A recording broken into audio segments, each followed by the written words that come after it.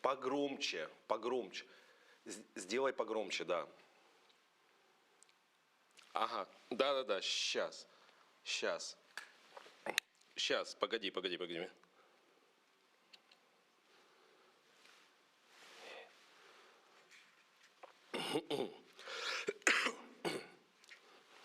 Да, да.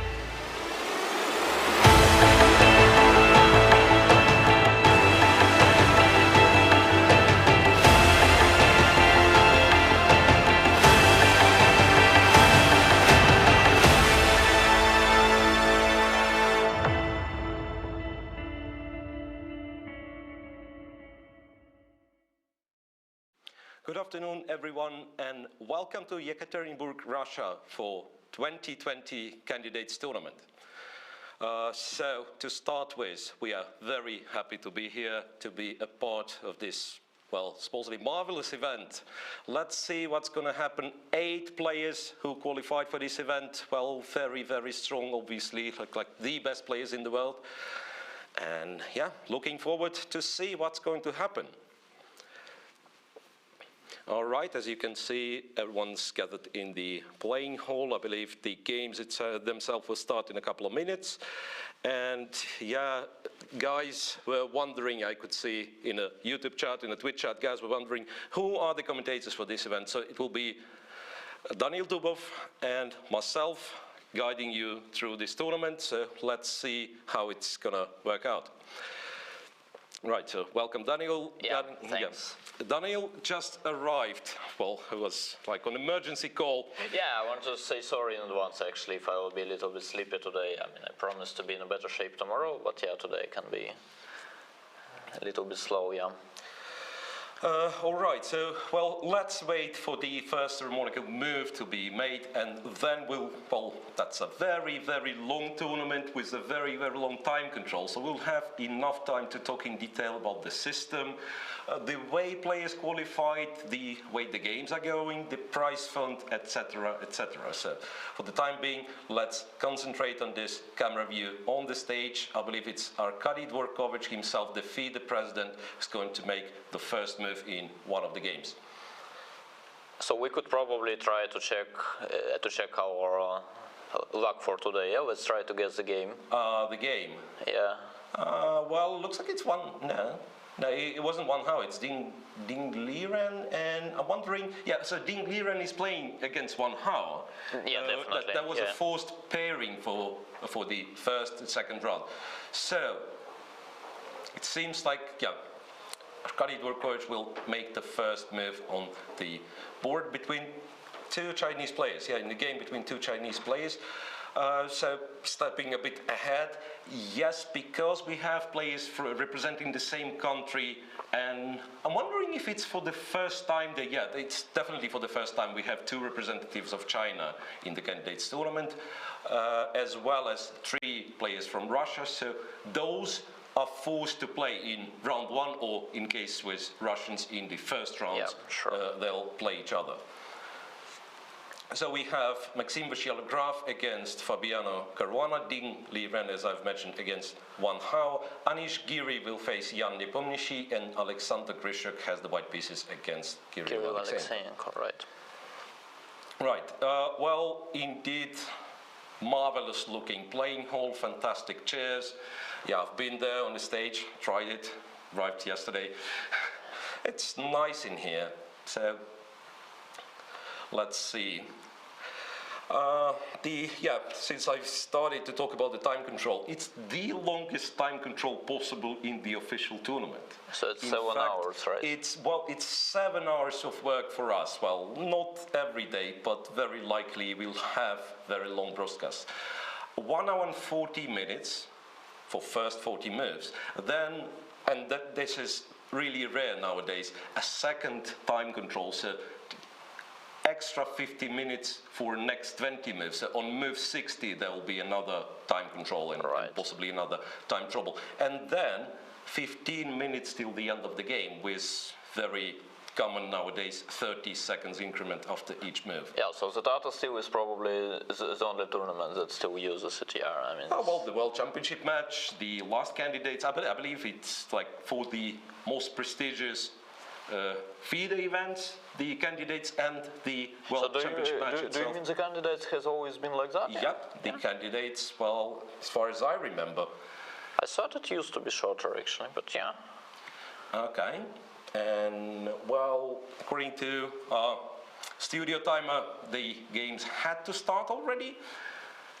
Still, we have a couple of minutes, and I believe that will be a proper time to thank those companies who supported the event, who made the entire thing possible, and the title sponsor for this particular tournament is Sima Land Company, C4, by the way, by Anish Giri.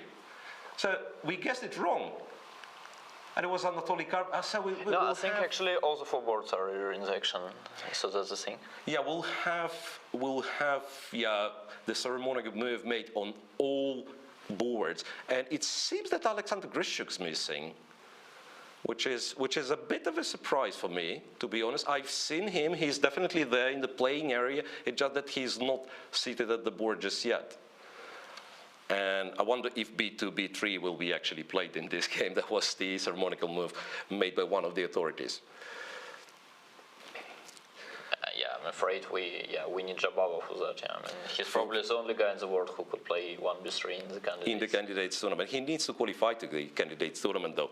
Yeah, and probably 1b3 is one of the reasons he'll face problems on his way. Yeah. Right. Yeah. Coming back to the partners and companies who help to raise funds for this event. So we've mentioned Simulent as the title sponsor, and then we have few official partners. It's Mercedes, the official auto partner of the tournament. So each player, as far as I know, gets his own transportation. It's Algorand, the official blockchain partner, and Kaspersky, official cyber security partner of the event, as you can see on your screen. Right, the games have started. Just briefly looking at what's going on the boards. 1 e4 from Vasilia Graf, no surprises here. Ding Liren starts with c4. Which is not a surprise at all as well. Yeah, Anish moves the knight on move 1, and it was the g1 knight, so knight f3, knight f6. So far, nothing's clear. And for Krzyzuk, we apparently have to wait for Alexander to appear. I believe it's not a zero tolerance tournament, so he still has few minutes to show up. But that's really. But I actually start to think that it could be a funny idea as a punishment, you know? I mean, it's not about money, but once you're late, you should start with some random move like b3 or something.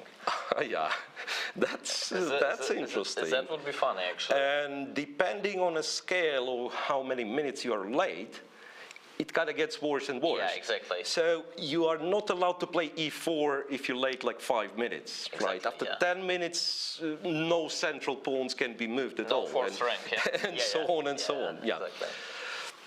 All right, so few more announcements. Yeah, the time control, we've mentioned the longest time control possible. So if you guys planning to watch today's round, make yourself comfortable.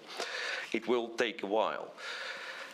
The prize fund is €500,000. The total prize fund is 500,000, which is not bad, I have to say. Well, the tiebreak rules, let's see if it ever happens. So for the time being, we won't discuss, it's quite unlikely, it much. mathematically speaking, but yeah, we'll see. Yeah, there've been examples where it was looking very, very likely, right? Like Carlsen and Kramnik. Carlsen and Kramnik, that was one example, and then the fact that Karyakin, when Karyakin beat Caruana in Moscow, it was, once again, it was such case that it was a must-win for Caruana only because of the draw. Because of the tiebreak. So they were on equal points going to the last round, and because of the tiebreak rules, Caruana had to push with black. He ended up losing. Right.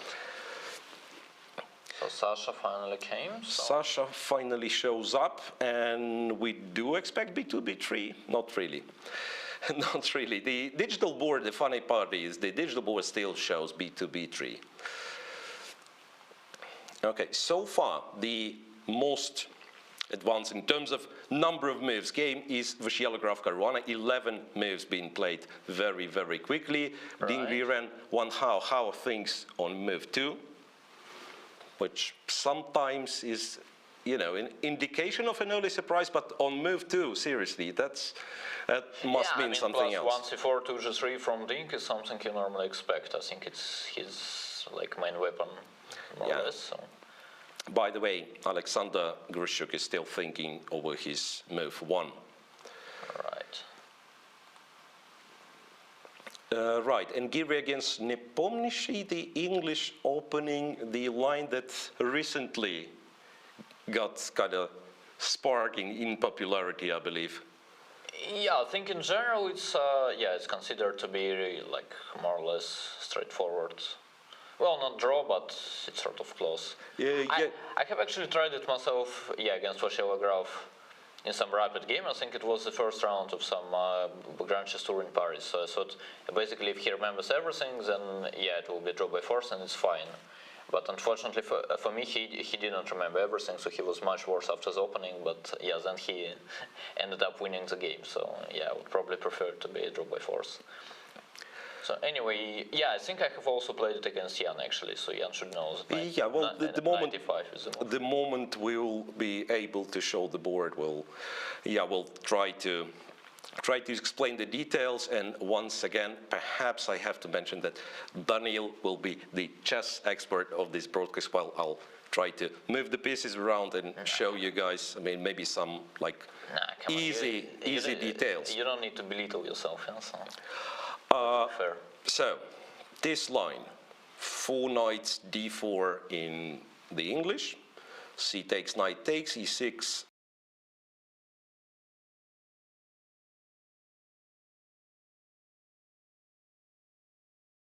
is kind of the main move, right? Well, there is a big number of moves. I think I have tried at least 4 myself. Here. So I have also tried e3 and knight f3, and I think both are. Well, it does make sense. Both are decent actually. Point being, the knight is hanging, knight has to go. But knight d to b5 was pretty much the start of the story. I think that was White's first try. Knight e5, bishop f4, and I think there was a big number of games like 10 years ago, probably, with some knight f2 g4, and then they were normally going for some sacrifice on f2. I don't remember how exactly though. But it was some extremely ridiculous line, like maybe queen a4 here. Yeah, that's what I'm trying to work out, because I do remember White giving up on this pawn on f2. Yeah. But how does it happen, right? It's not that. Yeah, but it should look ridiculous for sure. I don't remember how exactly, but I think the queen is supposed to land on a4 eventually. So maybe. Maybe here. Anyway, I think e3 is a normal move here as well. Is a normal move, yeah. Well, maybe not even as well. Maybe e3 is just the move actually. Because as far as I remember, there is some weird line with like e3, maybe queen c6. And then I don't remember how exactly, but in general, why should sacrifice the rook for the g4 knight? Okay, yeah. Maybe you just go h3. Yeah, c4 is not actually hanging all that much, right? Yeah, but h1 and h1 and knight f3 are the threats. Knight f3 check is coming as well. Yeah, sure. Let's see. e2, e3 played. I think in general it's quite a smart choice from Anish, because Jan is not exactly a very big expert in some long forced lines that normally end up in a draw, and Anish is exactly the opposite kind of a guy. Yeah, that's interesting, because to me it would look that Nepo himself is a theory expert as pretty much any other player in this tournament. But you might be right that maybe to check Jan Nepomniachtchi in this particular line, like it's long forcing line, and if you know everything, as very often happens in modern chess, it's one question asked, if you remember this particular line, if the answer is yes, it's a draw. Yeah, exactly. But also, the question is not exactly if you remember the line, but the question is if you remember it today, Yeah, precisely. Precisely. If you repeat, sometimes it's like... it's a difference. If you happen to check it this morning before the game. Yeah, exactly. Speaking of draws, by the way, there is a severe restriction of no draw offers before move 40. So sometimes we might see rook ending 3 versus 3 being played a little bit longer than needed. But overall, I believe it's a very good thing. Yeah, it's not going to be a very big problem, I think. All right, a6, h3, that's what we have on the board. So the position... So this is probably the way to get it, and now black plays queen to c6 now? now? Or maybe takes first, h takes, and queen c6. Ah, yeah, you mean a b5, h takes, g4, and queen to c6, threatening the rook. Yeah, I'm pretty sure I have analyzed it myself, but I thought the problem is knight takes c4 instead of queen c6. because this one, for some reason, looks very promising for white. Once again, I have no idea of the theory of this line whatsoever, but Well, there is no By the theory, looks but of it's it. 0-0-0 in the end, believe me. yeah. But anyway, I mean, at least if black tries queen c6, then yeah, at least it's very, very sharp. But I thought knight takes c4 is, here. I mean, not that white is in danger, but I thought he's pretty much forced to Okay, but what to switch for what trying white to- does in this case, if it's knight c4? I think 'cause- normally you try to collect b5 and off draw like queen b3 probably. Yeah, because I'm trying to do my math, and it does look like black has an extra pawn here, right? So Well, we need to check queen b3, probably, but, right, and b5.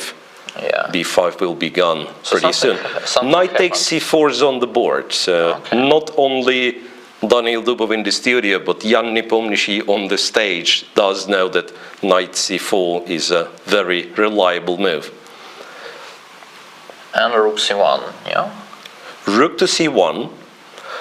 Well, perhaps once again intending knight b5, bishop c4 if black somehow ignores the threat. I'm not sure what move you can actually make to ignore such threat. Like every sane move in this position seems to protect against this knight b5, but nevertheless, yeah. Oh, this is actually funny. I mean, it's kind of, professional chess. So the body language says rook c1 is a novelty. So basically, like normally when you play such a move and then you go for a walk, then it normally means like you're pretending that you came up with a surprise. And Jan, obviously he started to think. I mean, he's obviously out of the book. Yeah, rook c1, press the clock, leave the board. It's kind of inverbally saying that your move now, Mr. Nepomniachtchi. Yeah, exactly. Try to find out what happens. Exactly. So. And also, as far as I remember, rook c1 is not a top choice of the engine. So it could be a very decent novelty, or I don't know, almost a novelty. So Anyway. maybe we could stop on this moment in particular, so that nowadays, when you try to look for a move to surprise your opponent, you are not checking the best choices of an engine, Yeah, because definitely. everybody does that. The engine's the same, computers are pretty much the same for everyone. And now, the top chess players, they're using those big data centers and cloud engines or whatever you call it. Definitely, Right, so you look for something which is kind of not recommended, but still works to a certain degree. And preferably it has to be complex enough to find over the board, to find the response sure. over the board. You just need a fresh idea, and you need to equalize in the engines. That's it. Yeah. Anyway, let's leave Jan thinking in this sharp position. Yep, let's check something else. Grishuk, after he finally arrived at the board, has played 3 moves so far. That's all what has happened in Grishuk versus Alexeyenko. So c4, e5, g3, knight f6, bishop g2, bishop to c5. No surprises here, but apparently something to think for Alexander Grishuk already. All right. We could But say bishop c5 is exactly the line where he lost the Isle of Man. He lost actually a very, very sharp and interesting game against Anton Gyar, I think. So it was actually a very, very important game. But anyway, my point is that Grishuk is obviously in details, because he used to play it as black. So we'll see. yeah, and maybe we can explain why such experienced and knowledgeable player thinks after move 3, because this particular move 3, bishop c5, kind of defines black's setup, more or less. So it's like after bishop c5, you're probably not going to play d5 anytime soon. So it's more of this knight c6, d6, this kind of things. Well, I actually tend to disagree. I think the main idea of bishop c5 is to face knight c3 by playing c6. Yeah, after knight c3, you can go c6 and d5, yeah. Yeah, but what else white can do? I mean, it's quite unlikely that you play knight f3 Around is into not e4, possible. I guess. Well, not possible is probably a little bit too strong, but at least it's risky. So what they do is this, c6, And then, yeah, knight f3, e4, Knight some knight F3, h4, and then they go for some wild e4, stuff. this, Some and d5. after d5 there is d4, and in some lines even this knight is You sacrifice the knight, sacrifice the exactly. knight on h4, And black this, goes d5. yeah, and this is exactly the line where Grishuk lost against Atongaris black, actually. So he should probably have some ideas with white as well. Right, but once again, not much to talk just yet. 3 moves played. Ding Liren against Wan Hao. Pretty much the same line, but 2 more moves played. Yeah. Bishop c5 on move 3. What is right? I mean, we already have like a first intrigue. Right. Twin games. Out of 4, 2 games taken the similar path. d2, d3, which is a modest move, I have to say. Yeah, makes sense. Castles, knight Knight c3. c3. So this is, in my perception, that's kind of the real way to play the English Open. You play the Sicilian with colors reversed with extra tempo, no matter what. Right. I want to play the Sicilian Dragon, Ding Liren says. Yeah, right, sure. Yeah, definitely makes sense. But it's actually interesting in a way that, yeah, I think normally in the candidates, like first 2 or 3 rounds are sort of trend-setting. And I think normally like 1 or 2 guys start playing something, and yeah, if it makes sense, then in 2 or 3 more days you can see half of the tournament playing it. So it was exactly the case, for instance, in Moscow when somebody started to play this weird Italian with knight h3. Yeah, that And was. then I think in 2 or 3 days, like everybody was playing it as white.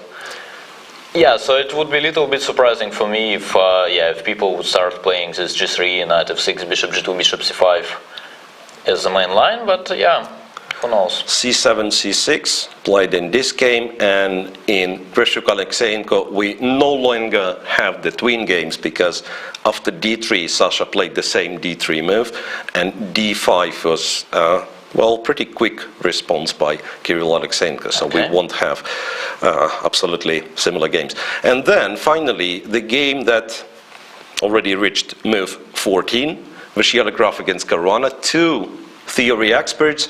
I'm wondering though if we can call Fabiano Caruana an expert on the Ruy Lopez. I barely remember him playing. Okay, he does play e5. He used to play e5 the Petrov, but going for Ruy Lopez, Yeah, but I'm not sure. He's probably, yeah, but from the other side, he's probably is the main expert on the world on the Ruy Lopez when he's white, right? Along with Maxim Vishela Graf, I mean, Yeah, that's... probably, but they are basically like the 2 guys who normally play 1e4, whatever happens, yeah, I mean, it's... Yep. So b5, bishop to b3, bishop c5. This one has a name, which I don't remember, I tend to forget this one. Neo-Arkhangelsk, or what else? Well, I Yurtayev think like, variation. yeah, exactly, also Yeah. Soviet people call it Yurtayev variation, I think, right. So basically the point is, instead of having this bishop on e7, which is very often silly in the Ruy Lopez, and then you turn to spend sometimes a lot of tempi getting into an active position. Black comes up with a very ambitious idea to develop the bishop to c5, where it's arguably much more active, and then play d6, then play castle. Obviously not without a drawback. So you run into c3, d4 with a tempo. After a4, since you've played b5 early, after a4 you have to react to this pawn being chased. So rook b8, c3, d6, d4. Yeah, and bishop b6. Yeah, and here actually we can see another black's idea to postpone bishop b7, because normally, I mean, again, the whole story started with bishop b7 first, and then they were trying bishop b7, bishop c5. Yeah, and then after some thought, black probably realized that, in many lines, especially with the pawn on d3, which is not the case anymore, in many lines it makes sense to develop the bishop. Why as I say it h3 diagonal? For instance, if black goes bishop b7, then white apparently chooses something with d3. Yeah, and the bishop on b7 is stupid, so that's Trying why. to say, yeah, that's why they finally decided to start with bishop c5 and wait for d4. Yeah, so this happens. I believe this one is another crossroad where white can capture on b5, go knight a3. Or go Is knight it? e3 immediately. Or knight a3 immediately. Or, I mean, many things. Yeah, or you have this a5 move, All right. where apparently capture is not great. Probably. I don't know why. I would but guess so, but yeah, it's quite unlikely that they would miss it. Yeah, I mean, Takes here, yeah, probably. takes here, Knight takes b3. knight takes b3 though. Well, I don't think we need to go that deep because black can be better in 2 moves. I mean, 2 hour moves. So yeah, let's just say that knight takes a5. Knight a5 is very a bad dangerous. move. Yeah, exactly. It's very dangerous, guys. We Exactly. don't know why. Exactly. Anyway, this strangely, but this always happens in this line. Whenever white goes a5, black replies with bishop a7. I've seen like 100 games like this. Right. Yeah, I don't know the reason. So h3, because once again, very often with this bishop being here pressing the d4 pawn, now you probably have to care about this bishop g4. Sure. Castles, bishop to e3, e takes, c takes. Let's get rid of those errors. Knight to b4. Knight c3 and Knight bishop c3 and bishop to b7. Well, perhaps we do not have to skip this moment. Knight takes e4, always pretty much runs into bishop. Does it though? Yeah, but you should probably, yeah, queen 8, queen c2, yeah? Is Queen to e8, guarding both. I do remember there was some funny... Well, actually, this one doesn't work, now that I remember. Yeah, because knight b4 black works, has right? Yeah. knight b4, trade over here, Yeah. trade over here, and d5. Is it d5 or f5? Well, f5 is probably even better. yeah. Or f5, Yeah, I mean, unless it's trapping blunder. the bishop, trapping the Right. bishop, f5. Black wins the material back and perhaps is even better in this endgame. So the real thing, Yeah, I think bishop d8, bishop d5, queen 8, rook e1 is a problem probably. rook e1, there was some queen sacrifice, if I'm not mistaken, knight to f6, bishop g5, knight takes d5, and they were trying to prove that this is also playable for black, because you get the square on d5, which is not bad. It's like, let's mark it with green, so that's a strong knight over here. And then they stopped. Then I don't know what has happened, but apparently this line is no longer playable. Knight c3, could it be that it's knight c3? I mean, I remember some pawn sacrifice Yeah, but like then this. takes and knight Takes is and knight to e7, yeah, it doesn't look likely. I remember something connected with knight c3. Could it be, Yeah, but I mean, yeah, could again, it be just knight c3 immediately? Could it be just knight c3 immediately? Yeah, but it's... It's a pawn down position. Yeah, it's very, Okay, very unlikely. once again, I mean, it's just a very dangerous position for black, yeah? yeah, Yeah. that one is certainly very, very dangerous position for black. Anyway, knight to b4, knight c3, bishop to b7. Once again, the e4 pawn, that's switched the color. Now it's really weak. It has to be protected in a Yeah, and I certain way. mean, yeah, again, the body language says Maxim is probably out of the book. I mean, we can see that Fabian is walking or doing something else, but anyway. Right, but now that I'm thinking, what else could have been tried by black in this position after c takes and takes? I mean, those two moves, they do make a lot of sense. Could it? Yeah, but they're not forced either. I mean, it's... yeah, I mean, obviously, if Corona plays it, then it makes sense. Then it makes sense. At very least, yeah, I mean, it's a decent reason to call it, sense-making, but... So what do we do in this position? It's practically never e5, even if it works somehow. Never? No? Well, I would think it's only It's E5. only e5. Yeah. Okay, so here we go. We have two guys arguing with each other, which perhaps is the best Yeah, but recipe for the commentators let's duel. try to realize what are the options first. So bishop g5 is Bishop g5 is sort of a move, right? yeah. It's always sort of a move. I was actually considering d5, which is terrible, because, I mean, positionally speaking, it's a terrible move, but after black takes, I'm not sure. It's knight on b4 is... There is Yeah. always c5. Yeah, c5, and unless you... There is always c5. I don't know, unless... Yeah, well, perhaps what, you but, just play c5 yeah, immediately. exactly. Yeah, you just play c5 immediately, you threaten That's c4. fine. d5 is not a move. d5 is not a move. Okay. Yeah, it could also be that there is some smart way to to protect e4 kind of indirectly. in some extremely smart way, like rook e1, for instance. Rook e1, so that after knight takes and bishop takes, we have... No, we don't. If you wanted to say... I wanted to say this and see what's going to happen, because there is bishop f3 hitting the queen, right? Now bishop d8 loses. So we have weird move queen d2, where the queen is hanging and both those guys are hanging, but I won't be able to capture both. So queen d7. Queen d7 and perhaps queen b4, bishop moves, and it's just a but my original idea was actually rook e1, knight takes e4, d5. Something like that. All right, so that the knight is hanging over there on e4. Yeah, I think black will be pretty much forced to play knight c5 at some point, maybe now or because now. If you take, that was exactly my hope. The knight is trapped on b4. Right. So no knight c3 for black. If bishop e3, rook takes, right? Yeah, knight takes e4 also makes sense probably, but I like rook takes as well. Rook takes, and in case of knight c5, for instance, it's just some random position. I don't know. Maybe black is in time to take on b3 and play c5, but maybe not. I mean, at least it kind of makes sense for white, but I have no idea if it works or not. Certainly an interesting option for white. And then e5, of course. Yeah. And then e5, of course, always needs to be checked, right? And knight d2 is also there, but. But e5 is pretty much, well, first of all, I think it suits Maxim's style very well. So I think normally when he doesn't know what to do and he's out of the book, he normally plays the most ambitious move. And also e5 is quite safe for white, I would say. It's quite unlikely that you end up being worse. Right, so my question would be, what do I do? Knight d5 Probably is an option, right? Always. Yeah. But first, what happens if I'm trying to take on e5? Pawn takes?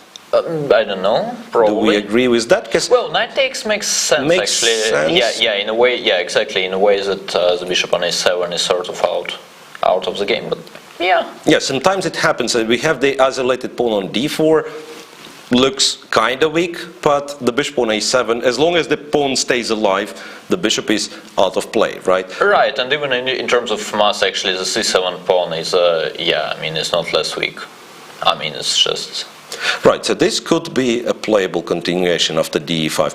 And the other thing is d5, d5, bishop takes e3. I was wondering if capturing on f6 leads anywhere, but the bishop is very strong in this case, right? Yeah, but even f takes makes sense. You mean f takes e3 to the bishop? Yeah, then we open the file and we try to attack f7 in some lines. We somehow hope to get to f7. Well, which is quite unlikely, to be honest, but who knows. Well, it's especially unlikely against somebody who has gained like 2 minutes, Right, the fact that Caruana has played all the above moves very, very quickly suggests that he knows his stuff, and black does have a very, very decent position. Actually, there is a billion of moves. There is also queen d2. I think we should just wait for the move. Because normally, I sort of understand Maxim. I mean, normally, if you face this bishop b7 and you're surprised, then it probably means bishop b7 is not the top choice of an engine. And then you feel like, okay, you have a billion of moves, and at least one of them should lead somewhere. And obviously, it feels like a reasonable, time investment to spend, I don't know, at least 15 minutes here looking for a solution. But they do have a lot of time, let's not forget. Yeah, exactly. Because that was my feeling in Wijk, actually, because I haven't played with such a long time control for a while. Or maybe even I have never played with such a time control, I don't know. But anyway, my feeling was that basically, once you spend, let's say, 30 minutes right after the opening, I mean, still it's extremely comfortable time-wise.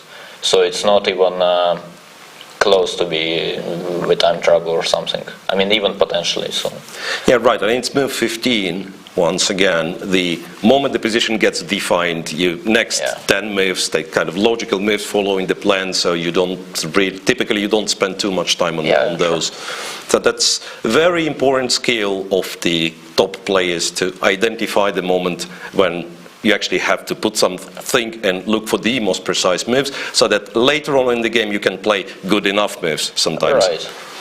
And also here you sort of have some extra time, you know, because for instance when you play with some shorter time control, I mean sometimes you are not sure if you need to sync, and then you just play move quickly. But here I would say if you are not sure if you need to sync, still it's a better idea You to have think. to think. Yeah, I mean exactly. So that's how it works. Yeah. That's what Jan Nepomniachtchi is doing after rook c1. I'll bring this position up on the board once again. Yeah. No move played by Jan Nepomniachtchi. Kind of wondering if the time displayed on the digital board is correct, because feels much longer, right? Yeah, I mean it would be sad if we only spent like 10 minutes talking about all the stuff. Yeah. So rook a1 to c1. What's the big deal here? If I'm playing d5, if I'm being stupid, I just want to, to grab the center, all the book stuff, develop the pieces. Yeah, but the deal is, the d5 is the most obvious move, and Anish, has obviously checked it. Yeah, I think it's either b3 or queen b3, still. I would say queen b3 is not something you're worried about as black. Yeah, because... I mean, maybe white will equalize, also I don't see how exactly after bishop d7. Yeah, precisely. It's like, a move like queen b3 does not stop you from playing d5. Exactly, because you have bishop d7 and you ask yourself, even if I play bishop e7, he takes my pawn, am I that worse? Okay, perhaps I am worse if I'm playing a silly move like bishop e7. But after bishop d7, white is yet to show how he's winning the pawn back. How he's winning the pawn back. So it's not that simple. Yeah, so probably it's b3. So developing slowly is too slow. It kind of makes sense in terms of trying to equalize, but it's hard to believe that white is trying to get advantage. Yeah, I would be only worried about b3 as black, to be honest. b3? Yeah. So the knight is attacked. Now for the blitz game, I would say I would spend a few seconds trying to understand if the knight is attacked for real. So it's like if I play bishop b4 or something. But let's be serious. The knight needs to leave, and then you have choices. You can go to a3. What's wrong with bishop b4? Why do you give up on your... On fancy ideas? Yeah, exactly. So I thought knight a3 is the move. So b5 is still protected this way. Yeah, but with a knight on a3, it's less comfortable for black. I mean, things can happen. And then white just plays normal, right? Tries to develop the pieces, open up the center, just trying to say your knight on a3 will be misplaced if it comes. Sort of, at some point. A move like g4, g5, for instance. Yeah, block the king side. Just kind of... Then h7 will be weak at some point. Yeah, with pawn structure being such, with h file being open, black will find it extremely dangerous castling short. Right. And there were also some really direct ideas, like bishop g2 followed by bishop takes d5. Bishop d5 followed by knight d5. Yeah, exactly. So. Yeah, and I just got the confirmation that this time displayed next to the digital board is not exactly nothing. Yeah, it's not precisely the time Jan Nepomniachtchi has. It will update and it will show the real time right after he's going to make the move. So he was on 1 hour 19 minutes. Okay.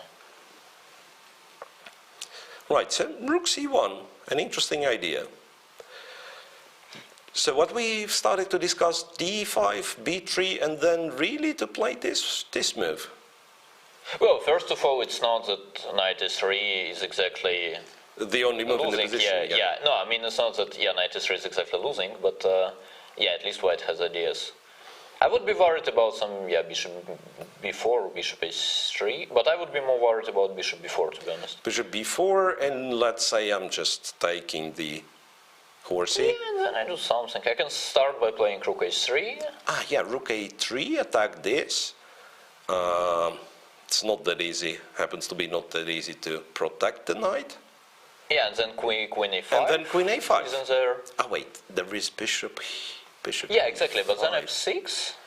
f6, bishop d4, goes to d4 queen with the e5. tempo, and queen goes to a5. That's superpower. We can create a mess out of any Yeah, exactly. any position, basically. Yeah, but that's exactly a mess. I mean, maybe white is even better, but at least it's not something that you give up on as black. I mean, it's not obvious for sure. But the Right. problem is that, yeah, bishop b4 is not exactly kind of a move. I mean, again, it's not exactly kind of a move that you play against somebody who has gained time. Yeah, and by saying this, you mean, yes, if it would be other way around, so it's a new position for your opponent and you've checked on bishop b4 Right. at home, that's one thing, even if it's like semi-correct, semi-bluff. But Right. here, it's clearly Geary is prepared for this. He Right. went for rook c1. So you try to avoid any kind of gambling like that. Yeah, right. So basically, if you're in Jan's shoes, so basically, yeah, there are. If you want to play bishop b4, so there are basically only two possible scenarios. So the first one, you play bishop b4, and then Geary blitzes out bishop takes, or I don't know, b takes c4 and keeps blitzing count. And then it probably means you played a decent move. But it also means he's still in the book, and basically you have to compete computer preparation playing on your own for at least few moves in a very, very sharp position. And the second scenario is that after bishop b4 he starts to think, and that basically means you are pretty much lost. Yeah, because he checked it with the computer and Objectively, yeah. it doesn't really. Yeah, appeared on the screen exactly. So yeah, I don't think you like any of those two. So. Yeah, I keep saying this during casts. That's kind of a very tough task, and those, in fact, those top players, they deal with it very well. To find, when you're surprised in the opening, first of all, to find the balance between your will to make a move that the opponent doesn't know, and still to make sure this move is good. Yeah, because to counter-surprise your opponent always means that you've played something that computer doesn't show. Apparently, it's a dubious move. If you're lucky, could be just a bad move. Dubious move, yeah, brilliant. No, but actually, in fact, yeah, there is also the second level of such, a psychological game. Because basically, the second level is that sometimes it makes sense to do such things as white. So basically, you play some line that has only one, but a very, very ambitious, controversy. And yeah, I mean, if you're a random guy, then probably after b3 you face bishop b4 very often. But if you're Anish Giri, who is known to be as the safest player in the world and to learn openings, then you can sort of bluff in that way that, yeah, you're trying to pretend you would never miss bishop before, which is actually correct. So you're trying to pretend you have an idea there, which is not necessarily the case. Yeah, that's interesting how much of a gambler Anish Giri is, for instance, really, with his image of being ultra-solid player, and then he would go for something like this. Yeah, but for sure, yeah, I mean, he's pretty much zero gambler, so yeah, I'm pretty sure if he plays rook c1, then, I mean, or he plays b3, he definitely knows how to make a draw after bishop b4. From what I can see, d5 and b3 is on the board. All right. d5 and b3 is on the board. So what else is there? There is actually knight d6. Yeah, knight d6 is certainly a move, and now I'm wondering, perhaps this is not what black is scared of. Bishop d6, you can take it with a check, but it's not that much of an achievement. Yeah, even king e7. King to e7, yeah, I mean, with a2, b3 pawns and leaving your opponent with dark to a bishop, it doesn't seem to be a great idea. Yeah, right, it feels like black has the upper hand, yeah, sure. Like might be even better. So after knight d6, I don't really think bishop d6 is something that bothers you much. Right, but actually, yeah, after both bishop g2 and bishop d3, I tend to dislike black's position quite strongly, to be honest. Yeah, the feeling is, Because the whole setup with a knight on d6 doesn't feel natural to me.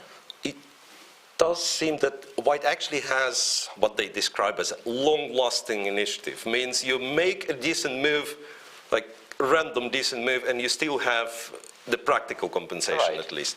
So Yeah. you go bishop g2 or you go g5 or something, and black will find it hard playing every single move. Right. But still, it's actually mysterious for me how they run into some trouble in this line as black. Because I mean, normally, if you want to play 1 c4 c5 as black, this is pretty much the only line where you're down to the only moves. I mean, even after queen b6, knight b3, it's not that much forced. This one, yeah, Yeah, knight I mean, b3, it's much less. I mean, okay, you have to play knight e5, but then, I mean, you have options. So knight db5 is basically the only way for white to just check the memory. And white is pretty sure that he's never worse, and yeah, I mean, it's very, very safe for white. Because I was actually deviating from this line as white for quite a long time, and then I think Boris told me that I don't need to show off and that people will never remember it or know it or yeah, something like that. And yeah, I mean, it was pretty tough to try it for the first time as white, but then I realized he was right. I mean, even Maxim.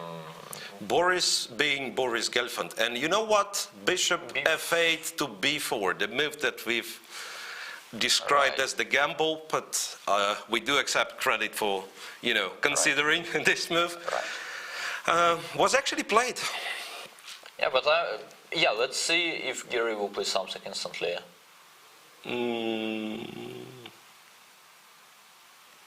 He does seem to be a bit surprised, or a lot surprised. No, but he Nah. but he always behaves a little bit like an idiot, so it's fine. It doesn't mean much. B takes c4. Maybe he's trying to say, I'm surprised in a good way, because this pawn takes the knight, I'm a piece up. Maybe that's the point. Yeah, but basically, So if yeah, I Jan, have played quite a lot of games against him recently, so I realized actually, whatever he's trying to, whatever message he's trying to send you with his face doesn't make any sense. So you just don't need to care. So rook h3, and he starts to, but obviously he's not thinking. He will play a move in. pretty quickly, I mean. Well, a minute, maybe less. Definitely not more. Queen d2, bishop e5. Well, bishop e5 seems to be the move. Well, but there is also Nice. queen d2, there is even king d2. King d2 probably runs into d4 though. But queen d2 could be reasonable. So you'll still have to play bishop e5 though, after queen a5, right? Yeah, right, but it could make some sense. I don't know why. This f6 I don't know and- why exactly. I mean, but Might be just the same. well, but if it's the same, then it's much smarter to start with bishop e5. Yeah, I mean, it's much Yeah, more precisely. So flexible. captures rook a3, and we've managed to figure out this line. Well, there was a suggestion to check what happens in Dingri Ren versus Wan Hao game. That's for, I believe, for the first time for the candidates, two Chinese players playing each other, and the tournament has the Chinese broadcast as well.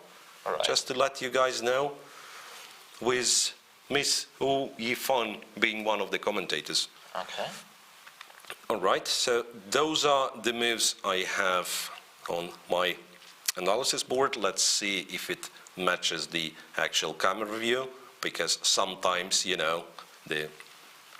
it's 21st, that amazes me. I mean, with those digital boards, 21st century, and still the moves are coming with a bit of a delay all the time. Yeah. Yeah, actually, what I wanted to tell about that game is that there is actually some, inner tension. Because basically, I mean, they're both from China, and you would expect them to be sort of friends, or at least pretend to be friends. But actually, in his recent interview, I think Wan Hao has pointed out in quite an aggressive manner, I would say, that he doesn't consider Dingli Ren to be his friend or anything like that, so... Okay, here's a nice visual head-to-head score between two Chinese players. So it's 6-2 in favor of Ding Liren, who has a higher rating as well, with 7 draws. So those two, I believe, competed starting from youth China championships, something like this. Wang Hao being a bit older, I believe. Yeah, I think if they would start that early, they would probably play more games. Yeah, so. Anyway, so in favor of Ding Liren, and I believe Ding Liren is one of the best scorers among the players. So we'll come to this at some point. But we have the the aggregate stats. Is the average percentage? I mean. Yeah, for let's say for all the head-to-heads, and Ding Liren and Maxime Vachier-Lagrave have quite a good score against the field. Yeah, but also Kirill should be pretty safe, I guess. Kirill is pretty safe. We are talking Kirill Alexeyenko, who I believe at least half of the players he never played in his life from this tournament. Speaking of who played, who didn't play, it happens to be that for half of the players, it's their first candidates tournament. We'll talk about this later, but that's an interesting stat. I'm wondering, well, always when you appear on a big stage, at some point it has to be your first candidates tournament, right? You cannot start with the second, not playing the first one. But I'm wondering if it's ever been the case that half of the field, I mean... You played it for the first time. Yeah, apparently when it was the first candidates tournament, then... For sure, yeah. Probably even more than half of the field, yeah. So Rookie 8, I'm wondering if it's the real position there. So it's quite different compared to Kryschuk's game with Alexeyenko, right? Castles, c7, c6, knight f3, d7, d6. Okay. Now I'm trying to... Because there is something like that where white goes d4, right? Well, possibly with castle short played, but there are such positions. White goes d4, black captures, knight captures. But in our case, it means white just lost the tempo, playing d3 and then Which d4. doesn't mean much, actually, because I mean, I've tried it many times as white. I mean, normally you don't care as that much about spending a tempo on d3, d4. So let's say now after rook 8, d4 is definitely... I mean, it's a reasonable move, yeah. I would probably play it myself. So takes here. I'm kind of automatically capturing on d4, which might not be needed. Yeah, but then e5 could be hanging, yeah? I don't know. It's like bishop b4 doesn't seem to work, right? Because I just capture on e5, trade the queens, capture the e5 pawn, just like that. This, well, black doesn't seem to have enough competition. But after bishop b6, because now this line no longer works. I mean, it's a primitive line, but I'll still prefer to show it on the board. So because black can capture with the bishop, but it does allow moves like c5 maybe. I mean, or bishop g5, yeah, who knows? That's the other thing. Yeah, bishop g5 always has to be considered when this bishop leaves, cat leaves the basket, goes to c5 and d6 played. So this pin on the diagonal is typically very annoying. Yeah, but in general, it's just a very typical English opening. I mean, it's some sharp position where white tries to trick his opponent with some decisions that are mostly about the pawn structure, not some deep calculation or something. Yeah, that's why... I also like b3 or a3. I mean, that's why I play it as white. Basically, you can play any move and it makes sense. a3, b3, e3, and h3 all make sense to me. Right. So I think the point that you've made has to be, highlighted. So it's all about the potential pawn structure, and that's why it's very hard to play, and players tend to spend a lot of time on every move. Because, the moment the pawn structure is defined, like you've played the Sicilian, white played d4, and the pawns exchange, and then you have this semi-open c file. I mean, more or less all the plans. Yeah, I mean, basically you need to checkmate first, and that's it. Yeah. I mean. Yeah. Here, it's really a lot of questions to answer. Yeah? Do you go for d4? Do you go for e3, d4? Sometimes you can go for this stereotypic English opening stuff with rook b1, b4, b5. And Right. Yeah, I actually don't know. Yeah, if you need to follow the delay, but I've just seen that knight a4 and then few more moves were played here. right, let me So try to... if we can review No. it, I can name them. Yeah, but I'm pretty sure. Yeah, Okay. I'm trying to... Well, let's try to update the board, which doesn't really happen to work. I think we've got some issues there. Okay. Yeah, let's see. So turns out there is a problem with the moves. We are working on it, guys. So don't worry. So knight a4 was played. How is it? I'm trying to understand what moves were played. So it Well, was, knight a4, bishop b4, then a3, b4. and yeah. e4. So this is how you keep the bishop. Huh? But this is actually quite funny, yeah, because I think normally, yeah, Dink is well, he basically likes to play like any position in the same way. So basically now he plays the rule opus with colors reversed. Where you go a6, b5. Knight and a5, c5, exactly. So this is a brilliant Chigorin, because Chigorin. Oh well, you're absolutely right. Yeah, Now that I'm exactly. looking at it, Yeah. imagine, guys, like pieces repainted. So you're looking from the black's perspective, and you have the ideals Chigorin, because you would have black would have the bishop on e7, would play rook e8, bishop f8, then yeah, exactly. fianchetto the bishop. So yeah, exactly. White has like 5 spare tempi Exactly, by yeah. by the standards of this line. Yeah, sure, that's what I'm saying. And it's actually a pet line of Dink. I mean, even 5 tempos down. For black, yeah, right? So, Which yeah, still doesn't mean that white is better here.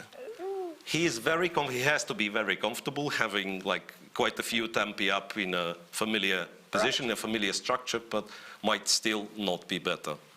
yeah, but yeah, when you play, when you play the English opening, you don't care that much if you are slightly better or it's just equal. I mean, it's always playable and that's it. All right, so So actually, it would be nice to get the board back. we can mention a couple of things. Yeah, first of all, guys in FIDE Twitch chat and YouTube chat, behave yourself, we are watching you. And for those who are wondering where is the analysis board, we're working on it, it's coming up, but some issues there. Right, few more things to talk about. Who has as I've started, like half of the field, that's the first candidates tournament for them. Right, who has the experience? Fabi has the experience of winning the last candidates tournament. And he's finished second in the previous one in Moscow. All right. Right, so Kryschuk perhaps the most experienced, but hardly the most successful candidates player. So I believe last candidates was 6th place for Alexander Kryschuk, and it was, well, I believe 6th place again in Hunty. Was it the Hunty candidates he was playing? I'm getting myself confused there. Yeah, but anyway, I think normally it's not. Exactly about the final. Place in a cross table, but yeah, it's normally about this number of points. I think he finished on 50% in the last one. Could be. Then Well, I could be wrong, but I'm one more thing. We have 2 players, well, technically more, who are undefeated in the candidates. We have like more than half of the field is undefeated in the candidates because 4 guys never played there. Okay. And then we have Anish Giri, who stayed very solid during the Moscow tournament. Well, I believe everyone has made a joke about Anish Giri making 14 draws in the Moscow candidates. I've been a commentator there. I have to object that it's not because he wanted to draw in every game. There were quite a lot of fighting games, and sometimes he would escape by a miracle. Sometimes he would be almost winning, but then miss a win. But nevertheless, it's in the books. 14 draws for Anish Giri, and then Ding Liren last year. I believe nobody would expect him to do that well. Last year he was not. I mean, we all knew he was. Not his first time, yeah. So probably. No, last year was his first time in the candidates. No. It was his first time in the candidates, and No, but I'm pretty sure that you're wrong. Well, we can check up on this, but I'm pretty sure I'm right, because I was checking those. So last year, Ding went undefeated. He has won only one game, so didn't qualify really, but went undefeated and won one game against Shakhmatyarov, if I'm not Yeah, mistaken. but that is actually, that prevents me from saying what I wanted to say, because my original idea was that, actually, like all the same people are the people who failed to win a single game altogether in the candidates. And without Ding, it would be right. But I'm pretty sure that Ding played in Moscow, no? I think when Karakin won. No, he didn't. He didn't. Okay. Moscow was somewhat older lineup. There was Peter Swidler, there was Veselin Topalov, there was Hikaru, Karyakin. I'm sure Ding was not there. He did play in Moscow the Grand Prix, one of the Grand Prix. So this might be the tournament you're confusing with. Yeah, but I'm pretty sure there was a game, between Ding and Karakin in this Queen's India, and that Karakin was playing forever in Moscow. Right, we'll have to check on this, guys. Right. All right, so once again, no digital board just yet. We'll have to stay with this camera view. It will reappear, guys. Please be patient.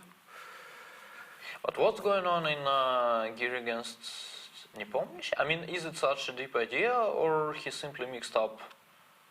So now, Because I actually start to feel, I mean, it's hard to believe, but I start to feel like Giri has simply mixed up the move order in the very beginning. because Or it was a very, very unlucky bluff, which is also hard to imagine because it's Giri. And I mean, it's not the bluff being unlucky, it's about the bluff itself that is unlikely to happen in his game. Because I mean, now even rook takes c4. so now So what has happened? Giri has sacrificed an exchange, and will try to prove a huge compensation for that, or what? Yeah, and he has spent like 3 minutes only so far. But it feels like he's just lost. I mean, it's... Not quite, I believe. Yeah, but even rook takes c4. I suspect there is some g5 idea. It's like you take the rook on c4 and maybe you go g5 and some queen h5 stuff. Well, we are 2 pawns down. I mean, how in the world you can hope for it to be better for white?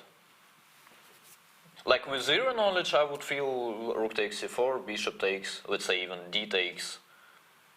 I would feel like it's either white is completely lost or he has some drawing chances after g5. Because even g5, e5, I mean, even in terms of ideas, Black King will run to the queen side. And I mean, not too many pieces left as well, so I don't know. Anyway, well, if it's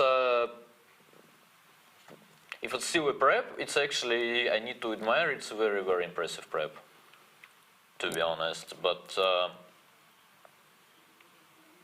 I find it hard to believe white can be better after rook takes c4, but I mean, even if he knows how to make a draw, then it's quite impressive. Speaking of the preparation, Anish's second here is Erwin Lamy. Yeah, pretty much as always. Yeah, and Erwin, he used to work with Vichy, right? Is it the?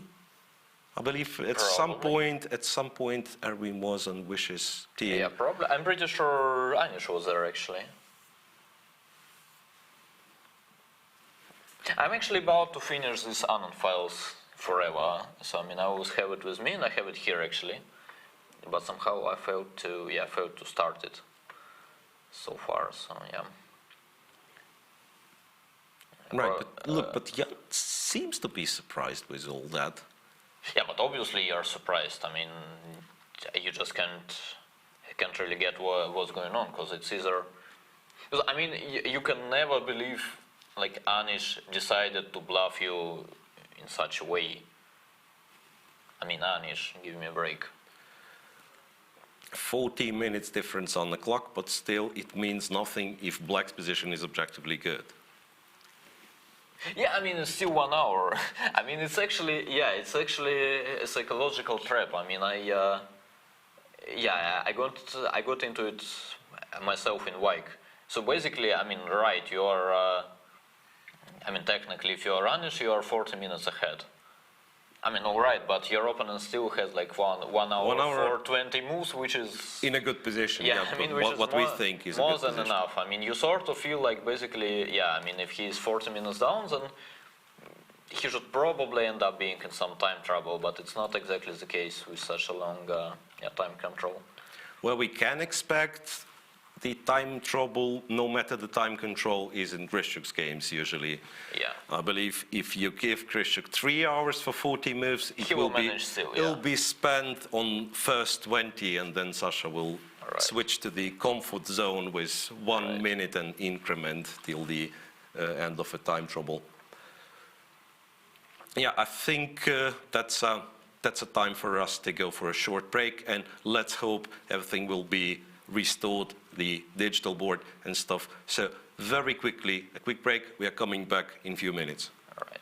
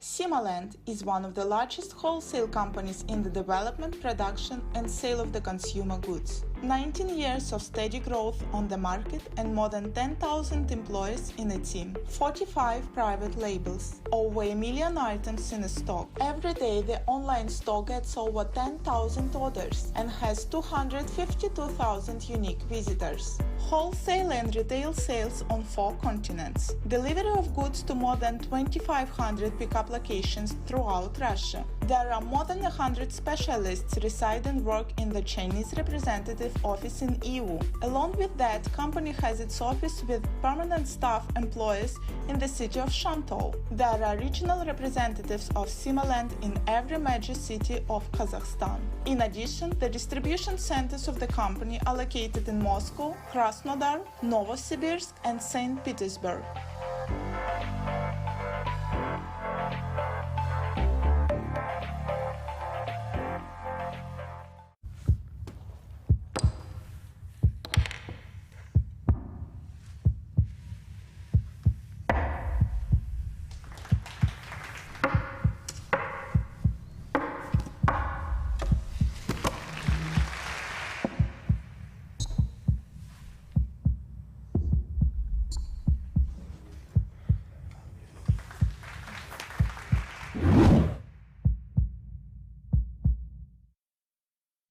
You can't put wings on a car.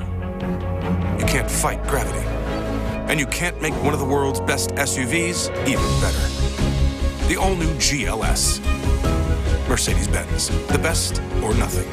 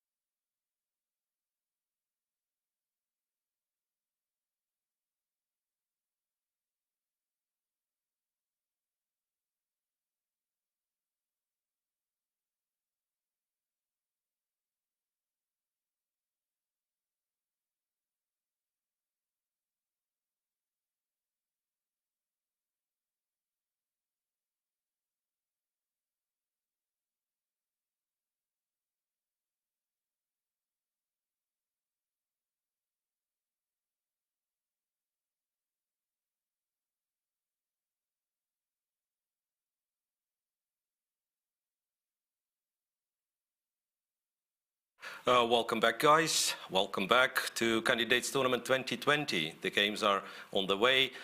Well, we still have, it seems, some issues with the digital board, but we have found a solution for the time being. One of the games, and particularly the games we've been talking mostly about, the game between Jan Nepomniachtchi and Anish Giri. Anish Giri against Jan Nepomniachtchi, Anish having the white pieces, took some really surprising twist in the opening. Because there's quite a longish break. We spent discussing, is it really a blunder from Anish? Did he forget his opening preparation? Or a bluff or something else? Bluff exactly. or maybe a genius opening idea. And I think we will have the answer now, because we have one more presenter here, Daniel Jufa, with his expert analysis in the studio. Hello everyone, 2020 candidates on the way, and we, with our colleagues, decided to pick this very game between Anish Giri and Jan Nepomniachtchi. So, it was an English opening, a very popular opening in the first round of this tournament, and Anish decided to create some mess on the board. G3, Queen B6, obviously this position is still well known for everybody. Knight DB5, Knight E5, and Bishop F4, not the rarest line. Knight F G4, E3, and then A6. Everything is hanging. H3, A takes B5, H takes G4, Knight C4, and Rook C1. The only one correspondence game led to this position that you can see on the board. And Jan Nepomniachtchi has played D7, D5. And probably it was just the right solution. The other game was followed by Queen A5 there, but Black have faced some difficulties after B2, B3. Then obviously Black can play Bishop A3, B takes C4, but it leads to a completely different position, which I can show. B4, Knight B5, B3, King D1, B takes A2, Queen A1 is a possible line. It's very funny, and there is no dubs. And I'll be honest, and I'll say that I checked it with an iron, and obviously it says it's zeros there. And Jan decided to go D5 there, which probably the most logical move in this position. B3, obviously the first line response, Bishop B4, B takes C4, Rook A3. The most principled way to continue the pressure on the C3 knight, Bishop E5, F6, and Bishop D4. And obviously we have to check which is the current position of the board, because Queen A5 has to be played, or already has been played. And then Bishop E2, Bishop takes, Rook takes, Rook C3, and King F1. I think this position is already on the board. And then Black has plenty of options, including playing, let's say, B5, B4, protecting the rook, planning to take with a B pawn, and also the other opportunity is to take the Rook C4, which is a very principled move, and frankly speaking, I don't know how White will follow up if Rook takes C4, but it seems like Bishop has to take on C4, otherwise I can't catch that idea. And then Black has two options of capturing the Bishop. So let's say if B takes or D takes, I think the only White's response is to play, okay, let's say D takes C4, White has to play G5, and the mess goes on, and it feels like Black is in a bit of a risk, because like Queen H5 is a kind of a threat. White have created some pressure on F6, and obviously, despite the fact that we're 2 pawns down, I would just say a very regular phrase for the chess player, that's obviously king values more. And after G5, obviously it's quite risky to castle short, because White simply will take on F6 and it's almost mate. And instead of rook c4, after king f1, black may proceed with b5, b4, protecting the rook. g4, g5 is the most principled response. Then queen takes a2, white takes on f6, g takes f6, and then king g2, creating, first of all, leaving the first rank, protecting against some issues with the playing like rook c1, let's say, and trying to play, aiming to play bishop h5 and queen g4, releasing the pieces from the cage and creating some chances to, just creating and attacking chances.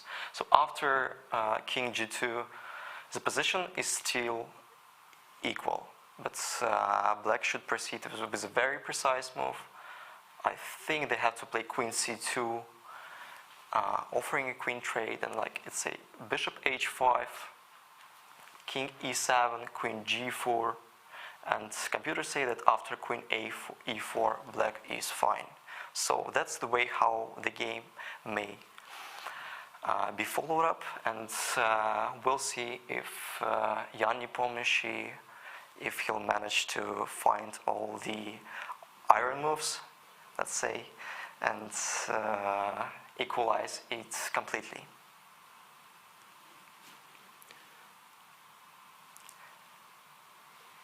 Okay, thanks, Daniel. And Thank you. yeah, perhaps it was then a preparation. If there is one correspondence, I'm wondering if you guys at home know that there is a special correspondence database. Correspondence chess is not as it used to be. No one sends each other the postcards.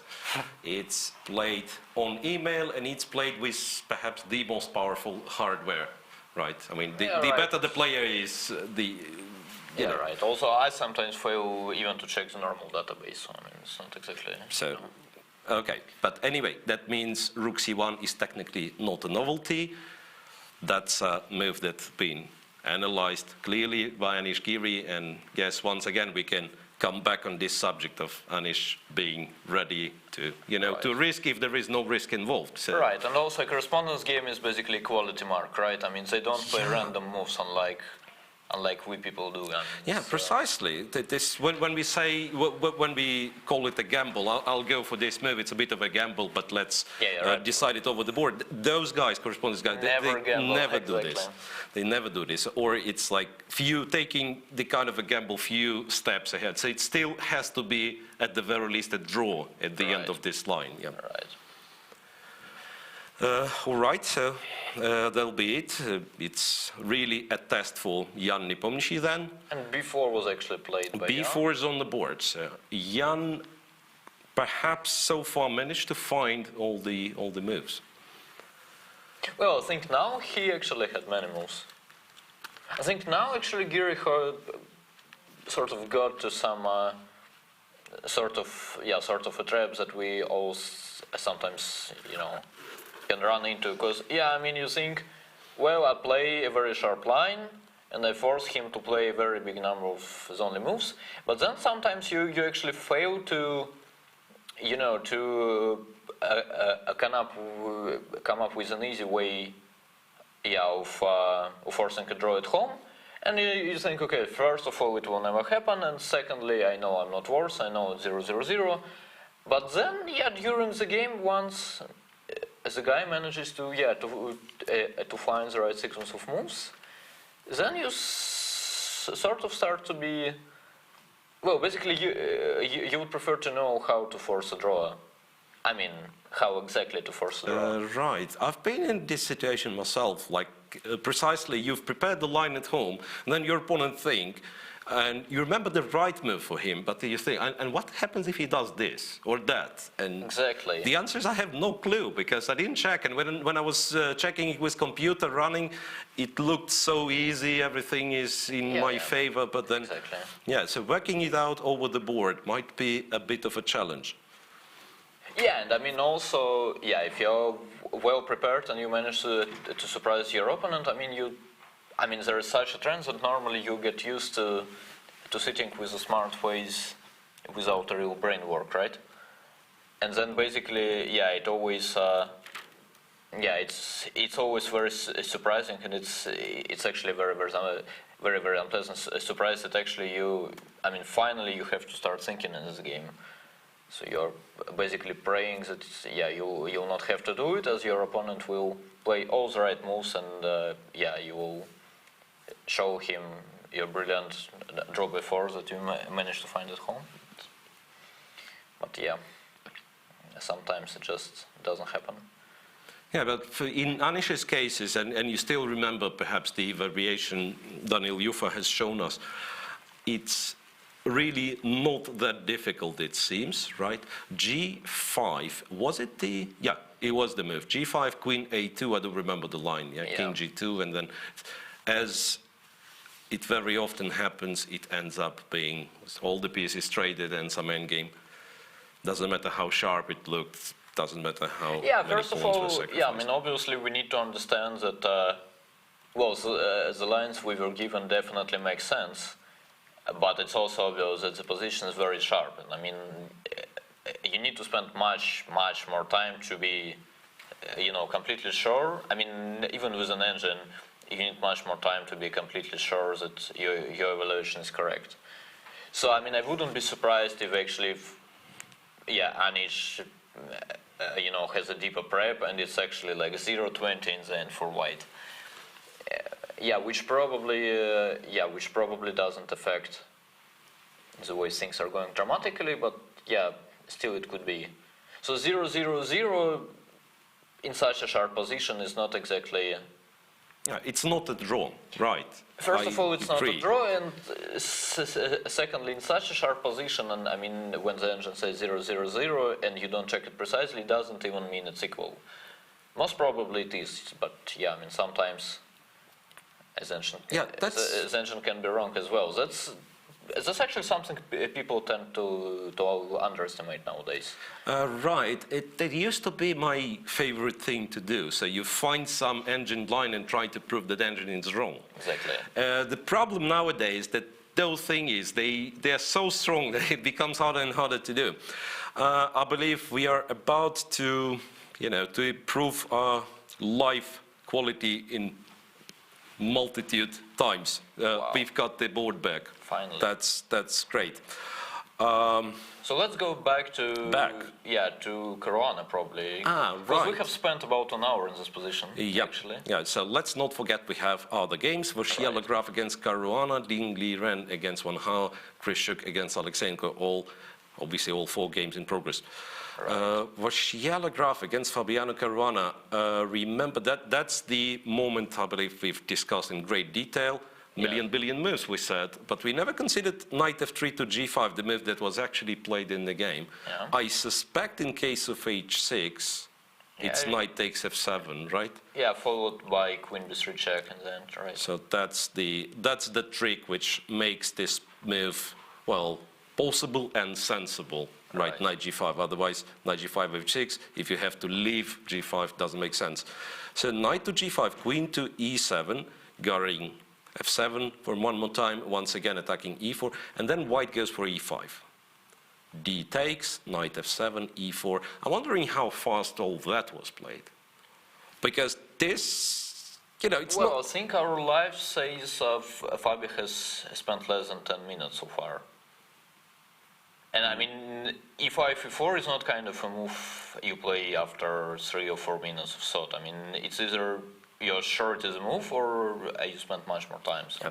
So what's the deal after knight f7? Once again, if black captures twice, then d takes e5 happens to be strong, I suspect, right?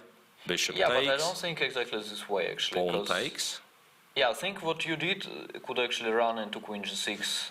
So we start by taking this one. That's what I wanted to say, yeah, exactly. We start by taking this one, and after bishop e3, we probably play f takes probably first, take on f6. So that's the trick, yeah. Precisely, because my line, I thought I'm being clever. d5, bishop e3, f e3, the knight is pinned, but now it goes on. Queen to g6, black attacks the g2, and then the knight leaves.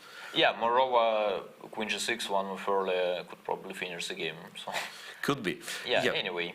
whatever, after knight f7, e4, and as Daniel pointed out, it's not the move that you play in few minutes if you're not familiar with the position. So Right. apparently till that moment it was all prepared. Knight d6 check, king goes to h8, knight b7, so at the very least the achievement, take away the b7 bishop, queen to e2, c6, a d1, rook to d7. Oh, well, actually looks very nice for black. Knight gets here, f3, ef3, and rook f3. So we've gotten to this position so far. Gotten to this position. Looks pretty drawish to me, to be honest. But Fabiano Caruana is thinking there. Who's better and why? The eternal question of all the chess commentators. Potential knight d5 for black, right? yeah, but still, I would think I'm rock solid with white. So I would definitely pick up white here. I'm pretty sure it's pretty much equal anyway, but yeah, it's more equal for white. Yeah, the feeling is like it's never too much for any side, right? I mean, what do I do with black? It's like I desperately want to attack this pawn on d4, and I'm trying to work out, I mean, how exactly I'm doing this. So queen d8 kind of makes sense. So I'm doubling on d-file, I'm adding some pressure on d4. And even a5 is And hanging. sometimes, yeah, once again, it has to be said. So apparently with position being that open, queen a5 will not be a good idea anytime soon, because white will have some, you know, some response on the king side. But who knows, maybe I'll just take this pawn at some point. So queen d8 is one thing to consider. Knight d5, always a move? Knight d5 is probably a blunder, in fact. Oh, really? Yeah, I think there is knight takes, and some bishop g5. Ah, yeah, so that's the trick. Bishop g5, where I can't take the queen because I'm getting checkmated. Yeah, I think queen d6 is, or queen b4 is pretty much Queen what you to have to do. b4, and then... And then, yeah, I don't know, I mean, it looks extremely scary. I think even bishop takes, yeah, exactly. Even yeah, bishop we can takes try to work this one till whites win. So bishop takes. Now, if rook takes, apparently there is bishop e7. Right. Who knows what that Should be looks like? enough. White is Yeah, winning. yeah. So you take. Oh no, wait. But there is still bishop e7 because rook cannot Yeah, take it. Yeah, this is actually a very nice line. Yeah. So this is how it works, right? So knight d5 is, once again, it's a desirable thing to achieve, to put your knight on d5, block the pawn, attack the bishop on e3. But for the time being, it's just a blunder. Well, knight d5 itself is probably fine, but yeah, you had I to... mean, knight b4 to d5, yeah, knight black takes, should have played c takes. c takes. But then it's quite obvious that it's white who is trying to get something. It will Yeah. never be much, but you definitely pick up white here, if given a choice. Yeah, it's like you say, I have pair of bishops, right? I go queen g3 and, yeah, I some mean, one... bishop g5 ideas. Yeah, well, yeah, exactly. Once I'll and decide to finish it, I'll just take on f6 and yeah, and go for a draw. Right, so when we say looks pretty drawish, it's once again, obviously that's a board full of pieces and some not such a balanced position, but potentially, indeed, it has kind of a lot of ways to be simplified, and with two very strong players playing, it has to be some mistake for this to disbalance this position even more. Right. Otherwise, yeah, I would really wonder what the Actually, like your queen d8 idea very much. for black, yeah, Yeah. to go queen But I d8. think in general, in terms of ideas, it also, I mean, it's a little bit strange, but I think it makes sense for black to keep queens. So, for instance, if you play some random move instead, let's say you play, something stupid, but not too stupid. Let's say you play, I don't know, h6. Oh, that's my favorite thing to do, by the way. Yeah, and then, let's say I play, I mean, obviously I have better moves, but let's say I play bishop f2. I mean, just to get this, just to showcase that in this ending, white. Yeah, has I a think very- it's actually a very, very dangerous position for black. Potentially, I mean, rook c1 is coming, then your attacks at b4 knight, and c6, it becomes weak. So you go rook c1, bishop e1, and... Yeah, so the thing is, here, the thing is, it's not the d4 pawn that is such a weakness, but c6 and potentially, yeah, you lose c6, you pretty much automatically lose a6. Exactly, yeah.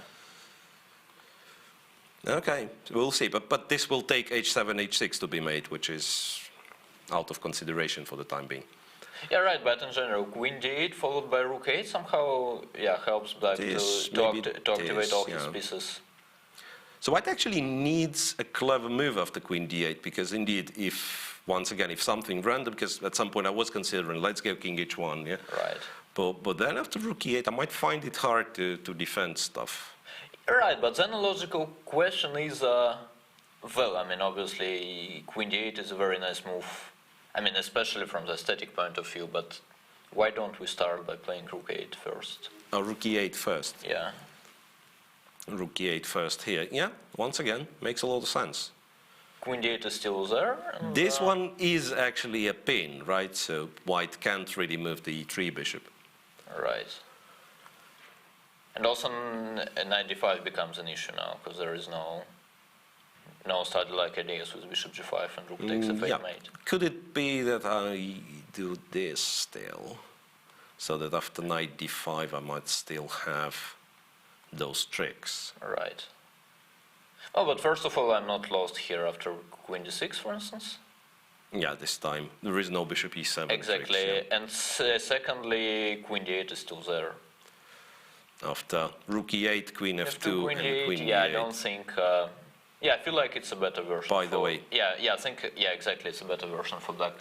Rook captures on e3 followed by bishop d4 might be an idea at or some even point. rook takes d4. Or yeah. rook takes d4. Yeah, you can see this bishop on a7, in fact, has a lot of targets on this diagonal, so might potentially do a lot of damage to white's position. So Fabi thinking after rook takes f3, he's in a very comfortable situation, it seems. Right. Actually, in general, it's pretty much, I mean, it looks pretty much insane to me. So basically when, like in the very beginning of the game, in the opening, Black has only one good piece. I mean, you have the bishop on b6 and a7 eventually, and especially after d2, d4, it becomes your only good piece. And so, Over here. That's yeah, I mean, exactly, but still, I mean, for instance, in this position... This one's bad. Knight on c6, meh. Yeah, exactly. So basically, as a bishop on a7 is by far your best piece. Well, yeah. I mean, it takes something from white to let it play. Basically, you have a billion of good pieces, and you allow your opponent's only good piece to become that strong. Yeah, that's interesting indeed. And then the question is if white had something better to do, because the exchanges Maxim Vachier-Lagrave came up with, it's actually, he exchanged the b7 bishop, but Black has all the good pieces, has very compact structure. I'm wondering if white can ever dream of attacking this king, but yeah, again, it's easier said than done. Well, with a knight on f4, it could be something, some knight g6 or get knight the g6 knight here and then threaten some knight g6 and go to h4 thing. Because actually now, let's just try to compare the pieces. I would say, the black queen is better, black rooks are not worse at very least. Black bishop is obviously much better than, both white bishops. This one, a7. Yeah, and then black knights are, also, I mean... Nicely placed, this knight on b4, in fact. Because, once again, the typical thing when only two pawns remain on the king's side is that you get your bishop on this diagonal, right? You start creating threats, and then it's really uncomfortable. h6 is kind of bad, weakens the king. g6 bad, weakens the king. But the first foremost problem for white, that as long as the knight is on b4, you don't have bishop c2. White happily trades. Yeah, it's actually a little bit strange, but the bishop is restricted by the knight. You don't see it too often, but... Yeah, it's other way around. Typically, it's other way around. You have the knight somewhere that the bishop prevents it from going to any good squares. Right. Right, I think we have to obey to what chat tells us. Well, not always, but this time. Ding Liren against Wang Hao. We were promising to explain what was happening and what we were referring to when we said it's no longer a Sicilian with colors reversed, it's a Ruy Lopez with colors reversed. Right. This is what we had seen, and then knight a4. Right. Well, trying to exchange the bishop. Black decided to keep it, goes to b4, after a3 goes to a5, after b4 goes to c7, and then if you let black play d5, he gets the center, he's more or less very happy, right? e4. What's black's reaction to d5, by the way? Yeah, probably Will it some queen c2, right? So just like that. Or you could switch to some Benoni-like stuff, like ed, cd, bishop g5. That's the other thing, yeah, bishop g5. Which also makes sense. I would say. So you have to make sure that e4 is never an issue, well, probably not really in this position. And if d4, this is what we refer to as a Benoni structure, Yeah. right? Once again, with colors reversed. Typically, it's white who has e4 and d5. All right. Yeah, and by Benoni standards, white once again has like a lot of extra moves played. So Yeah, probably. Some knight d2 or something, and yeah, it's just a game. Actually, I mean, even with because Benoni itself is quite a bad opening, so even with like 3 extra tempings, white is not supposed to be better here. says the guy who, I believe, played Benoni himself. Right, but yeah. So Daniil Dubov is in the position to tell you guys that Benoni is a bad opening. And I have the story which I try to insert in every single broadcast when I was told by Nigel Short. We played in the same tournament, and then I actually went for some Benoni type position with colors reversed precisely. Okay. And after the game we were discussing, I was trying to convince Nigel, look at it, I have like a couple of extra tempi compared to this line and that line. Nigel said, no, calm down, it's still a Benoni, you have to be worse. And yeah, immediately after I checked the game with the computer, it turned out Nigel was right. Yeah. Okay, but so this did not happen. White after white's e4, a5 was played. So once again, imagine the piece is repainted. Yeah. It's the Ruy Lopez we're It's a talking typical about. Ruy Lopez, exactly. Bishop b2, knight a6. I almost want to say knight a3. Yeah. So in the Ruy Lopez, this knight would go here. Knight a3, trying to apply some pressure on b4. Right. b5 played, and this kind of forces things a little bit. Black captures there. Nobody wants to play knight Well, b8. forces is a bit too strong, actually. I think, yeah, for instance, knight c5 immediately was also interesting. To keep the pawns, right? Yeah. Knight c5, and then what would happen in this case? Because what Daniil is trying to tell us that these are not weak pawns, right? Yeah, exactly. White seemingly has no way of attacking those pawns. Yeah, right. Yeah, but I think it's also true. Yeah, it's also true that if white will just ignore the c pawns, then at some point black will. Yeah, black you mean will, we just take? And I mean, you just play some random move, yeah, and black we will. transpose more or less. Yeah, at some point, most probably. Right. so- Anyway, he took on b5, which also makes sense. c takes, knight goes to c5, trade happen, a4, bishop g4. And now we are into some Sveshnikov area, I would say. Right, but like looking at it's all the pieces are weirdly placed. I mean, I would say. For white? Or? For both sides. I mean, it's the bishop. Maybe it has no better place to be. No, put but on. I think it's pretty much typical. Let's say if you just go h3 takes. So we trade those. And queen takes probably. Queen takes. And then you just start to play it like in Sveshnikov. So you go h4, bishop h3, and black will play knight d7, f8, d6 probably. But once again, those lines, as far as I remember, it's. First of all, it's considered to be quite solid for black. Right. And perhaps compared to those lines, once again, in our case, white plays the same position, but maybe with some extra time. And if ever this bishop is transferred, I mean, you know, it happens every now and again in the Sveshnikov structures. If it gets transferred to b3 or b6 in the case of Sveshnikov, it actually might be a beneficial position. Yeah, for white. right. But I think in Sveshnikov with c4, b4, or c5, b5, if colors are reversed, as we have it now, I can refer you to Nigel again. I mean, calm down. It's always very, very solid for both sides. So basically, you bring your knight to d4, and I have to capture it, and then. Rook a3 is the move that was played by Dean Glearan. So for some reason he wants this d3 pawn to be extra safe. Is it ever queen a1? I mean, Well, it could be anything. To be honest, I don't feel like you can really affect the evaluation as white. so what has to happen for white to actually have a better chances here? Well, I'm pretty sure that basically once white will get rid of the pin, black will be sort of forced to take on f3. Yeah, like let's make a move for black. B6 Yeah, will be played sooner or later, it and feels let's like. say queen a1. And we go to a1, for instance. Now, if you let white play knight d2, knight c4, he might actually be considerably better. Yeah, then some f4 is in there, and yeah. But still, yeah, if black trades on f3 and starts the maneuver Daniel told us about, knight goes here, knight goes here, and maybe you're not rushing knight d4, but just have it as an option, right?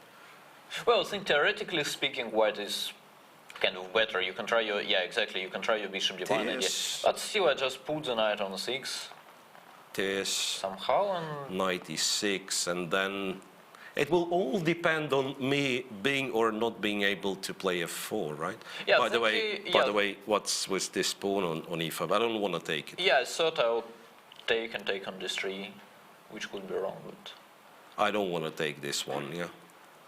even knight d4 would be fine. Yeah, that's the problem. You can play knight d4 as well. Yeah. No, I think in general white will have to play it slow. So you'll probably put your bishop on c4, then you go king h1, rook a2, and then you... If we are talking about this position, yeah. Yeah, then you try to prepare f4 slowly, then I will move my king and play f6 probably. Or I will prepare e takes followed by f7, f5. And Yeah, then, if we make and few then, more and then moves. you will be pressing, but I will hold it eventually. If we play a few more moves just to illustrate what can happen, right? This and, well, structure-wise, once again, perhaps black has to take care of this pawn, so it's not taken. Yeah? Right. King h8, white goes king g2, for instance, and queen d6. So even if f4 is played and black cannot take, knight d4 or f6 first, yeah, and then knight Yeah. d4. Black is somewhat passive, but still Yeah, sure, it's definitely very solid. yeah, it's definitely a very pleasant position to play for white, but yeah, it's quite unlikely to lead anywhere. Right. Right, so rook a3 played, and there have been a lot of requests to check something else. No, it was, well, actually, it was this game. So anyway, Yeah, Dean Glearan and- what about Guidry? What about Anish and Jan, the game that we've discussed the most? b4, g5, and Jan went for e6, e5, Jan Nepomniachtchi that is, where after bishop takes c3, bc3, it's no longer the same line. Yeah, actually, now that we have a board, I want to ask you to go a few moves back, because I wanted to show one of the lines that I thought is important. So king f1. So yeah, rook This takes one. c4 takes and d takes. Because actually what Daniel told us makes sense, but what I wanted to show is that yeah, after g5, what he didn't say is what happens after e5. Because unless you know the evaluation, it feels like white can just resign. But in fact, you actually take on f6 and take on e5. So I'm capturing there, Yeah. and black perhaps cannot take on d4. Or Yeah, which is easy to believe, to be honest. So it's quite obvious that you take g7, we take on g7, we go with a check. It's or Yeah, maybe you it start with a has to check. be But something. yeah, I mean, it's quite easy to believe that white has more than enough here. But what I missed king. originally was so gf6. gf6. The idea was to capture gf6. Yeah, Yeah, and then bishop takes e5 wins. It bishop seems. takes e5. If black recaptures, and he has to And then you recapture, go queen h5. queen h5 check. So now, And this is what I have missed originally, because I actually saw it king d8, and yeah, basically white resigns. But I think after king d8 there is a very, very nice move, queen g5 check, and there is no way to save the rook. oh, well, that's actually a very important point. Yeah, that's And very, very nice geometry. Yes, it's either queen g7 or queen e5. In most cases, it's actually queen e5. Right. Because once again, when you've mentioned queen g5, I thought it's about queen g7. I thought, but this has to be a playable position. Queen g7, king goes, you take the rook, I go b4, your king is not safe, and I have some pawns. But of course, king c7, it's not queen g7 for white, it's queen e5.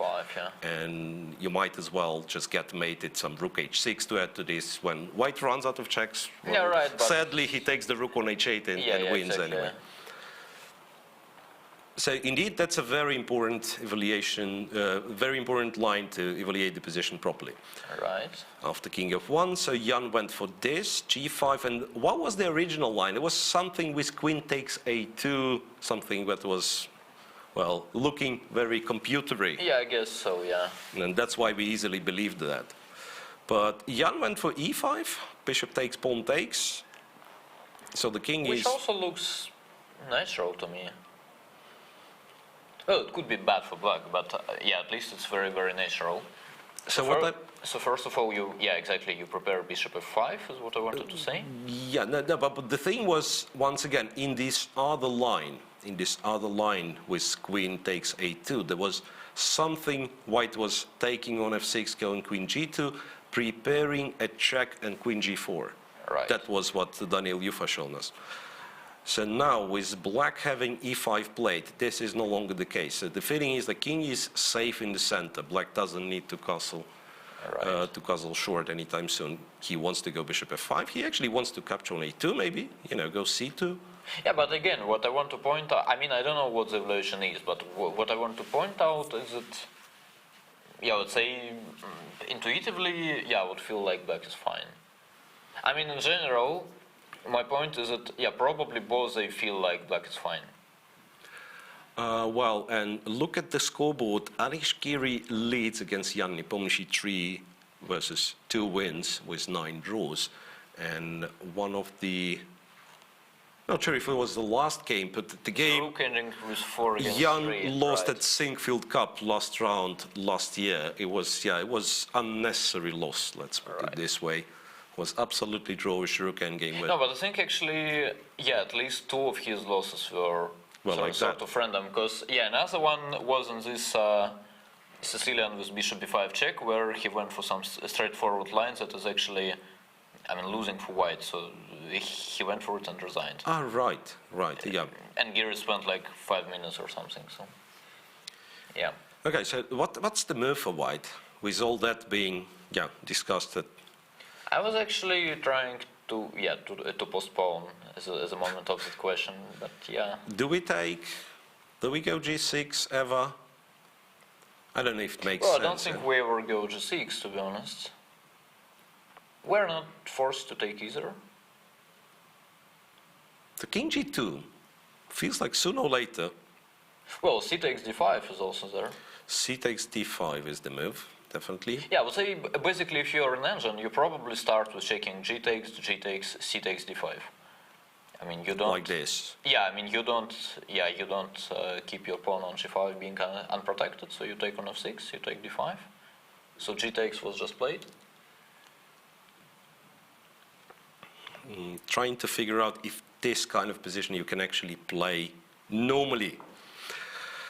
So just like playing it slow, not trying to go for any kind of attack. CD5, well, bishop f5 is what I would be, scared of a bit. Yeah, sure. Still there is bishop d3. I wasn't sure if there is bishop d3. Queen d5 apparently doesn't work, right? Well, I was hoping for queen a5 check, so if you have something there, then you got queen me. goes there, and you just take the bishop, That's what I thought, With the bishop, though, and no, not a single check. Yeah. No, so bishop d3. If I'm trading, the feeling is that I actually do have issues with this king. Right, h7's hanging. C-pawn is Which not... doesn't mean you're worse, to be honest. I mean, who knows, just take a2 and... Ignore everything, take on a2. Yeah, exactly, play like an engine. King g2. I don't know, keep playing like an engine. I don't know what exactly... The engine would do. Yeah. Maybe king e7, queen b5, king d6. Be brave. Right. We do suspect that black might be holding there, but once again, No, but I'm not even sure that holding is. it's the right word. Yeah, exactly. I don't think. You don't think black is I'm not sure. any at very, danger. very least. And we might come back to this discussion if white has a comfortable draw Sure. in this case, right? I think this is actually a very, very tricky situation. My sort of intuitive feeling would be that, as Ancient says, it's, let's say, from 0.20 to 0.50, but it's not, it's not comfortable for white at all. And it's actually a very, very, very typical situation to run into playing Jan. I mean, it happens quite often. You know you're better, and he also knows you're better, but He doesn't really care. He doesn't care, exactly. And yeah, I mean, you have to play moves, and then there is no direct draw, and then yeah, at some point you realize it's much easier to win than to make a draw. Yeah, there was a suggestion to castle for black after. I'm not sure on which move, because after c takes d5, castle looks. No, but it makes sense. I thought about it as well. No, it doesn't look scary. Well, it does, but you know, Once again, who are we to be scared, right? exactly. Bishop c4, queen h5 as the combo. Why would we care? Yeah, but then I sort of face it by bishop f5, bishop g6. Ah, yeah, bishop from f5 will actually guard the h7 pawn, so bishop to f5.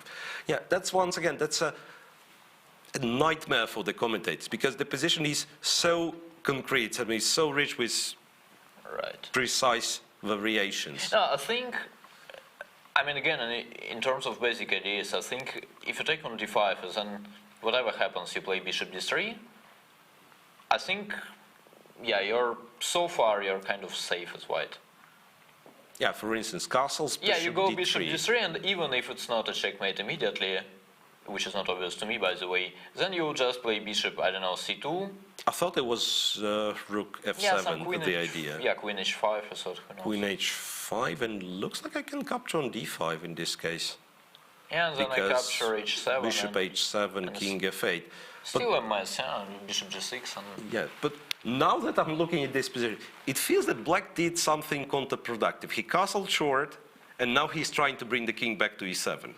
So that's, Yeah, right. you know, kind of that weird, actually makes sense, right? yeah, weird feeling to it. So Yeah. maybe, after all, castle short is not what you need. But anyway, yeah, it doesn't look that scary for black. You're absolutely right. Yeah, all you need is Finally, Yeah. if I may switch here, that's the game with 12 moves only played. That's Alexander Grishuk against Kirill Yeah, Alexeyenko. That's the moment I was waiting for, actually, because I can tell you a funny story, about this kind of setups. So I was one of quite a small number of people, like 5 years ago, who were trying to say that, for instance, after c4, e5, Yeah, let's say knight c3, knight f6, knight c3, knight f6. yeah, knight f3, knight c6, yeah, g3. Yeah, that's what we are discussing with Daniel, the starting position pretty much. Right. Yes, d5. Yeah, let's say d5 takes, bishop g2. And I was one of the first people who were saying that knight takes c3 actually makes sense. Because let's say 5 years ago, knight b6 was considered to be pretty much the only... That was the only move. Yeah, exactly. So knight takes c3 was considered to be bad, and I was saying that you can just take, then you play knight c6, bishop c5, castle. And it sort of makes sense, yes, white gets the center, but then you have some random squares, they can be wide, light or dark. So what we have in the game is actually very similar. Yeah, but it's not the whole story. So basically it makes sense. I've played it many times. I actually played it against Dink, and I think, it was better after the opening. Then people, including me, realize that if you play c4, e5, knight c3, knight f6, knight f3, there is no need to take on c3 anymore. So if you play 3, knight f3, Here. yeah, knight c6, g3, d5, takes bishop g2. Then knight takes c3 is still there, and it's what I was doing. But bishop c5 Bishop is a much more c5, logical yeah. move. Nowadays became like really, okay, maybe not nowadays, but few years before, it was very fashionable. Right. Yeah, bishop c5 castles. And we obviously had to look at this line during the match as Fabi was playing it as black. And finally, I was the one advocating d3, rook 8, bishop g5, with the idea, I mean here, right here, d3. rook 8, bishop g5, with the idea of provoking knight takes c3, bc, f6, and playing bishop c1 back. And I was saying it's very, very promising for white, in fact. Oh well, so that was a funny story indeed. Yeah, so two views on the same position, Yeah, exactly. depending on what you need to prove. Exactly. So what Krysiuk is trying to prove here? Well, he actually started with queen c2 because Knight of 3 runs into e4 sometimes. yeah, that's what I was wondering. So takes. I don't think queen it's. I don't think it's. King d1. Well, it's not about bishop takes f2 as there is Bishop e3. f2, there is e3, and the bishop is going to be trapped here. Yeah, but sometimes it's about the sending in general. You just, somehow they play it like that. They develop stuff, they go, sometimes even go f5, and Yeah, and then they start attacking your queen side, and the king is not great, and the coordination of the white pieces is interrupted by this Right. d4 and trade on d1.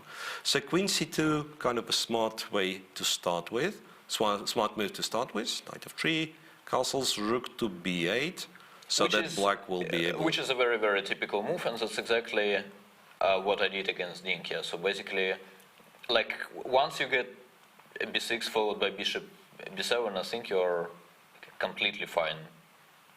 I mean, yeah, exactly, unless there is some straightforward d4. Basically, if you're in time with bishop b7, queen e7, and you're not lost yet, then most probably you're not even worse. So that's what Alexander Krysiuk is playing for. d3, d4, break in the center. Yeah. What's black's reaction to d4? Because as far as I understand, if you capture on d4, it's Yeah, it's not something you would... kind of always worse, I want to say. Well, there is no such thing as always. Right. Chess is full of rules and full of exceptions, right? So there certainly will be the case where black does okay in such positions. Right. But typically you don't want to capture on d4, you don't want to give white the center, you don't want white to have the b2 bishop. No, definitely not. No, basically Powerful. you just want to chill. So you play queen e7, d4, bishop d6, and then you... Aha, this is the way you're chilling here. Yeah. Bishop on d6, So Kirill actually has just played queen e8, queen e8. which also makes sense, just in case, but he probably has... Queen e8, so that the knight on c6 is protected for some particular case. And also, if we could dream, then at some point after d4, bishop d6, probably we'll play bishop d7, and then after knight a5, there will be bishop a4 idea. This and this. Yeah, but in general it makes sense. I think he's still slightly worse though, because I've spent quite a lot of time analyzing his positions. I think in general it's slightly worse. So basically what white has to do is playing e3, and then you switch for this plan with c4. So you're not going for e4. Once again, maybe we have to state it explicitly. So d5, a move with the tempo, seizing more space. Yeah, but... Apparently is not such a great move, right? Yeah, that's what I thought at least. Bishop d7, bishop a4, once again is the idea. Yeah, and there is also some knight b7, c5, Yeah, that's... if you need it. So yeah, this is basically what black is trying to provoke. Once again, trading on e5 never been good, right? Yeah, in terms of structural things, black is obviously very happy to see Once that. again, sometimes when you have more minor pieces, and then if white can, run with e4, f4, e5 quickly, but Yeah, it's like in Meran, yeah? for instance, Yeah, exactly. But here with the bishops only, it's like you play e4, f4, you create more weaknesses. Exactly, Right? You create yeah. more weaknesses. So this is a very comfortable situation for black. Yeah, here it's quite hard to believe. So white has to go for some sort of e3. Yeah, and I think it's also important that white is always happy to see e5 before. So for instance, that's for also instance, important. Yeah, e4, knight d2, a5, you're always happy to see. Then Because you kind of have some objects to attack already. Now you can start preparing f2, f3 maybe. Or you just go Or for just go c4. for c4. Yeah, exactly. Okay, so the tension is only building up in this game, and to my surprise, Alexander Grishuk has more time, which is rarely the case with him playing chess, with classical time control at least. Yeah. So Kirill Alexeyenko, of course, the least experienced, the youngest player of the candidates. He is under certain pressure. I mean, psychological pressure facing those great players. I believe that's the moment where we will have to go for another short break. We'll be back soon, guys. Now everything seems to be working tip-top, so stay with us and let's see how it goes. All 4 games of round 1, Candidates 2020, are still in progress.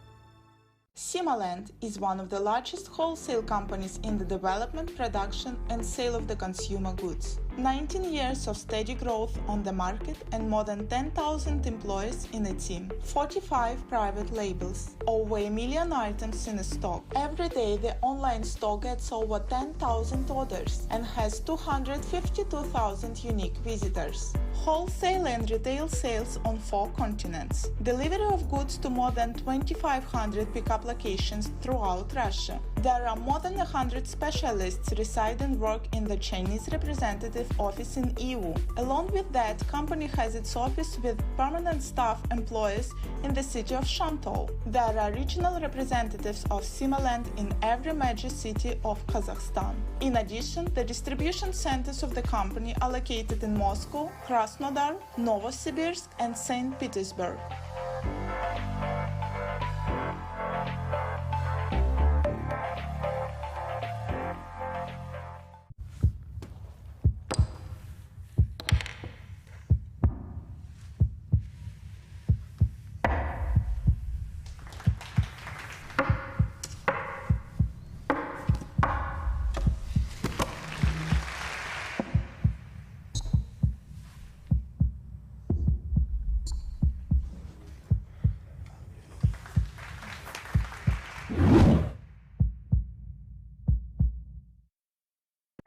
You can't put wings on a car.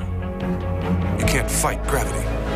And you can't make one of the world's best SUVs even better. The all-new GLS. Mercedes-Benz. The best or nothing.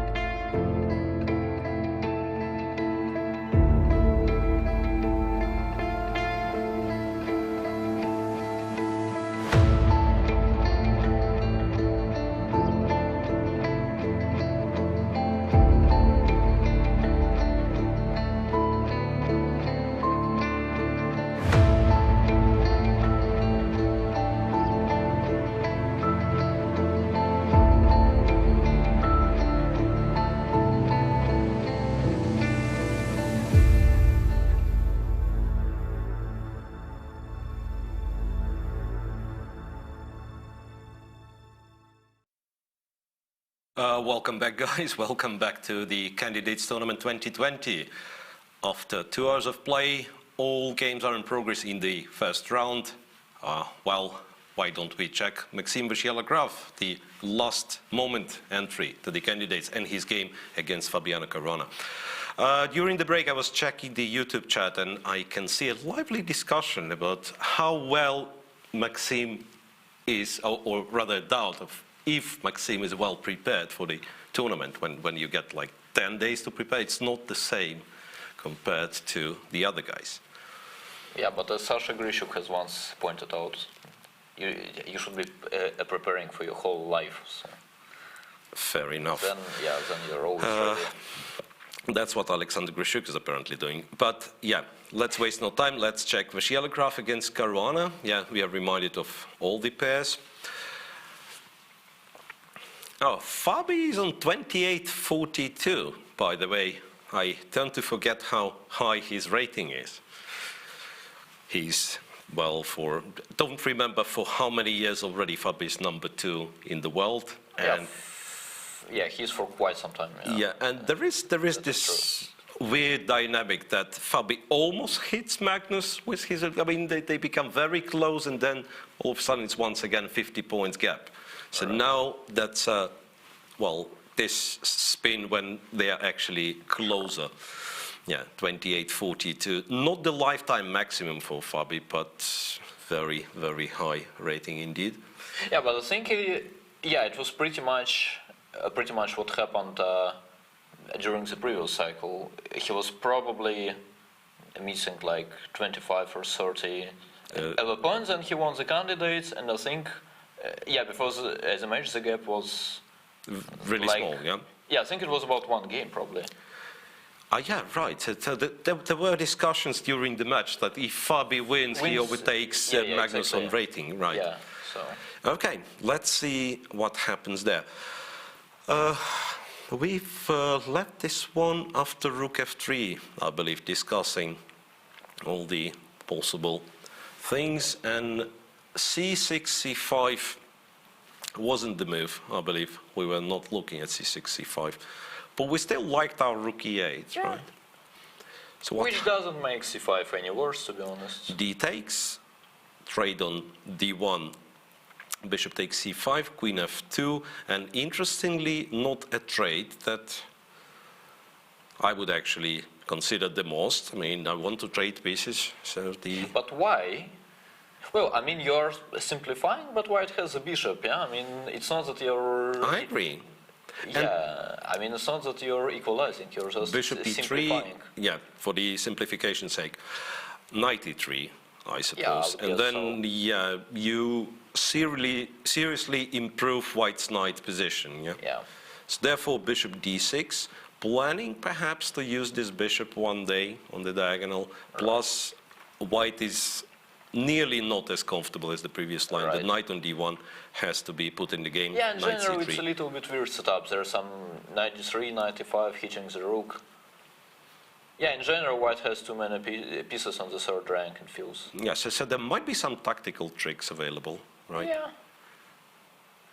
Again, in some cases, it happens that this very long A7 G1 diagonal might not be long enough for this bishop. Right. Like, for instance, Rook E8, I'm not threatening to capture on E3 just yet, but who knows? And But if you would be, if bishop leaves, then there is bishop C5. So as long as the play goes on dark squares, black has sort of an extra piece in this game, right? The bishop on B3 is not designed to operate on, on the dark squares. Yeah, and some knight D3 is always in there, which is extremely annoying, I would say. Yeah, knight E3, queen E5 maybe at some point. Still, I mean, they're all, probably they're all on the jumps. So white should be fine. That's like knight D3, we move. Where do we move? Queen E2, I would say, but I don't know. E2. Well, unless it's a blunder. I would say E2 is a good square unless it's a blunder. Yeah, once again, have to understand that Queen E5 threatens a couple of checks, not more than that, right? So So that it is a nice looking battery, but Yeah, I would be scared sitting White's there, just- but not sitting here. white just captures on d3 and runs away. So this is not the idea. So knight d3, queen e2, and it might turn out that the knight has to go back. Well, knight e5 is there, Yeah, but then maybe even rook f2 to keep the queen extra protected. I don't know why exactly, but yeah, somehow it feels solid. Yeah, I think anyway, black should be fine, but it shouldn't be more than that. Moreover, yeah, I would say in general, like, it feels to me like black should look for some, maybe not tactics, but a direct way to exchange the knight for a bishop and secure himself. I think in general the trend is sort of dangerous for black. Yeah, so it's So you need to do something. like the longer the game goes, the more chance that white actually Yeah, exactly. gets a better position, right? Exactly. So how do we make it happen? How do we simplify? Do we actually play rook here? I thought knight, at some point, maybe now, knight d3, e5, c4 is one of the things. Knight goes here, we knight would goes consider. here, and then, let's put the rook on f2 as you wanted. Yeah, and let's say knight c4. So white can't really capture twice. So I take here, have to move the bishop perhaps. Yeah, but then I'm less scared as your pawns are on dark squares. So say bishop d4. But let's say just take and play bishop b4. So you have to trade the queens. Bishop b4. Yeah, it ends up being actually pretty drawish. Well, rook e6 is still there. It's still white who is trying to prove something, but yeah. So you capture, right? Yeah, but it's Rook not takes that. a6. Yeah, but it's not that you're too scared at black here. You don't have to take on c3, right? Right. This would be like one step closer to exchange everything, but at the same time, huge step to lose the game. The bishop on d4 is a monster, and c4 pawn is, c4 There is pawn rook is weak. c6 otherwise, though. So Yes, it might be that this longish line is actually in white's favor. but in general, I think it is sort of what Fabiano should consider probably. Well, Another idea is to attack a5 somehow. So let's say I go knight d3, e5, and then I try knight c6 instead of. so you do this, rook f2 and knight to c6, Yeah, hitting the a5 pawn. yeah. So in general, I would like it more as black, as my feeling would be like I'll get checkmated while trying to collect a5. It's a bit scary, right? Yeah, but I mean, okay, when you have, an hour, you can probably try to face your fear.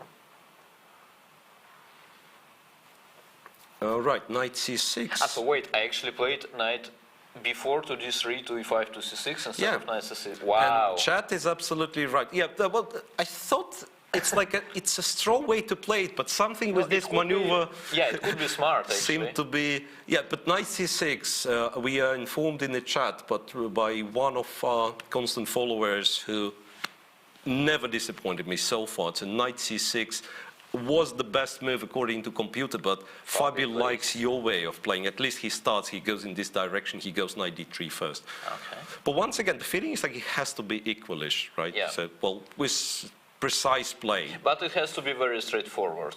I mean, it shouldn't be like you just stabilize it back and say you're not worse. Yeah, because you don't have outposts for the knights. Exactly. You can't stabilize when there is no stability. Yeah, and your pawn on a6 is still weak.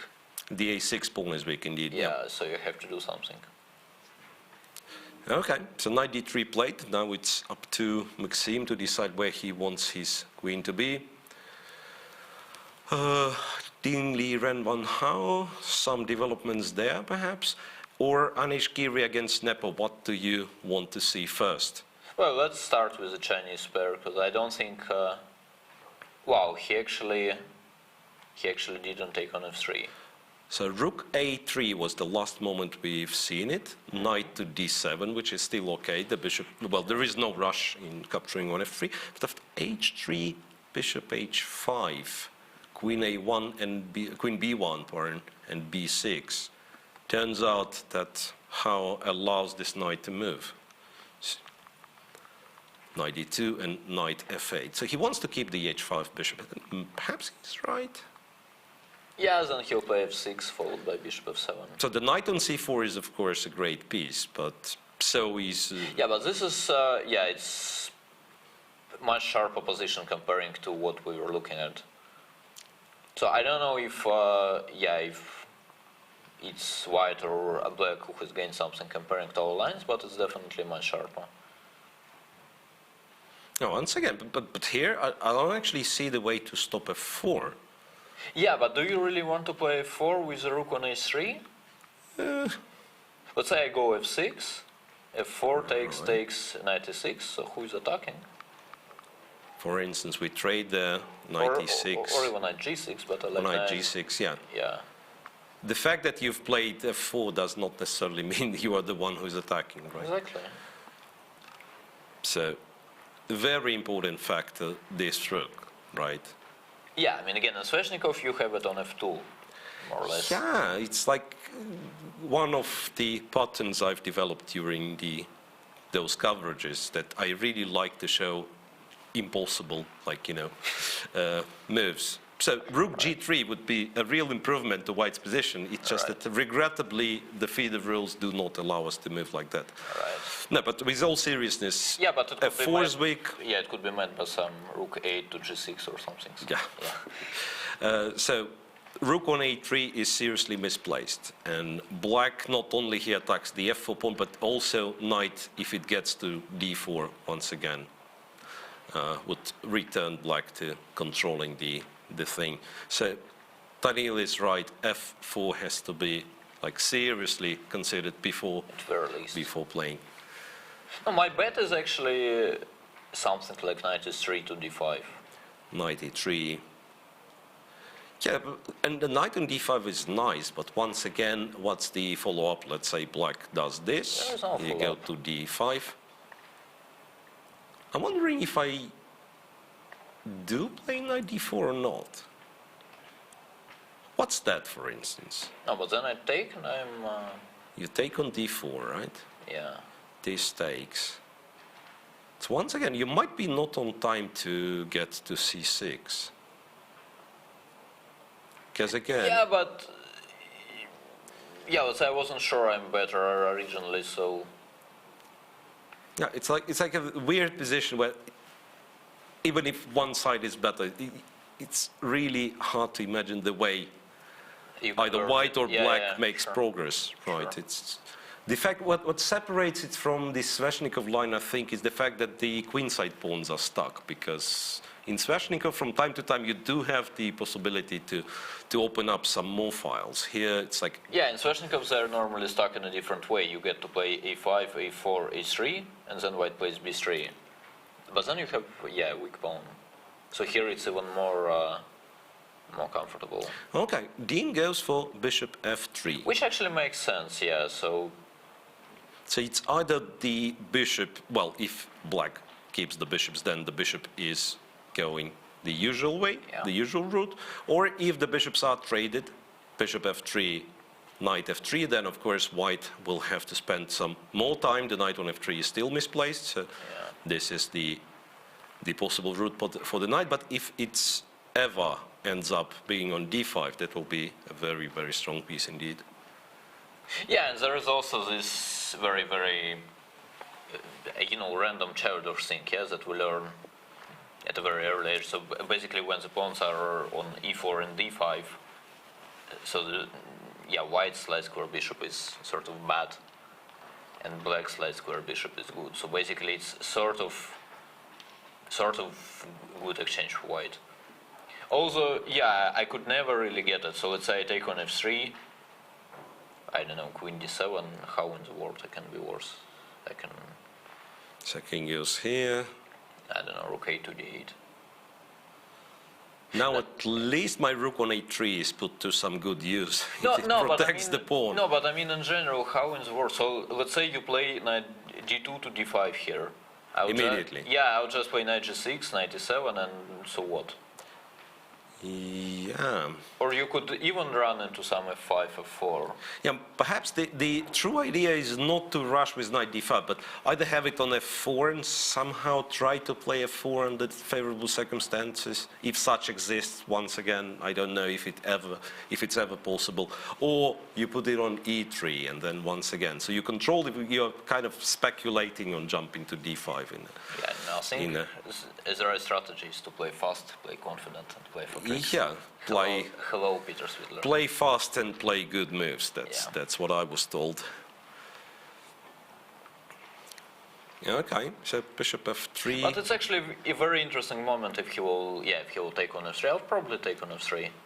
Yeah, the feeling is like bishop g6 gives white too many options because now apart like from this. Yeah, it's like theoretically you keep a good bishop, but practically your bishop on g6 is stuck, and white gets this bishop b1 to Yeah, b3. the moment white or gets even the bishop h4, on b3, yeah. you'll be the one to trying to exchange Yeah, this exactly. bishop. And yeah, since I've realized that there is also an addition of h4, I don't know if it's good, but as an option, h4, h5 seizing more space on the king side. So perhaps at the end of the day, black just has to trade. Yeah. But in general, I could never get what's wrong with black's position in such structures. Sometimes you lose it and you're always surprised, like how could you lose such a position? Well, so I was still thinking, so I believe that's a moment for us to switch to Anish Giri and Jan Nepomniachtchi. Right. So queen went back to c7. How could it happen? G takes, and queen b1 was the move. Queen b1 looks pretty much insane to me. Queen b1 is, same as queen c2, but one square longer from this h7 pawn, so there is a hope that your opponent misses it. So that h7 is attacked and will go for a short Yeah, but castle. it's also one pawn less you're comparing to c takes d5, right? Yeah. No, but if we are serious, how dangerous was rook h7 here? Because with black... No, if we're serious, it looks extremely strange to me, to be honest. Really? No, I thought it's like he attacks h7 plus he stops bishop f5. Bishop f5 was important because in many lines we were... But I mean, okay, when you say attacks h7, it should probably mean you want to take on h7, but I don't think has keep. I want you to make a move because, yes, if white to move, I don't want to take on h7, perhaps. I wanted to castle short, of course. I'm taking h7 with the queen. Yeah, but then I play queen c7. King e7. No, I'll take on h7. Yeah, but even this, let's try it just to clarify. King to let's e7, say and takes. let's say white captures. Yeah, and I just take and go queen d6. King d6. King d6, yeah, King probably. d6. So I have to make sure that So c I pawn would is not running away. be, I would be extremely optimistic here as black. Maybe for a good reason, because you have this pawn on c3, which is very strong. Yeah. So Jan went, with queen c7, which is exactly. a legit move. Obviously, so now cd5 runs into this question mark. But C2? is it, queen c1? I mean, is it such a good idea for? I mean, are you sure it is such a good idea for? No, I'm never sure it's a good idea, but I Yeah, just let's say- see my past pawn on c2. Yeah, but let's say I go f3. f3, trying to play e4. Yeah. And that's what I would call optimistic. So e4, F4, was like yeah. we had e4, f4. And one of these, And then I go Ding style. I go rook h2. and bishop h5, rook Exactly. takes c2. Yeah. Might be one of those, weird positions that, far advanced past pawn, but nothing really, no benefits from that. Right. No, but I don't know what the objective evaluation is, but I don't know. I think sometimes you have to trust yourself. I mean, queen b1 just doesn't look natural to me, especially comparing to c takes d5. It would be funny though if queen b1 is the best move. I strongly suspect that the deviation is still around equal in this position. So d4, how much of a threat d4 is? I mean, is white really forced to capture on d5? No, but d takes c4 is a threat. No, I mean in general, I think it's black. You just try to play like there is no mate. In chess. Yeah, even castles short is sort of a threat. So as black, you're just trying to say, well, you are pawn up. Okay, and as I said, we have some supporters in the chat who inform me apparently about the best move and the evaluation, which Right. we are trying to stay away from. But thanks, Rook H4 and 000 as the evaluation. Okay. Rook H4 is the best move for some mysterious reason. I mean, I do understand it actually guards the c4 pawn and it stops d4. But, well, it might be played, actually. It's not such a weird move. No, it's very, not- very logical move. Maybe not the first move you consider, but it is a logical Yeah, move. but once you see it, you start to like it massively, I would say. Sure. Yeah. Yep. Yeah, it's interesting that Sasha Grishuk, finally decided to do exactly what I thought is not smart, but maybe he's right. So we switch to Grishuk's game, right? Grishuk against Alexeyenko. Move 13, that's, I said, now it is typical for Grishuk. He is on half an hour after 13 moves. His opponent, though, Kirill Alexeyenko, doesn't have much more time than that. Right. So Queen E8 and E4. No, yeah, but at least he played E4 without With playing the D4. pawn on yeah. D3. So that's a little bit different. Once again, for those who might have joined us just recently, we were discussing that after D4, bishop D6, white is recommended to play E3 and try to move the F3 knight, try to go for C4, but not E4. Yeah. Right, because then you are kind of getting stuck. The bishop on G2 is not doing much. You have the center, but seemingly have... Yeah, it could still be playable. You need to prepare F4, but yeah, in terms of general ideas, we sort of prefer So E3. E3 was... So what Alexander does, it's E4, keeping the pawn on D3. What's the plan here? Is it ever... Well, he might still go D4. Yeah, but I'm pretty sure he just wants to play king h1 and then prepare f4. Not sure where the knight is going. Could it be that... No, knight h4, of course.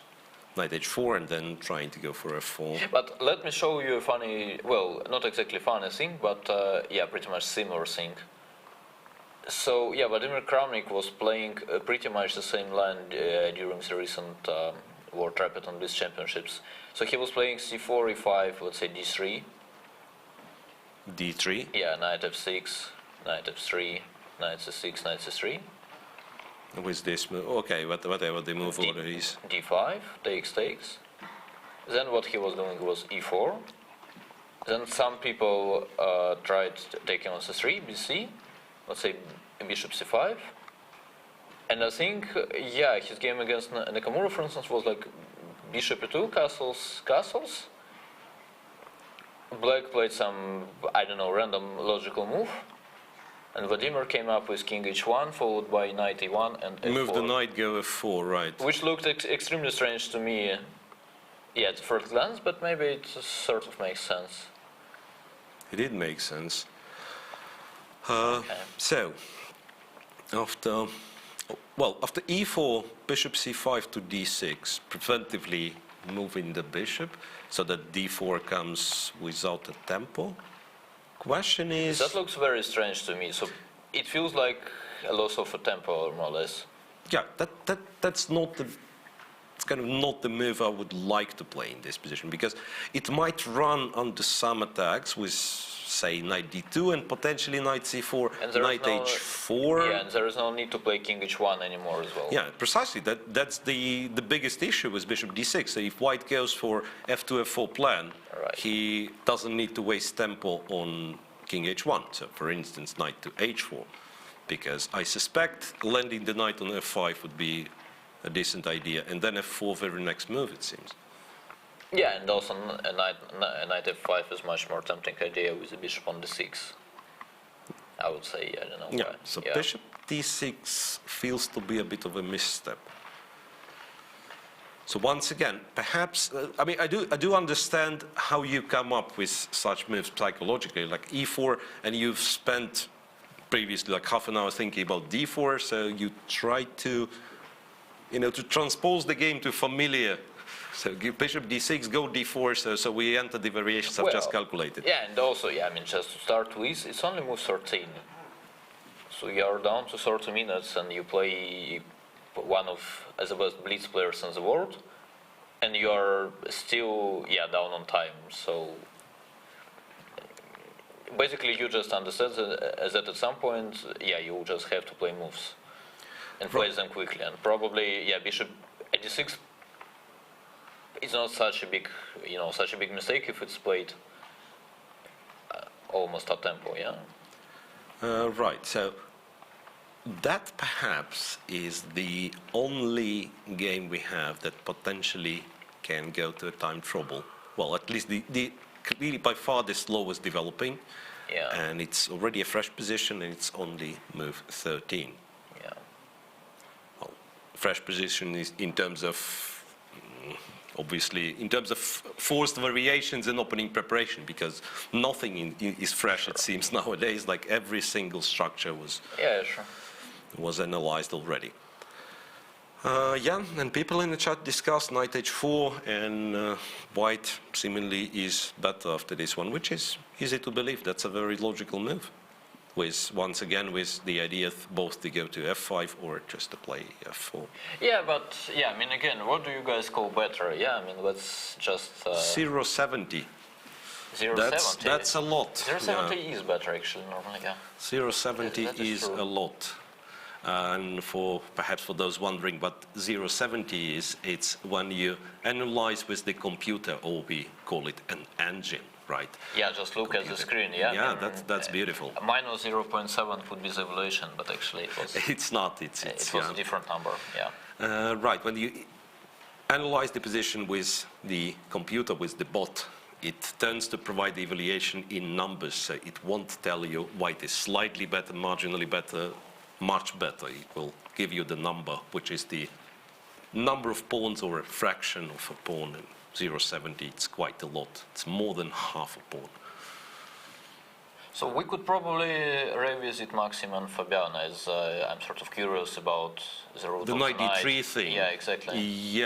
So coming back to the game between Vasyelograf and Caruana, that was, well, rather one move earlier. There was a moment where with Daniel, we were discussing what to do for black, and came up with the maneuver just to figure out that this knight could go to c6 in one go from b4. And once again, at least chat was claiming that knight c6 was a good move immediately. Later on, bishop d6, knight c3. So knight c6 was actually possible to play immediately. Fabi, though, goes with knight to d3 and knight to c5, which is somewhat counterintuitive. Originally it looks like a random jump, but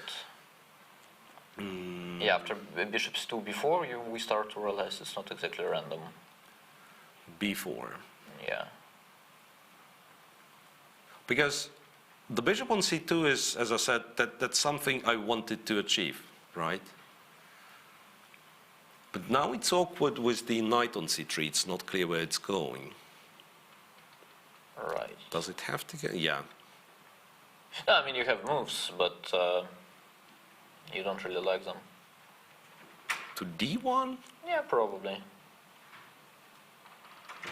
Well, it's not such a bad idea, in fact. I mean, it's reasonable. To go to d1? Yeah. Because in terms of, like all the static things, b5, b4 is a huge mistake. No, you weaken your pawns. I mean, basically, even after knight d1, black has to prove he has something. Yeah, like I was looking at knight d5. Yeah, but then let's say takes, queen h5, or even bishop somewhere, but queen h5 looks tempting somehow. Queen h5, yeah. Once again, the most powerful threat in chess, threat of checkmate in one move. Yeah, knight f6 is a must, and queen to f5 or queen h4, all of a sudden black starts having issues. Well, it's still a long way to lose it, obviously, but yeah, at least the trend is good for white, for sure. Yeah, and yeah, but I mean, looking at this position, you start to believe white can be better. So there are certain issues on the king side, there are weaknesses on the queen side. Bishop Right. A2 was played instead of bishop C2, and we are informed it was the best move in the position. Okay, Right. at least according to an engine that you Yeah, guys but in it chat are actually, using. yeah, but it actually makes sense. Yeah, that's what I wanted to say. Because basically, yeah, the idea is to have knight d5 after b4. It's quite simple, Knight d5, and it makes perfect sense, I would say. and this would be a terrible position for black, right? I mean, if this happens. A6, weak. Well, terrible is Terrible maybe is is a probably bit too much, strong, yeah. but white is definitely better. Not ideal. Yeah. Right. Yeah, but so basically, why do you play knight d3 to c5 if you don't want to play b4? It's two reasons. It's b4 or you want the knight on e4 for some reason. Once again, all that what we were discussing stays through, that no, no safe squares in the center for the knights. Knight e4, very active. White trades on f8, trades on e4, and feels like sooner or later this knight perhaps should have taken on f4 first, but let's pretend nobody paid attention. The knight will inevitably have to go back Yeah. one day, and still feels like white is somewhat better at the very least. But I actually don't like what Fab is doing, to be honest. After knight c5, yeah. Well, and what I mostly dislike is the fact that he started to think now. Which basically means, yeah, knight d3 to c5 was not exactly a very deep plan. Yeah, precisely. It's not the fact that Fab is thinking is worrisome, but the fact that, yeah, typically if you play forcing moves like knight d3 and then knight c5, then it means you've calculated everything, you were expecting your opponent to react in the particular way, and then you have to have a follow-up. That's what usually happens. Yeah. Let's say this you would go b4 quickly, you were counting on knight d1, all of a sudden knight d5 comes up as a surprise. Right. Then you allowed to think, right? But knight c5, was it such a surprise that white would move the bishop to a2 or c2? It's hard to believe. Right. So bishop a2. Well, maybe his original idea was to do something like b4, knight d5. Yeah, I'm just trying to come up with something straightforward. I thought like queen e6, could it be the move? Queen e6, sort of pinning the bishop, but there is knight b4. Yeah, I thought maybe queen e4, but yeah, somehow it feels like, or queen e5 now. Queen e5, but once again, it's sort of a one check. Yeah, but it's sort of And then knight of only one e4. pawn. Yeah, I mean, it's, Knight d3, for instance, and you give a check, king goes to then f1, and knight you c. knight c goes to e4, and there might be threats. Right.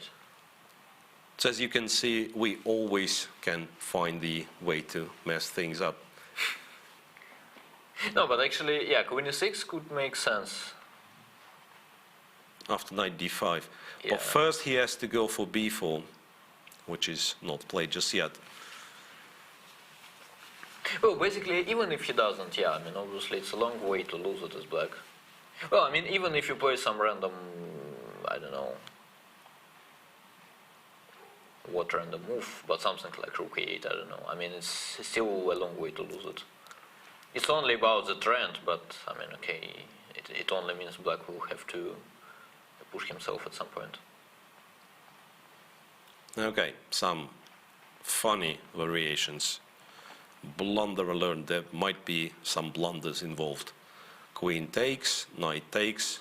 Let's hope for cooperation, and then white captures on f6, and I don't know what is it. Yeah, but let's continue the line. Okay, rook e1 check. Who is getting checkmated? That's the question. Exactly. Yeah, okay. I mean, first, this is This is a checkmate. Beautiful sure, checkmate yeah. with 2 bishops. We just had to make sure.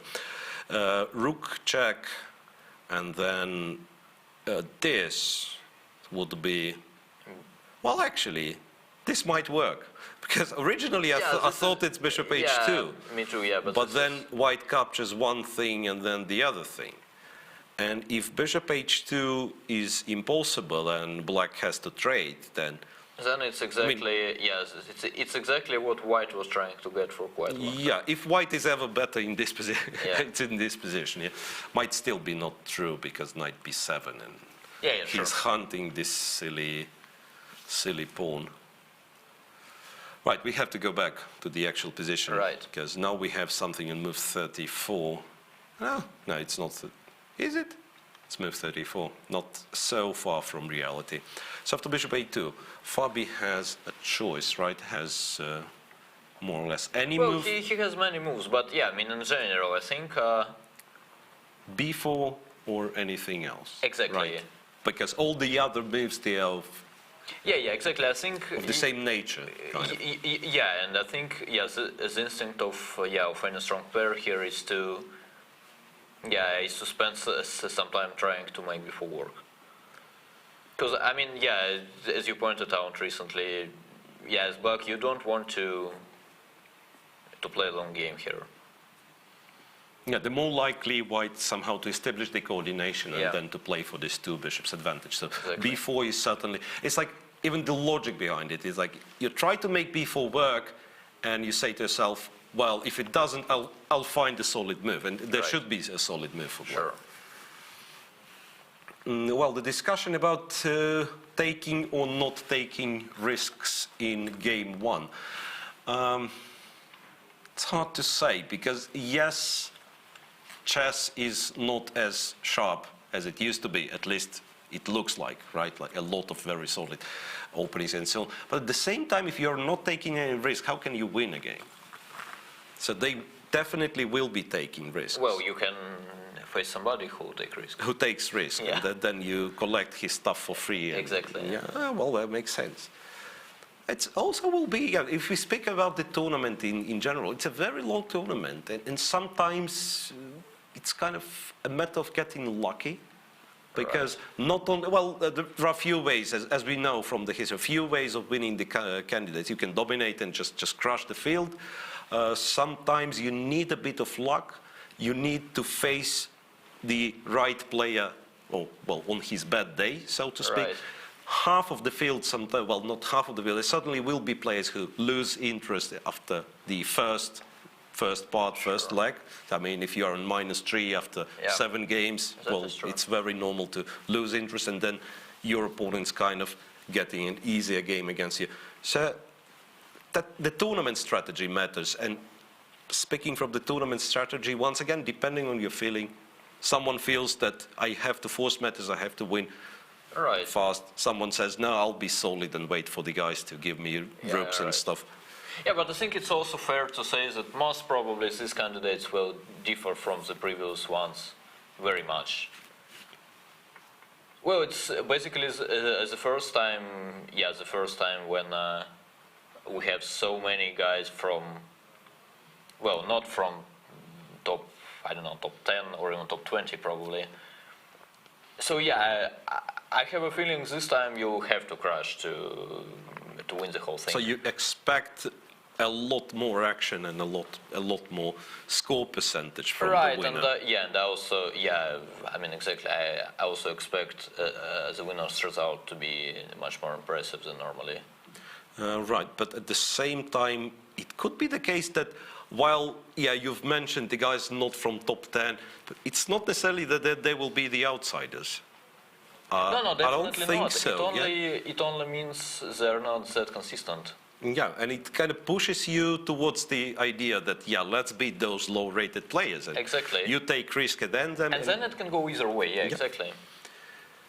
Well, people say that Giri lost. No, this is not possible. Giri never loses. Let's see. Yeah, I mean, Let's anyway, see why what not happens with revisit Giri. him? Well, kind of to sum up what happens there, We, as I said, have a computer expert in the chat who sometimes comes up with the moves. He says knight c5 to d7 is the best move. The evaluation is the position is equal. As much as I accept this as the universal truth, at the same time, it's very hard to imagine this move being played, because you had the possibility to go to e5 immediately, you go to c5, and I suspect move knight d7 is to play knight e5. So it's kind of against the idea. So let's see what happens in Giri Nepomniachtchi. b5 was played. Hang on a second. Queen c7, queen b1, queen c7, queen d3 tries to win back the c3. But that was a very, very... no. Yeah, I thought actually it's a very, very cheap trick. That is actually Which said. one? Yeah, there is no even trick, because I thought his idea is queen takes c4, queen g6 check. Queen takes c4 in order to trade the queens, but there is... Yeah, but there is a queen g6 check. But it doesn't work, yeah, because there is c2 at the end. So, well, let's show the line. So the point is queen g6, yeah, king cannot go because the queen is hanging. So black captures on g6, white takes on h8 first with a check, king goes to e7, I suppose, bishop takes, and then if this captures, white is just on time to take on c8, right? Right. But there is c2, and there is no way for white to stop the c pawn. That's why we could probably start by playing rook takes h7 instead of queen g6 check. Yeah. And Well, that is- actually, and well, that is actually, probably rook his chip h7 trick, wins. yeah. Yeah. Well, actually, rook h7 wins because after rook takes h7, it's a check on g6. Right. Yeah, but it only means that queen takes c4 is not possible after queen d3, and the move Jan Nepomniachtchi has made is b7, b5. Now people claim that Jan is better. Let's see. Okay, if white captures here, it's something takes on c4. B takes? Right. B takes, I suspect. So why... Well, I mean, basically, why it is not over? Well, it's obvious that black is better, but why it's still a game? Probably it's no longer a game. Black is much better, black is winning. Well, of course he's much better, but... Queen takes d5, is there anything against queen takes? No, actually it could be queen takes c3, b takes... c4 and e4, maybe. e4. Yeah, because let's say if you play d4, then yeah, obviously black is fine, but it's still a game for sure. And then yeah, if you play some bishop e6 or take on e4, then it's quite That's quite likely that white will save it. Let's mention, it's very important, of course, to undermine those pawns on d5 and c4, because if black gets a little bit more comforted, basically one move, bishop to e6, so that the pawn on c4 will be protected. Let's say we want to start with king g2.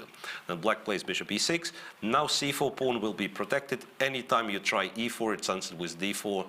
Those two passed pawns will win the game. So white needs to hurry up, right, after queen d3 and... Yeah, let me get this position on the board again. Queen takes c3 was just played, by the way. Queen takes e3 was just played, yeah. And I suspect e4 is the answer. B takes was played as well. B takes e4 played, right? And yeah, we were wondering if this bluff from Giri, I don't know why we keep calling it the bluff, will pay off. Well, maybe the bluff part was that he didn't actually study in depth the way to make draw after each possible try from black. This it felt like Anish Giri was better prepared, but yeah, it's very typical for all of us actually. So you're preparing like crazy for the best scenario, but you think, yeah, otherwise tough luck. Okay, so how likely black is to save the game after or white to save the game after e4? Both are quite likely, I would say. So it will be a draw anyway. Yeah. Well, it's sort of a pawn up for black, no? Well, d4 it's not a pawn up, but black is like super safe. And Right. Well, white is also solved. I wanna say black has the better structure, but Yeah, with the pawn on h7, yeah, I also thought about it. The original feeling not is like really. Yeah. it's good for Not black, really. but not really. So e4 was played, I think. Yeah, so Jan's official expression says, Yeah, e3, e4 is on the board. just says he is disappointed, but yeah, I don't think he was ever better. Yeah, at least last 5 moves. Anyway, And if, let's say, bishop e6. yeah, then I think it's just takes, and yeah, first of all, there is rook h4, at very least. So you might. Yeah, I keep forgetting about this stupid rook h4 move because I actually thought it's very uncomfortable and need to do something like bishop f3. But rook h4, right, and then c4 pawn might be. Yeah. It's not exactly. Or maybe it is lost after rook h4, right? How do you actually prevent white from capturing on c4? Not easy. Well, you mean the pawn was lost, not the game. The pawn, yeah, the Yeah, pawn's sure. lost, obviously. Yeah. No, but anyway, I mean, yeah, even bishop f3 that you mentioned, I think in general it's heading towards a draw. Even bishop f3. Yeah, I mean, obviously rook h4 is a brilliant move. And Rook there h4 is the better yeah, move, yeah. Yeah, there is nothing wrong with it, but in general, even here it's much closer to a draw. Once again, keeping in mind some rook h4 Yeah, ideas. yeah, exactly. So takes. Yeah, and then eventually I will trade my a pawn for the c pawn. Yeah, the and- feeling is like, imagine black castles, white goes some king g2, and then white attacks the c pawn twice Yeah. and starts pushing the a pawn, and then Yeah. somehow those are traded, and it's 3 versus 2, and doesn't matter what material is left on the board, it's like 99% of the cases it would be a draw. Obviously with black still trying to. Yeah, probably we should also check a very ambitious d takes c4 though. d4. Yeah, so bishop takes c4, but then I realized we're actually blundering bishop a6. Because I thought it's bishop b5 check. Yeah, But- that's a funny part. Yeah, yeah. So bishop c4, I didn't consider bishop a6, but it felt like after bishop c4, it's white who has threats. White has a threat of bishop f7, threat of bishop b5, but after bishop a6, white actually has no moves. Because bishop b5, smart, discovered attack is met with bishop b5, and you just lose all of your pieces. Yeah, but then d takes c4 makes sense. obviously. d4, so it probably means that white has to trade the queens. No, but then it's extremely dangerous. Let's say bishop g4. Yeah, this actually is quite annoying. Well, it should be still a draw, but yeah, it won't be easy. No, maybe I should try your favorite move, rook h4 as white. This moment. Yeah. Rook h4 here. Then somehow it's less obvious.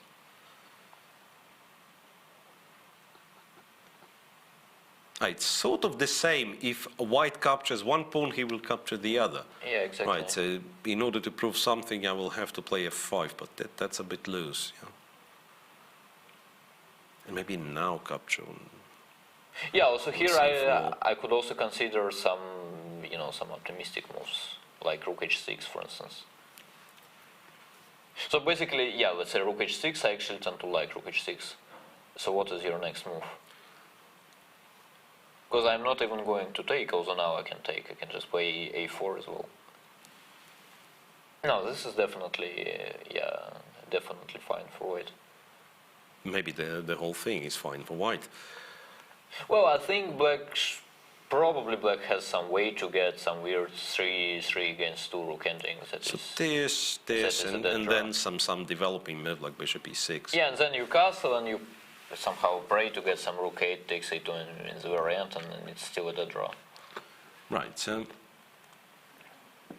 yes, the computer shows Jan Nepomniachtchi is better, but perhaps it's too early to get excited because the position is very likely to simplify with white having just about right amount of counterplay to secure draw. All right.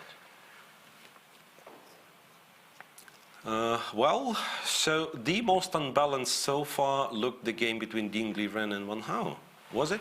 Or Unbalanced? it was not. It was Grishuk, Alexenko. So once again, those are like similar ideas playing for f4, and then I've mixed things up. This is Grishuk against Alexenko. Right. Here Yeah, actually, we said, bishop f3 could also make sense here, right? yes, it might still continue in a similar fashion, right? Yeah. Bishop d6, knight h4 was played by Alexander Grishuk, and bishop to g4 played by Alexenko. Which makes sense. Yeah, what's the reaction to f3 if I'm somewhat naive and so you're trying to provoke f3? I'm accepting. Yeah, I think his general idea is that he sort of tries to provoke f4. So basically, once you play f3, yeah, it's quite obvious that your next move will be f3, f4. Aha, so And perhaps I mean, again, it's only move like 15, and he only has 18 minutes left. So I mean, yeah, I mean, at least he wants some direct play to start.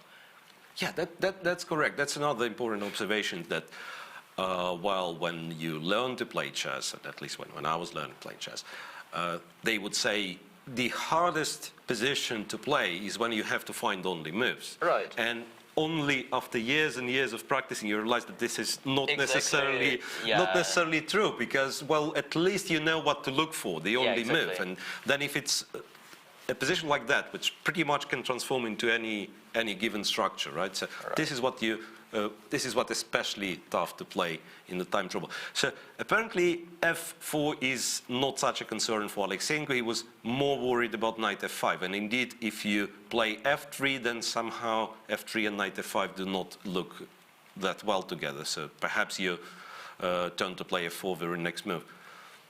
You might as well. Yeah, I don't even think he was worried about knight f5. I don't even think he was worried about chess moves, actually.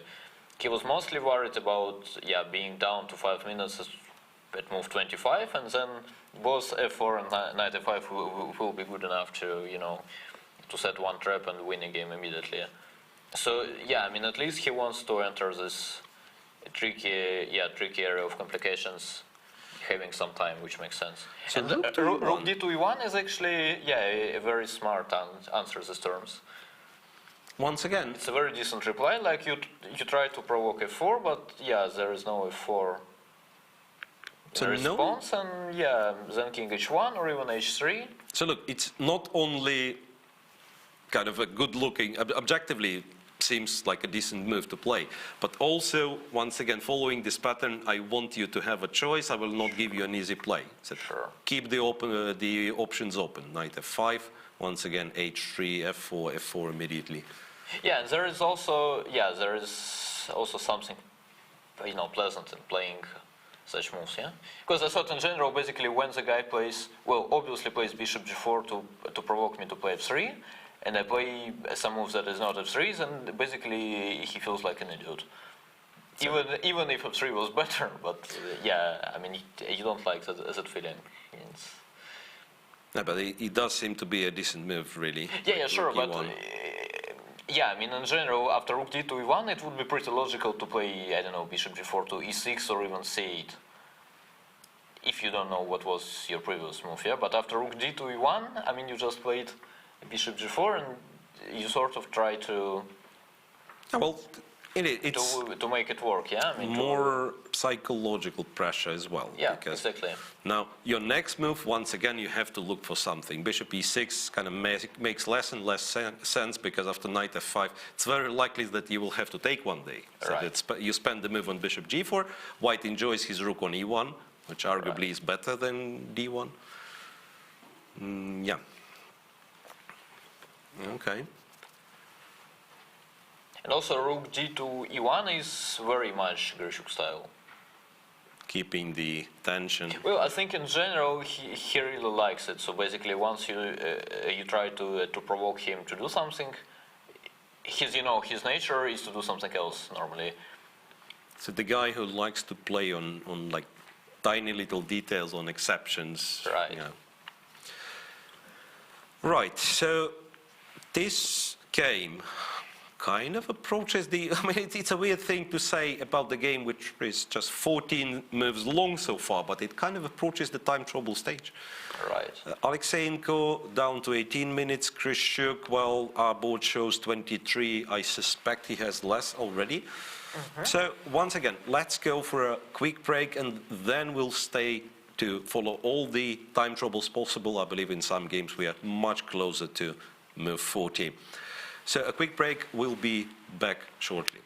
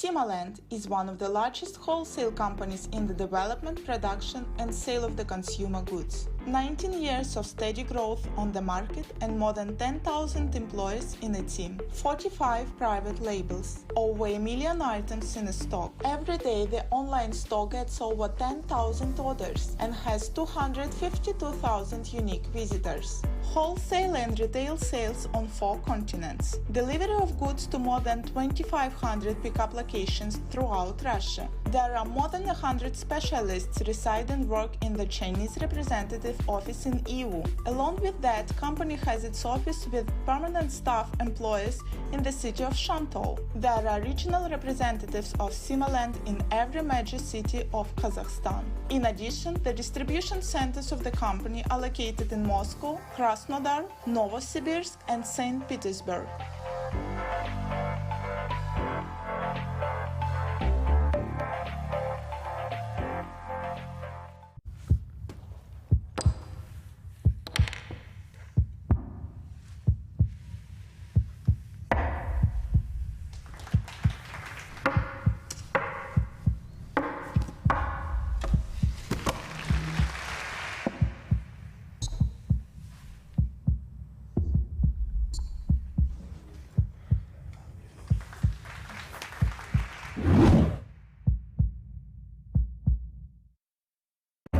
You can't put wings on a car.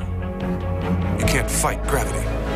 And you can't make one of the world's best SUVs even better. The all-new GLS.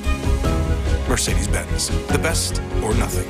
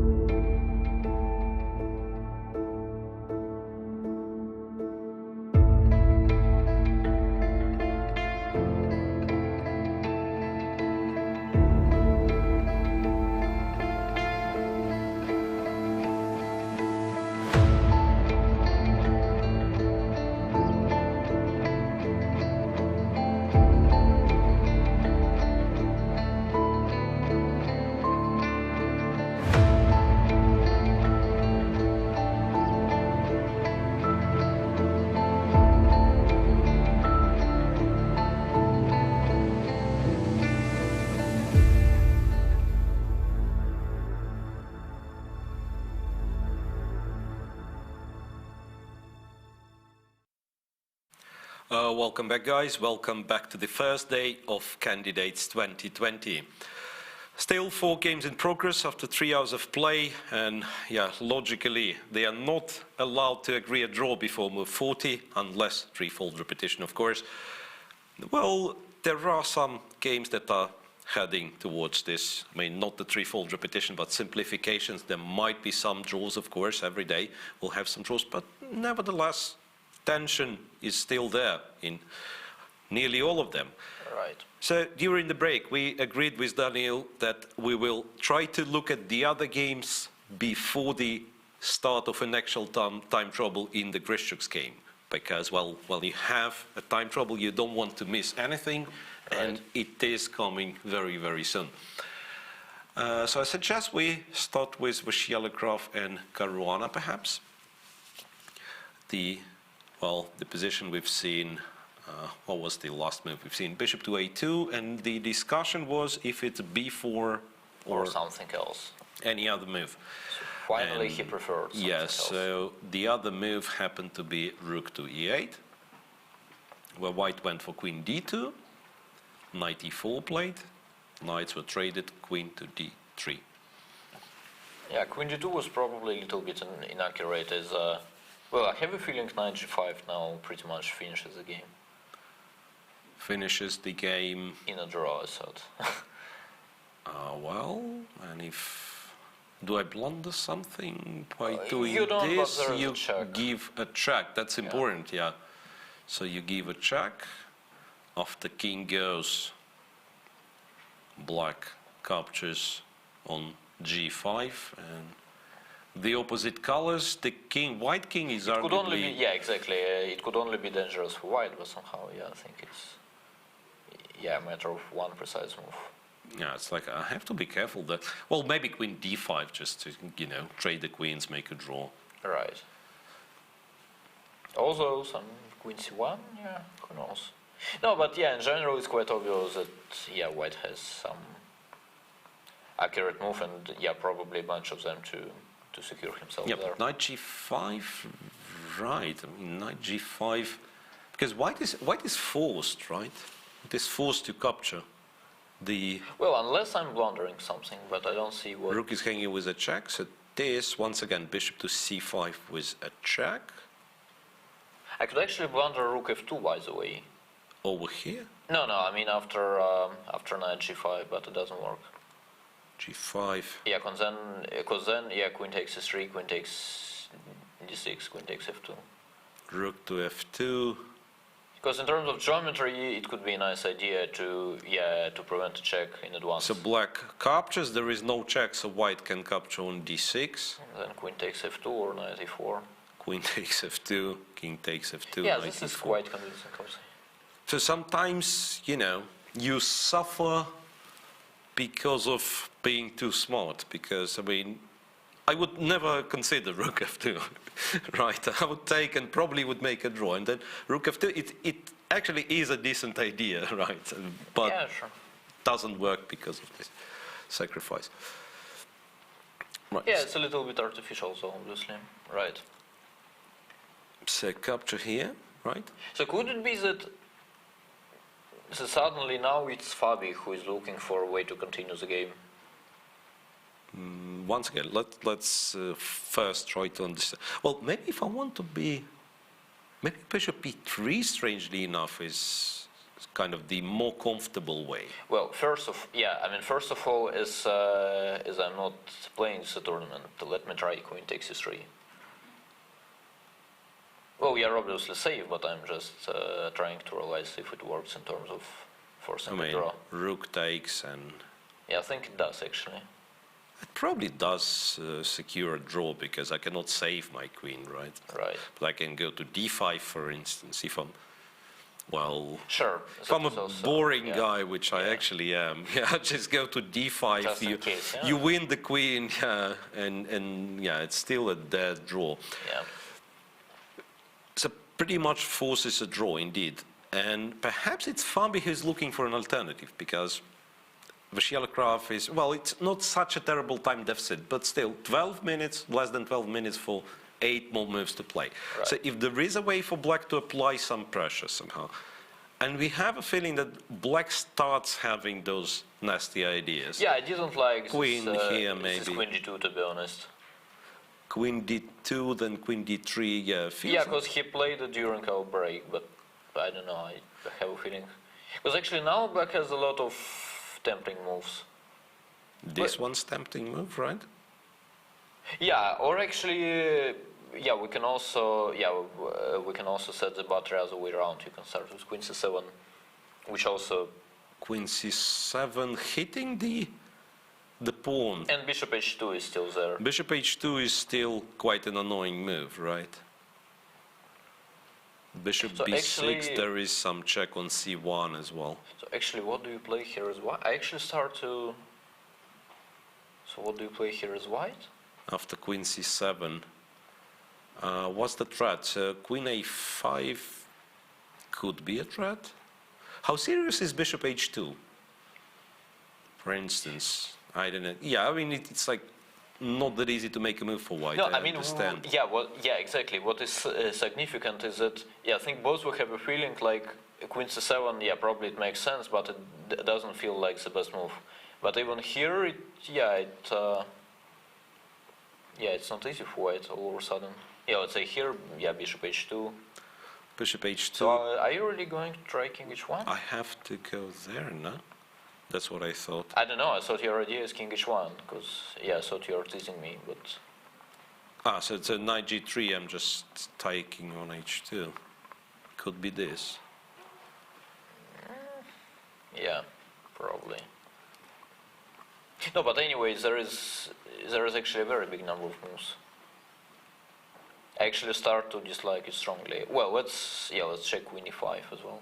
Queen E5 might also be. Well, unless I'm doing this and somehow I'm alive after Bishop F4. Yeah, but it's exactly alive. Yeah, I mean it's not that.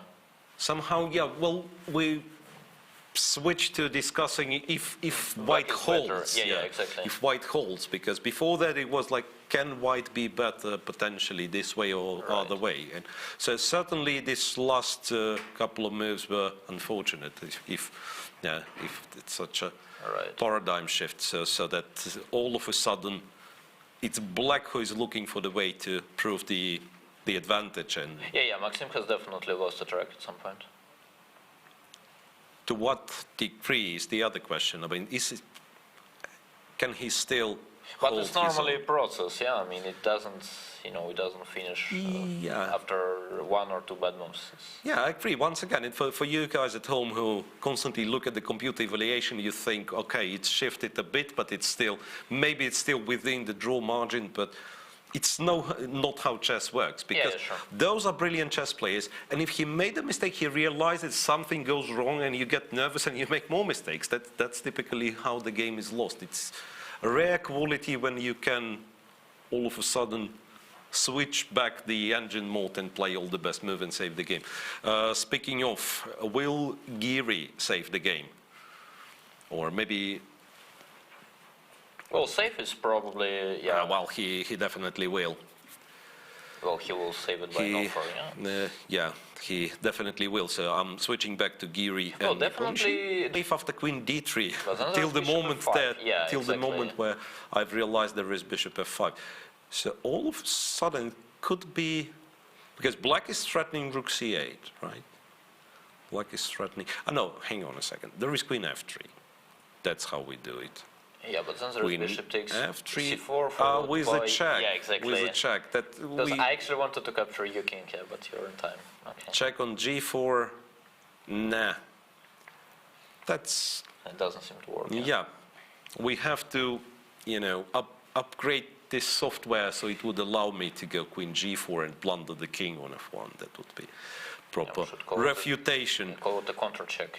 Yeah. Counter check. I've encountered one in the real game, in a tournament. It was a very strange situation. Yeah, but well, it's quite obvious that if Geary played it, then yeah, obviously he has an idea. Yeah, he's not losing after King G7. Yeah, for sure. which Yeah, I was... mean, also it doesn't feel like. We are about to find out what his plan is because king g7 is on the board. And how exactly you're supposed to unpin? Well, at very least we have queen b3 followed by queen sacrifice, but if this is a plan, well, it's definitely a draw. I think it's quite a simple draw. Oh, Actually. really? But yeah, I think it's a little bit too much. Yeah, bishop takes a6 now. I mean, I'm pretty sure it's a draw. And what do you take on b3 with the pawn to? Whatever, probably bishop, just in case. With the bishop. Well, No, it has to be a draw, of course, but yeah. I would not be so sure. I mean, it's like it might be a draw, but again, queen c6. Yeah, I do understand that there are a lot of positions that this transforms in, and Right. which are a draw. Like, let me sacrifice the bishop for those two guys and have the rook on fourth rank. It's just a dead draw, right? Right. Like rook f4, h4, all the fortresses and stuff. But still, I would not happily go for this position. Let's put it this way. Yeah, for sure.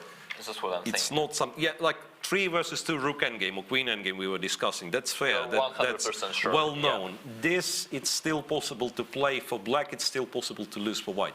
So, and yeah, and chart keeps educating us. It's queen b4, rook b8, bishop b5, and somehow it holds. No, but this is just crazy. Even No, though no, it's no, still- No, I mean, obviously, you never do it. No, I mean, obviously, if you have a choice, you go for You a sack the sacrifice. queen, yeah. For sure. Because this one, it's like, it might turn out to be just losing. Exactly. You're self-pinned, there are some bishop d5s, the king on f1 is, and Yeah, and I apparently mean it holds also- on some really tiny line. Yeah, and I mean, also, even if it's not losing immediately, it doesn't mean that you can stabilize and equalize. Yeah, I mean, basically, it's just you're praying. No, I mean, obviously, if you have to choose one of One yeah. of the two, you're probably going for a queen b3 and a queen sack, exactly. which might mean that this game will go for a very, very long time. And Right. some fitness done by Jan Nepomniachtchi, apparently. I should probably do it a bit often. Yeah? So, Queen b3. queen yeah, to obviously. b3. Hang on a second. How forced... Yeah, exactly. After rook b8, how forced is he to take on e6? That's another question I have. This is your idea. Because I actually wanted to ask exactly the opposite. I said, okay, black has this position for sure, but how about black playing Not bishop playing h3 rook check b8. and yeah, bishop h3 check first, Bishop h3 check first. Okay, let's and pretend then I go to and g1. then rook b8, let's say. So you don't want to win the queen. Yeah, exactly. Like I don't want to torture. So you want to win the game then? Exactly, yeah. That's not fair. So bishop f... No, wait. The queen is attack. Yeah. A moment of confusion. I've never met someone who wants to win the game previously. So I have to... So rook b8 was already played, but rook b8 was already played. I actually have quite a strong feeling it was at least worth spending few minutes. Considering, yeah, bishop h3. Or maybe bishop f5 with the same And it idea. might be that once again, we don't know, but it could be that king e2 is Yeah, needed. but then it's extremely Then scary, then yeah. bishop h3 is a very nice, would have been a very nice try. Right. So I still have queen b3. Are you sure? Was it rook b8 on the camera view? Right? No, probably Jan is not. still thinking. Yeah, probably just, yeah. I was also confused. But that was Now it that is, was indicating rook b8. Yeah, rook b8 on the board. Bishop e6. That is kind of dangerous for us because this position can be played forever. Forever. Yeah, this position can be played forever. We'll find out what's the But what was actually wrong with bishop f5? after queen b3. Yeah. I don't know. No, I'm just trying to come up with like one move in a row that sort Wait, of holds, maybe here and then rook b8. I can finally go for this. Or once again, it's so scary. Some queen b7, queen h1. Yeah, but it's not some, it's probably, it's probably just resigns. This. Check. Not that I have a choice. I have to. It looks terrible. Okay, it looks awful. I agree. No, but I mean, okay, here it's check on g4 and check on d8. Yeah. I mean, Check on g4, yes, and Just over. losing everything. Right. There might have been an alternative, but once again, I would not consider bishop e6 and trade on b3 as just kind of an easy draw.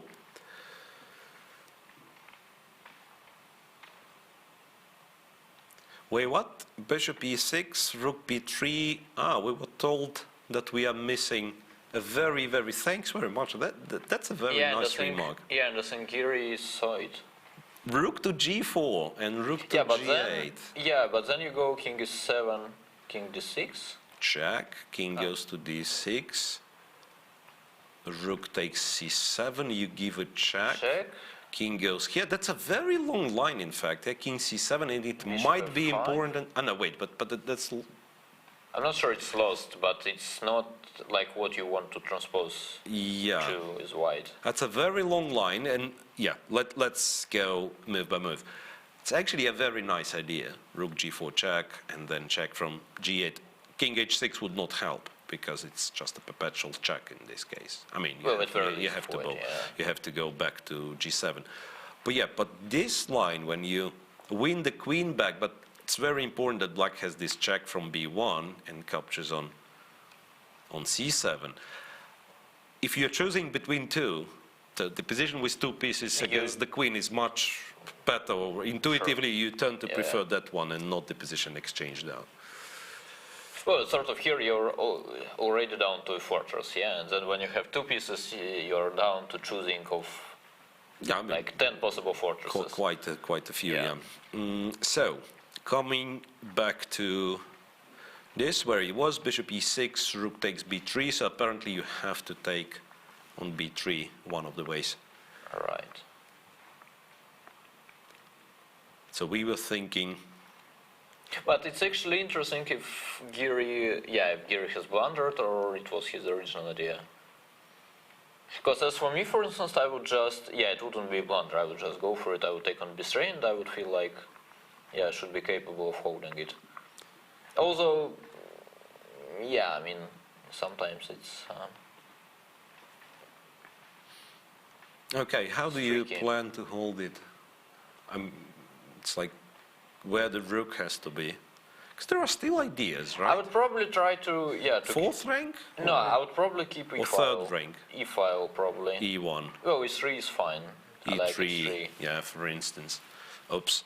So again, takes here. We've No, I taken mean, in with general, the... we just need to clarify. So, for instance, what happens if I, let's say you play f5, rook is 3. So what happens if, for instance, in this position I capture f5, you capture my bishop, and then I just play h3 and wait forever? You won't be able to wait forever, I'm afraid. It's like, Why there not? are certain tricks. I don't know how to set up the position here, but it's like at some point you run out of moves and you might lose And the then king h3 pawn. h3, That's like king on g4. Well, so it's like there is no certainty that you will make a draw. So ideally you want to eliminate both these guys for the bishop and, well, a pawn.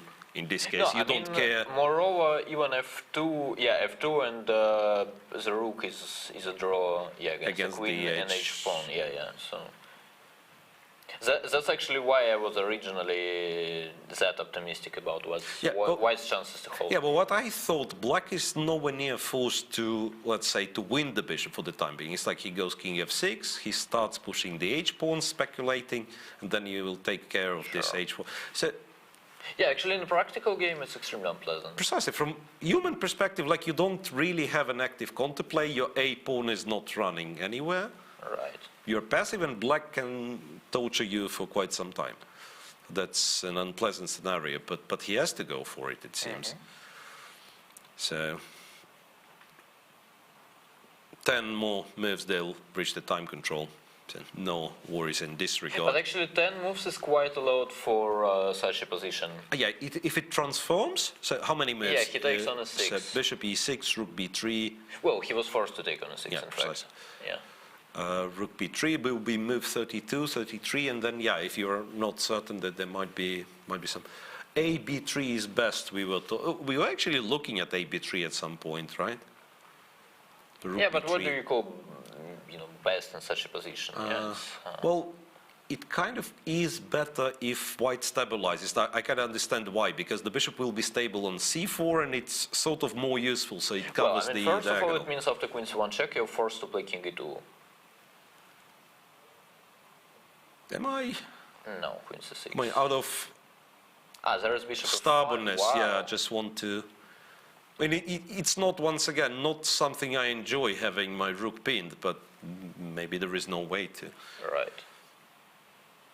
Yeah, maybe you're right. Then it could make sense, actually. Once again, that's what I'm trying to say. So if I'm not losing something right now, Yeah, but then it's it's not, probably a better I mean, version. again, it is not something. Some things that you play when you have 7 minutes to play 7 moves. Yeah, it's not exactly. Yeah, so it's certainly a worrisome situation for Giri, and once again, having this kind of a game in round 1 is annoying. The fact that Right. you've spent a lot of time preparing, you've got the white pieces, so you were the one to press, and then it's like having this No, but such I mean, okay, give me a scenario. break. When you play queen b1 followed by queen d3, what do you want? Yeah, So you're still very critical about Giri's queen b1 move. Might be the case. Yeah. Okay. Let's switch somewhere else. And for So those who can't wait for Krysiuk and Alexeyenko, I believe first let's check Ding versus How. Yeah. Right, if we can. So we check Ding versus. Well, actually, quite a lot of stuff has happened here. Why are they so fast? It's still not a time trouble. Remember last time we've seen it? It was something like that. Okay, No, a few no. moves later, but Yeah, it was on bishop f3. Yeah. h3, yeah, bishop f3, something like that. Queen to g5, and once again, a lot of moves. Queens were traded. Queen f5, just like that. But I actually tend to like queen f5. Yeah, once again, it's not your obvious move, because this trade, like in terms of structure, it sort of damages white, but at the same time restricts the knight on f8, and white gets, well, yet another Yeah, and there is outpost for him. there is practically no g6 as the h-pawn is on h5. So even in terms of structure. So it queen makes f5, rook a to d8, white trades himself on g6, chaos king g2, and then somehow. Yeah, but I like it very much by Ding, actually. Well, I mean, it was probably wrong, but there is an idea. So basically, this position, it's not about checkmating. It's about getting a 4 or being unable to play 4. And obviously, it's much easier to play 4 with queens off board when, at least you don't need to worry about being checkmated. Bishop takes. So it was, not exactly a pawn sacrifice, b6 because is hanging as well. b6 is hanging in this case. So if black captures on f4 with the bishop, takes on h4 with the check, then, well, the king goes to g3 and knight b6. It could also be some bishop takes f4, g takes f5 probably. But anyway, we don't need to care about it. So bishop Yeah. f4, knight takes, pawn takes, f5. f5 is extremely logical. You don't want to put all your pawns to the dark squares after f4, f5. Well, it's logical, but at the same time, structure-wise, just think of it. You're more or less on the side that I'm building a fortress, Yeah, right? it's either a fortress or you're dead lost. So But structure-wise, my bet it's fortress. So you play- rook e6, king f3, and he's on time with rook g6. So Is he the one who is playing for a fortress? Now that, upon closer inspection, I mean, if he gets rook g4, what's with knight e3 though? king e6. Yeah. So he's just on time, king e6. It's actually a very, very nice regroupment. And Yeah. then there is also bishop d to attack h4, and then suddenly all your pieces join the game. Yeah, How has his own vision on how to position the pieces, and in this game it kind of works Yeah, nicely for him. Yeah, I mean, again, it was very difficult to believe that this bishop on c7 will finally come up with this threat. It's absolutely unbelievable. Yeah, well, But yeah, sometimes it happens. Yeah, I mean, your worst piece. could it be that still f2, f4 was too hasty? Maybe he needed kind of to prepare it more to get the king there, you know, finally guard this one and develop the a3 rook. Right. I don't know if it was possible. Maybe it is too slow, but yeah, now how I actually found a very, very nice maneuver, this rook e6, rook g6 thing. Because originally what we were talking about, the fortress would look like this. You Yeah. put it on g6 and you basically hover with your rook on the d file, Right. maybe put it on d4 and And just then you wait forever. And just you wait. Maybe you're holding in this case, but it's a very depressing scenario. While with rook on g6, it's much more lively. King f3, rook g6 Yeah, I played. mean, yeah, at least you definitely have some outs for a win, Yeah, if, which is always inspiring. right, so in this game, move 34. Also, actually, I start to... Well, basically putting the rook on g6 probably means you'll never play g7, g6. Which means in general, yeah, let's say knight e3, king e6. Yeah, let's say imagine I play... Well, maybe not even imagine, just let me play rook a3 to e1. Rook to a1, and this one, Yeah, and then I want to play rook g1, and yeah, my general point is that I just need to play see rook... if I take the pawn, I just play rook g1. rook g1. Yeah, but then I Yeah, that was my original could worry. have Yeah, but then I rook realized I have g4. king e2. King e2, yeah, and some move like that. Can this be possible, or it's too much? I know, once again, we are trying to turn the quote-unquote normal position into a mess, but who knows, maybe black needs desperate measures. Once again, to illustrate what happens there. But we were just about to say that black is like completely fine and comfortable, and now you're down Yeah. to... If black trades like this, and goes back to d7 after rook g6, he, And rook c6, he's he basically has to be lost, yeah. in a very bad shape, yeah? Well, e6, you don't need to consider. Yeah, rook rook c6 g6, is fine, yeah. e6 is threatening, f5 pawn is hanging. And then you improve forever and win. Yeah. Yeah. It's like white is winning quickly, if not, white is winning slowly. Yeah. So that's not what black has to do. Rook a1, or rather knight e3, king e6 seems to be, well, pretty much the only move. And then rook to a1. No, I think our line was probably correct. So probably black has to play rook g4 and sacrifice. So the take change. over here. We went for rook g1, Rook g4, rook to g4, king e2, rook king to e4. e2, and to play rook d4 so that after knight takes, well, the big question is which pawn we take with. Maybe this? To have king f5, or is it too optimistic? Yeah, let's say rook g1 to f1. Yeah, I don't know. I actually failed to come up with something that could be You know what? Here, no. reasonable. No, it I don't know. doesn't really work here. King f5. Yeah, rook a to d1 is just a mess. Yeah, because yeah, at some point white will start giving up all the pawns and yeah, trying to Okay, to promote the d1, pawn. and then I was planning to give this silly check. Yeah, but still, I mean, I just play, I don't know, king d something. Not clear, because king d something, I might use this time to, you know, to regroup a bit, to move this guy up there. Yeah, but then in the end I'll play rook d to e1, and yeah, I mean, finally it will be, yeah, it will be a race. You'll probably win a race, but it will be a race, I think. Check again, bishop h4. For some reason I start to like black's position more and more. Maybe for no particular reason. There'll Yeah, be maybe some you're right, e6. I don't know. Who knows? Anyway, that seems to be very exciting, and at the same time this seems to be, you know, a likely scenario for this game if Ding is planning to play for a win here. You know what? Giri against Nepo. May I switch to this one just quickly, one more Right. time? Because I know it's not exactly how. I've seen, you know, on the score list that I've just seen, like rook g8, rook g7. I thought he went for this line. No, it cannot happen. So almost approached the time control, move 37. Nothing happens, let's say. No, but it's actually a lot, no? Well, I mean, now it feels like white can probably force some sort of a draw? Well, force giving up the h pawn at least. Let's say rook h7. Well, I think two against 2 with the bishop alive, we would consider to be a draw.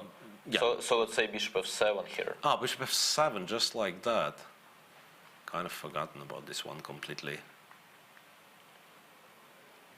Might still be Yeah, could be some smart trick from annoying, like check. And if you go to g2, then some queen b1. And Sure, it's a yeah. funny geometry. So attack the rook. If rook takes, then I win the bishop with queen b7. Right. So it's like it's still tricky, and Still tricky for sure, yeah. having like a couple of minutes like Anish has, it's no fun. It's no fun. So that's, Yeah, then you actually want to sort of stabilize it. You just play maybe rook g6 and I don't know. that's what I wanted to do with like rook on 4th rank, bishop on c4. So we'll see how it goes. But it's still a game for sure, Yeah, right? Grishuk and Alexenko, we absolutely must switch to this one because a lot of stuff has happened. Sasha in his usual mode, below 3 minutes. But they've made a lot of moves, if we are, Okay. yeah, if the truth being told.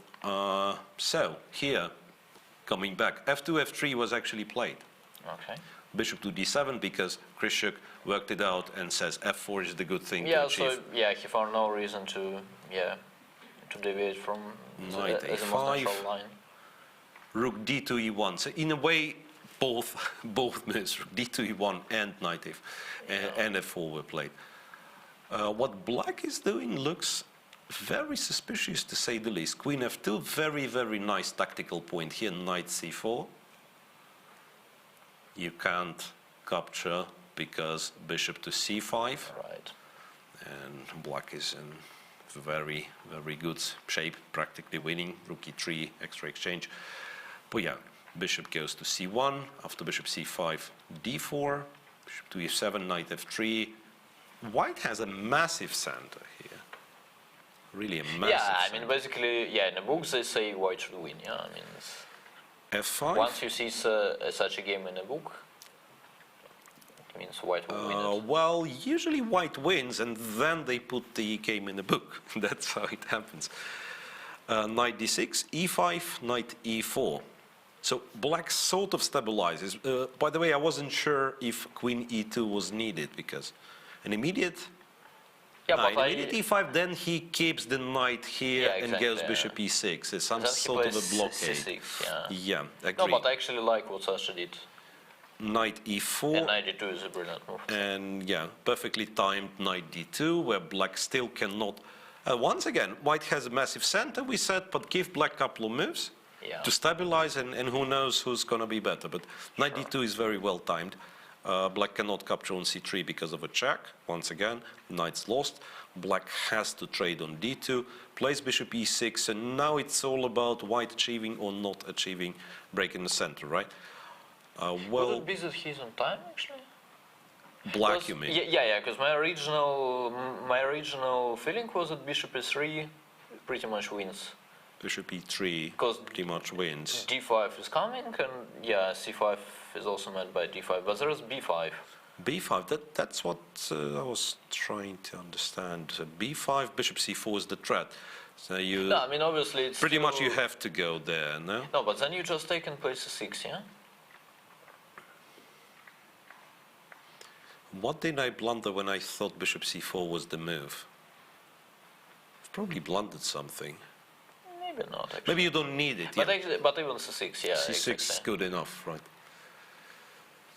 6 seems to be... Sasha has already played something else. So Queen he to- played queen d3. Queen to d3, Which makes a lot of preparing sense. for d5. Okay, I actually like it. Is there a way to stop d5 then? Well, it could be some tactical trick, like, I don't know, queen d7, d5, rook d8, or... Yeah, somehow to use a pin, yeah? I mean, you cannot... But yeah, I mean, in general, yeah, let's say d5, black plays some random attacking moves, and you play c3, c4. d5, rook d8 or whatever it is. Yeah, it's c4. Yeah, some Move the queen some b5 could be a chance. here. Yeah, I mean, it's hard to believe, but okay, what do you play after b5? I mean, I know how it looks, but Yeah, doesn't seem to end well, but who knows? Are we sure that we are getting this position after queen d7 would be my question. It's not necessarily forced to do this. But okay, it is very tempting. So d5, rook d8, c4, and then yeah, guys. Point being, yeah, if white is on time to play queen b3 and stabilize with such a center, once again we'll start talking about white being winning. all right. So,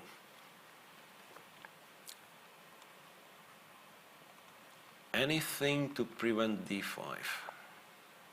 No, I think we can check this line once again, because yeah, I mean, I think both we had a feeling that it shouldn't work for black. So c4, b5.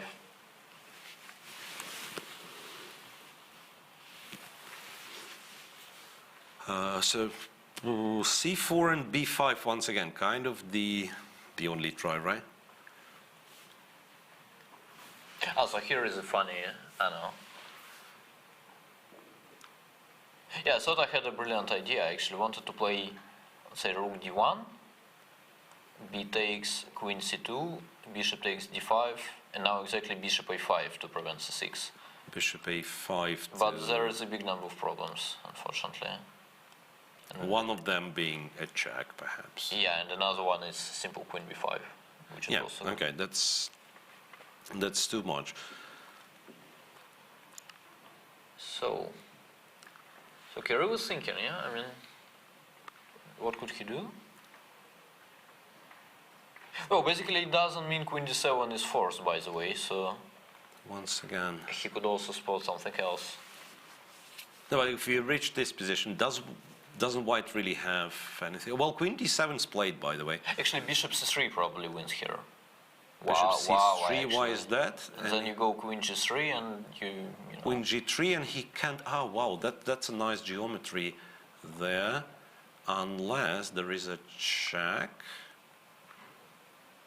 There's a check, and you might want to play some rook f2. Oh, well, that's very funny because, well, the point of a line is that king h1, black captures d5. Now the g7 is protected, and after e6, he can trade on g2, go queen e7, or just go queen e7 Right. immediately. So that's like, you know, idea and counter tactic again. 30 seconds for Grishuk after queen d7. Wow. 30 seconds. Yeah. Well, now even less. And people say that the best move is something like bishop e3, allowing c6, but then black holds, right? So I do no. Well, Sasha plays the best move, bishop e3. I don't know why this move is best, but once again, people People probably know better. people know Yeah. better because they have the engine running on a very, very high depth. So c6 is pretty much forced. c6 looks. So he actually wants to play it in this, positional way. So he wants to play a4 here. So this is how we do. So you play a4 first to kind of eliminate the possibility of the whole counterplay with b5. Then you will go c4. Then you prepare d5. Well, just logically, black would try a6 here, yeah. Then probably queen takes. I don't know, but when you're down to 20 seconds, yeah, I'm not Bishop exactly sure you e3. take h6. c6 played. Right, and then after e6, a6 is a decent chance to get. Oh, and more than that. Okay, after this capture, a4 play. a4 played. Yes. This is pretty much the structure from Petrov.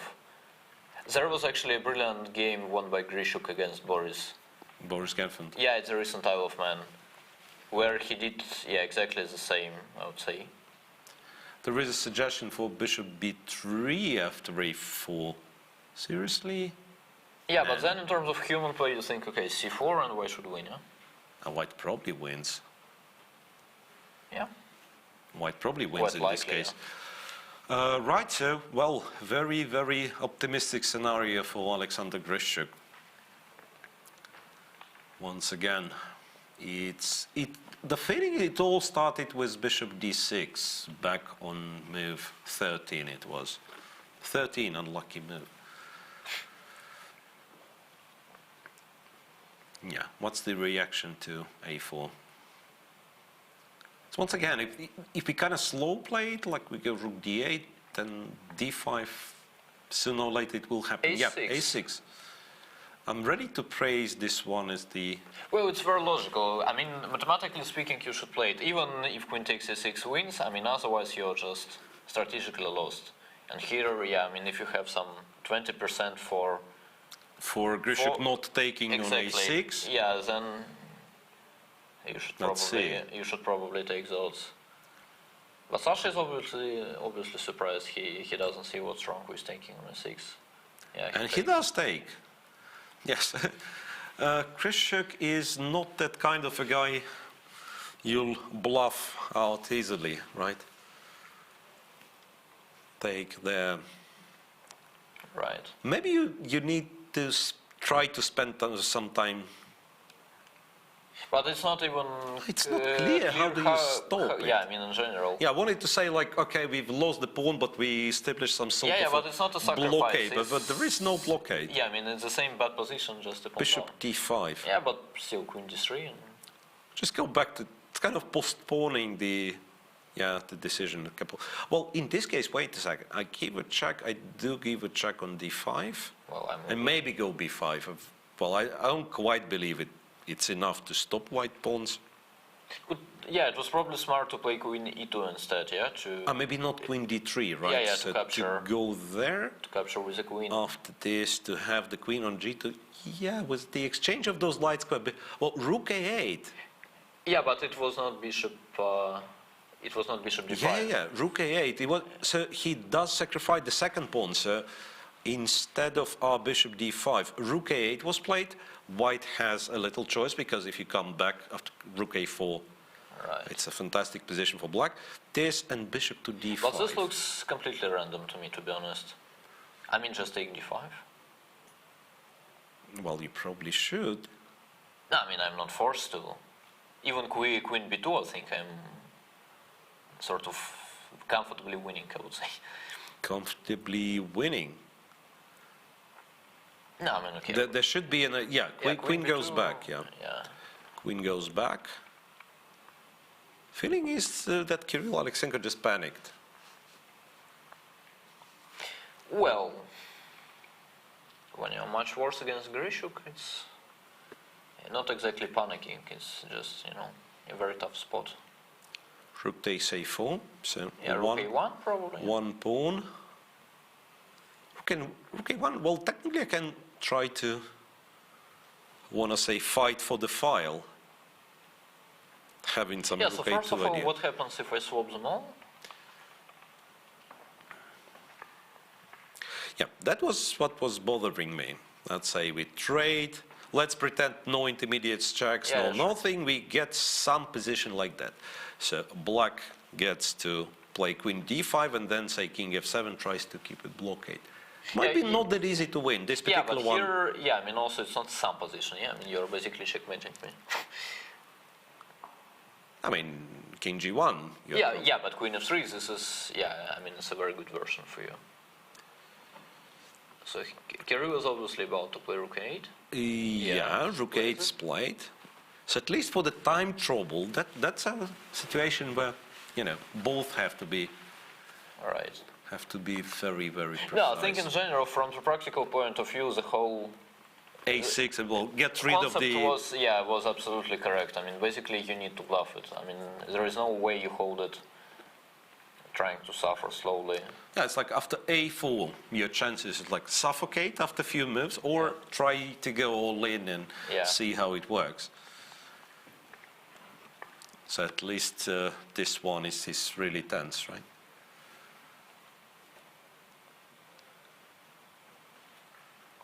Yeah, I mean, also there's still some outs for winning. Maybe it's a bit mysterious so far, but yeah, I mean, it's much easier for Grishuk to blunder. He's down to seconds, really. Oh, okay, rook takes a4 played.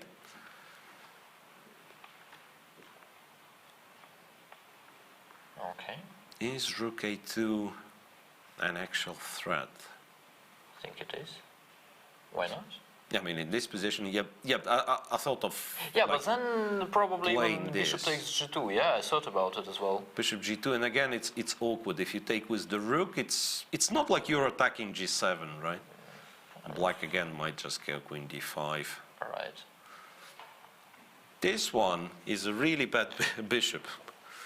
Rook a1 played. Oh, wait, after all. and Grishuk is going for our line, for rook a1, but then we said trade on g2. Well, technically there is an intermediate check on a8, but it doesn't change anything. So this, check here, So he probably wants king g3, but king g3. I don't like it, to be honest.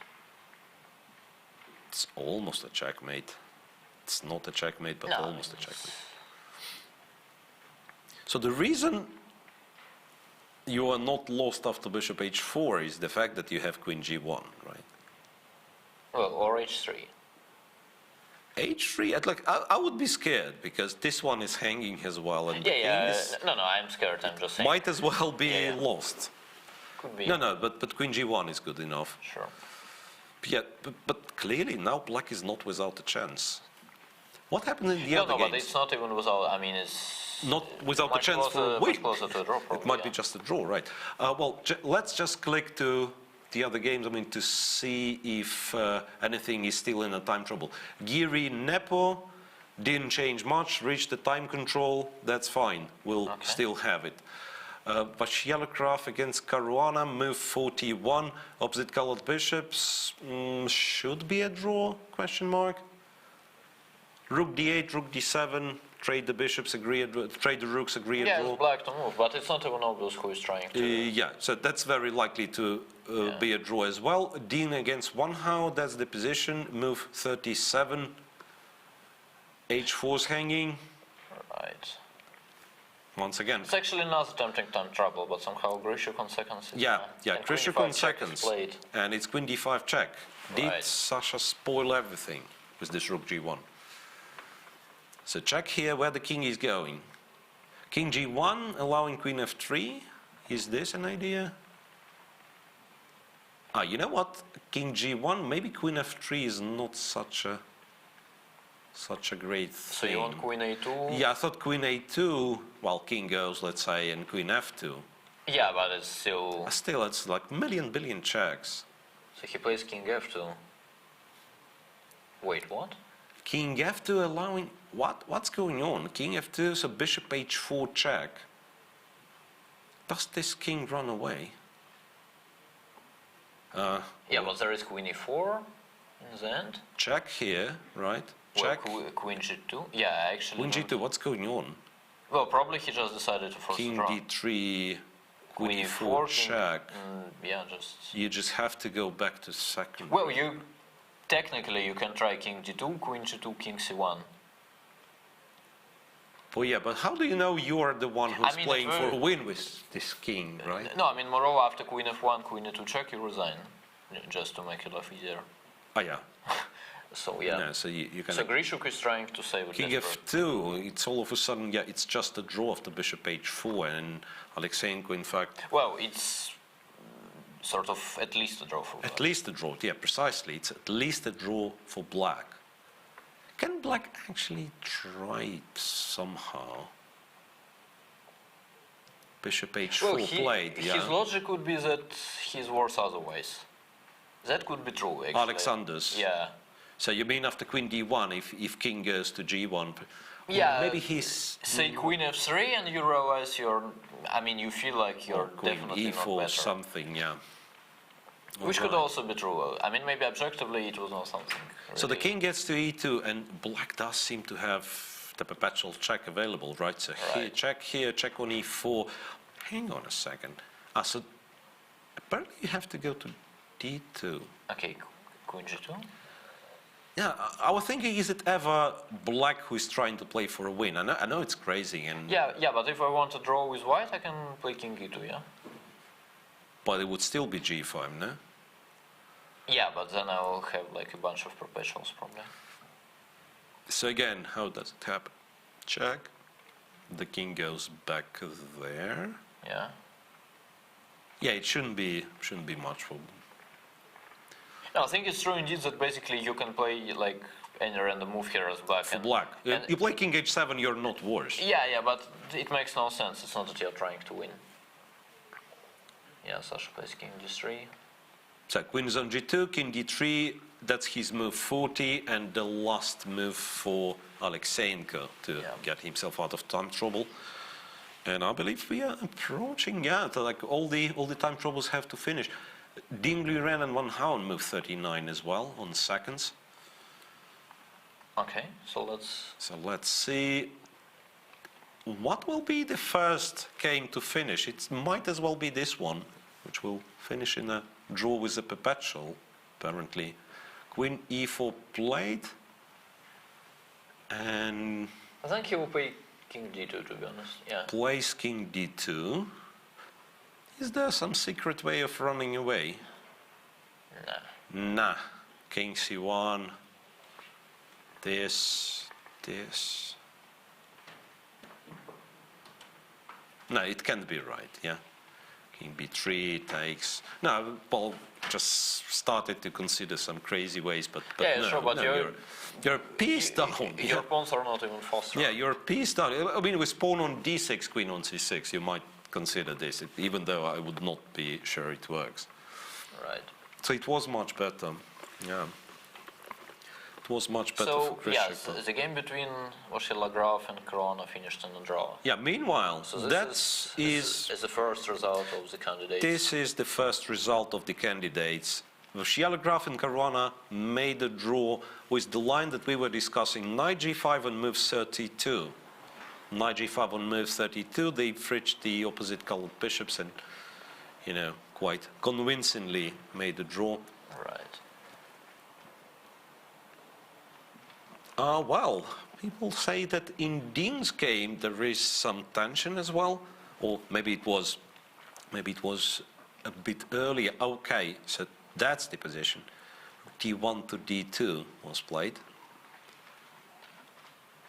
Once again, they've reached the time control as well. So Grishuk is not exactly happy, it seems. Which is understandable.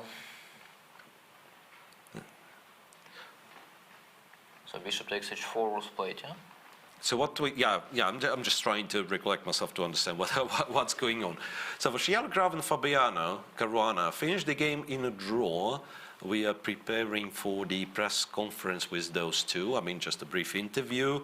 So the moment they'll be ready, we'll switch to the press conference. All the other games past the time control mark. Here, rook d2, bishop takes h4. Is that what kind of position is that? What kind of position is that? Well, probably means he's going to play rook g2, rook g4. Yeah, rook g2 is the idea. Understand that. And black needs to. Unless it is takes on g5, by the way. It's hard to believe it can work, but I mean, takes here. rook takes Rook on g4. needs to take. Yeah. Yeah, I think in general, both we feel like once white rook gets to g6, it's basically over. Yeah. If you White, if you start doing stuff like king f7 or something, that means white succeeded. Maybe not So- winning yeah, outright, right. but it's. So yeah, it's either g7, g5, or a plan with a blockade on g4. So I mean, both we probably like the latter. Sort of a weird way of fighting for the G file by sacrificing an exchange. So takes here.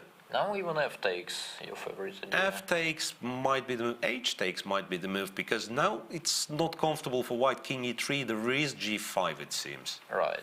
There is And then rook g5. d4 And then rook d4. And and black everything might be is- just winning. and everything mean, is coming. Yeah, if you are not holding the blockade on f4, you're just falling apart. Right. So rook to d4, and those pawns are moving, and black. And yeah, what a career this bishop made.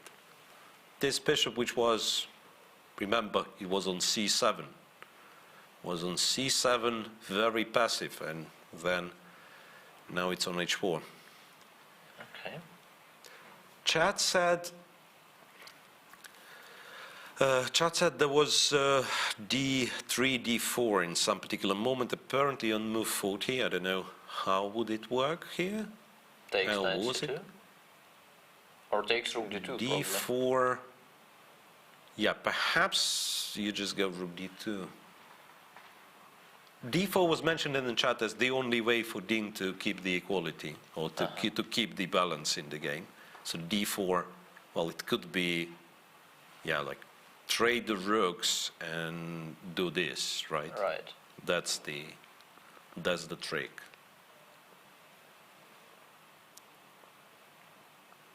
And maybe Still, it's how in the world it can be? equal. Yeah.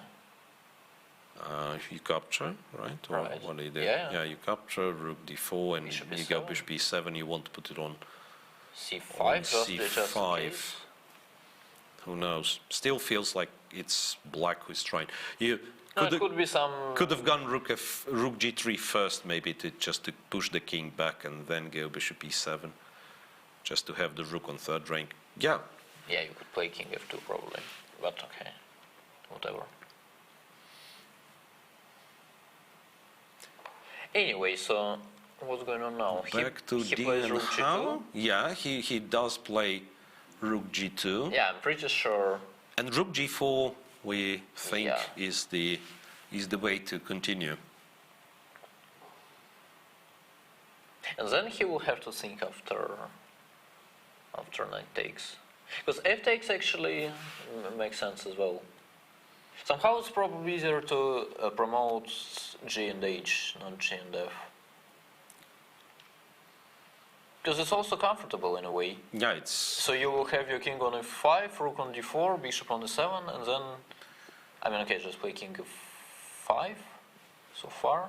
now I'm looking. You can actually play it extremely slow. G6, you yeah. can do g6 because king f5. I was somewhat concerned about this rook h2. You might. Well, actually, you can still play g5. Yeah, that's what I said. If you want, but Yeah, also, if you want to be extremely smart, you probably start by bishop e7. moving it back. Yeah. but black is in full control. Yeah. So rook g5. But I mean, is it even a game? Yeah, people say Ding is completely lost. Okay.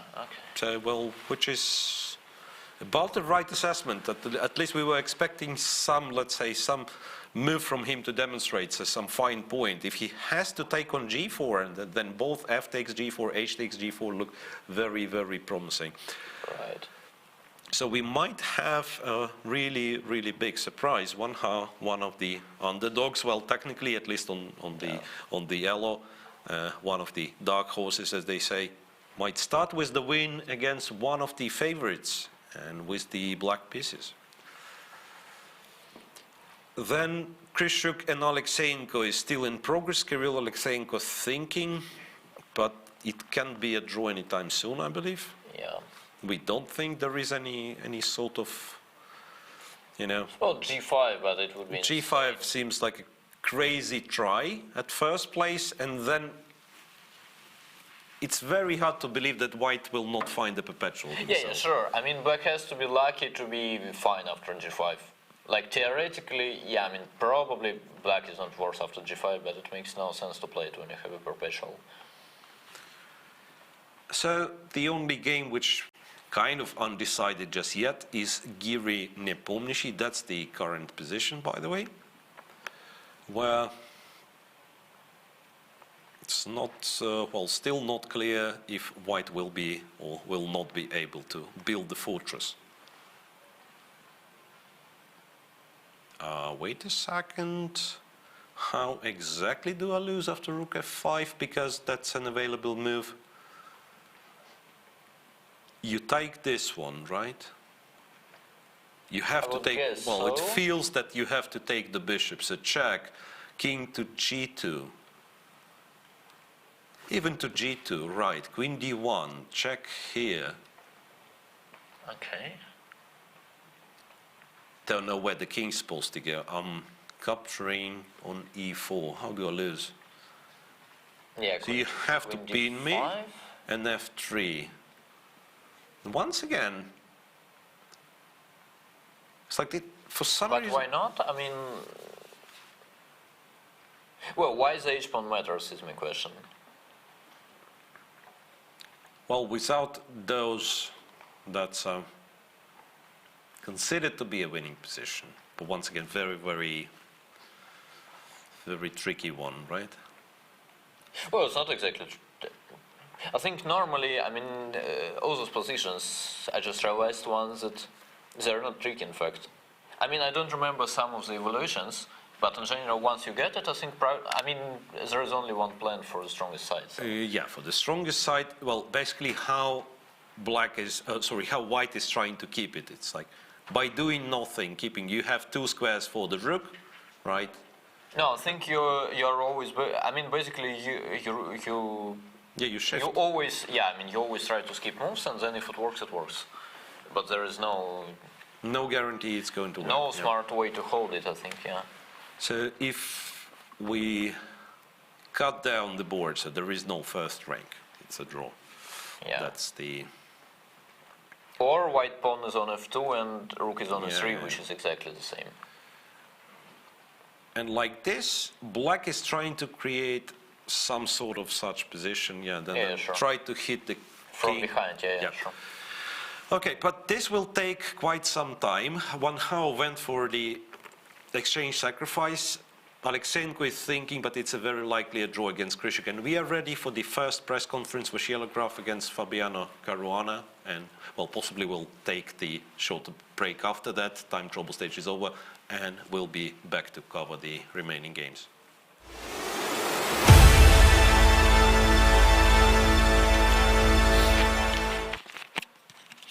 Я бы курнул сходил, честно говоря. Конечно.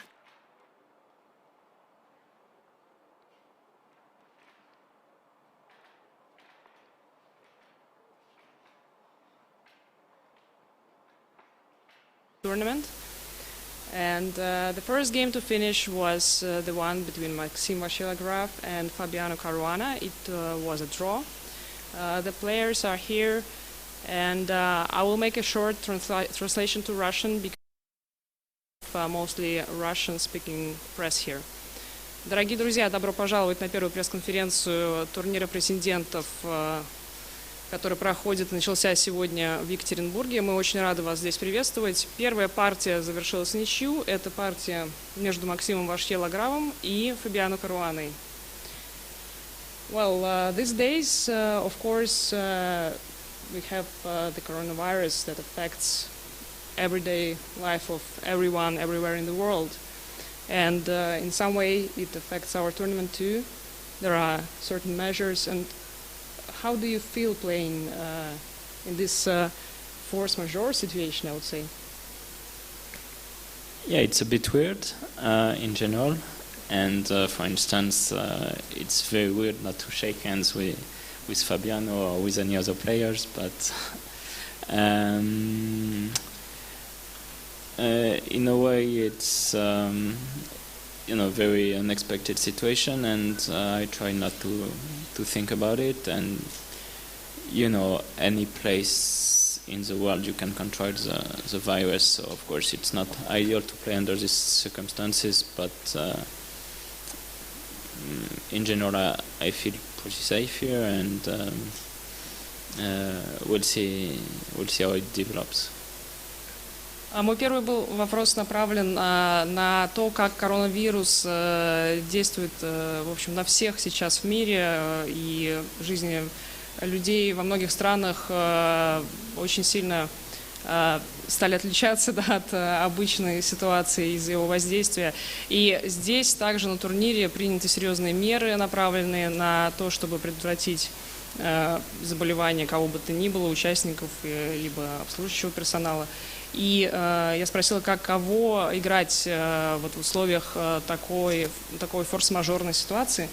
Максим ответил, что, конечно, это немного странно, не пожимать, например, руки соперникам, не пожать руку Фабиано, потому что мы все знаем, это уже ремарка от меня, что в шахматах в начале партии и после ее окончания игроки пожимают руки. Это принято, но здесь сделано исключение ввиду эпидемиологической ситуации, игроки могут руки не пожимать. И, конечно же, он говорит, что все это немного странно, но в целом он чувствует себя здесь в безопасности и готов играть и смотреть, как все будет развиваться дальше. Well, and Fabiano, what about you? How do you feel playing in these circumstances? Well, it's not the most pleasant thing. Both before the tournament, it wasn't exactly clear if this tournament would happen, if it would be postponed. And it's also not clear what will happen in the next 3 weeks or so around the world and in Russia, and who knows. It's of course very unpredictable, and I mean the situation is extremely serious all over the world. So it's kind of difficult to distance yourself from that, but we have to try. I mean, we're one of the last, I think, sporting events in the world to not have been cancelled. We'll see if it's the right decision to have held it or not at the end of the tournament. Еще буквально за 2 недели до турнира и за неделю до турнира было неизвестно, пройдет ли он. И Фабиан отмечает, что в ближайшие 3 недели неизвестно, как ситуация будет развиваться. Все-таки все очень быстро меняется везде в мире в связи с вирусом. И, конечно же, ситуация достаточно серьезная во многих странах.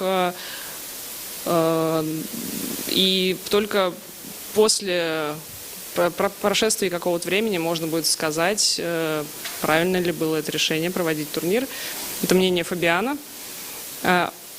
Сейчас я перейду уже к шахматной части. Well, now a little bit about chess. You just finished your game, so how do you feel? Are you satisfied with the outcome of this game? Well, the opening went in a way I didn't really expect, and then I thought I was slightly better, but I immediately went astray, and then I was clearly hoping to equalize, and I was not sure I would manage, and my position was just very unpleasant to play, so I feel like then I started to navigate correctly, but there were a few scary moments. Вначале в дебюте у меня был небольшой перевес, но довольно быстро я ошибся и затем уже боролся сам за ничью. Было довольно непросто разобраться в позиции, и несколько моментов были действительно страшными для меня. And Fabiano, what can you say about this game? So, as Maxim said, he had some really scary moments. Yeah, it was clear from the start that the game was going in a good direction for me. I mean, I was, I think, a bit more familiar with the position that Maxim was. I think he knew something about the variation. It's a very, very sharp line. I mean, A5 is one of the most double-edged lines in this opening, and it's also a very double-edged opening in general. So, of course, it's a bit nervous before the game because this is my first game in quite a long time. I think the first game for both of us in quite a long time, and the pressure is also on in general in the candidate. So to get such a sharp position is a bit nerve-wracking. At some point, I felt like I had serious chances. After Queen D3, for example, I felt like it's very tactically dangerous for white. On the other hand, it's also kind of tactically dangerous for black. I mean, if you make a mistake, it's actually possible for against you. And I looked at a number of options without finding anything clear-cut, which I really liked. And then I opted for something which was knight g5 was, I mean, it really shouldn't be the right move, but I didn't see anything else I liked so much. And after that it was just, I guess, a clean draw. Фабиан отметил, что партия развивалась позитивно для него. В целом он был перед партией, несколько нервничал, потому что Это достаточно острый вариант, и, соответственно, он может закончиться любым результатом. Как он считает, Максим был подготовлен достаточно хорошо, но в какой-то момент позиция для Фабиано была действительно хорошей. Например, после ферзь d3 он считал, что у него хорошие шансы, но по-прежнему позиция очень острая и может закончиться в пользу любой из сторон. К сожалению, ему не удалось найти четкого пути к победе, и в результате он выбрал продолжение, которое было не столь правильным, скажем так, было не столь четким, и партия завершилась в ничью. Дорогие друзья, есть ли у вас какие-то вопросы к нашим шахматистам? Пожалуйста, прежде чем задать вопрос, представьтесь и назовите свое издание.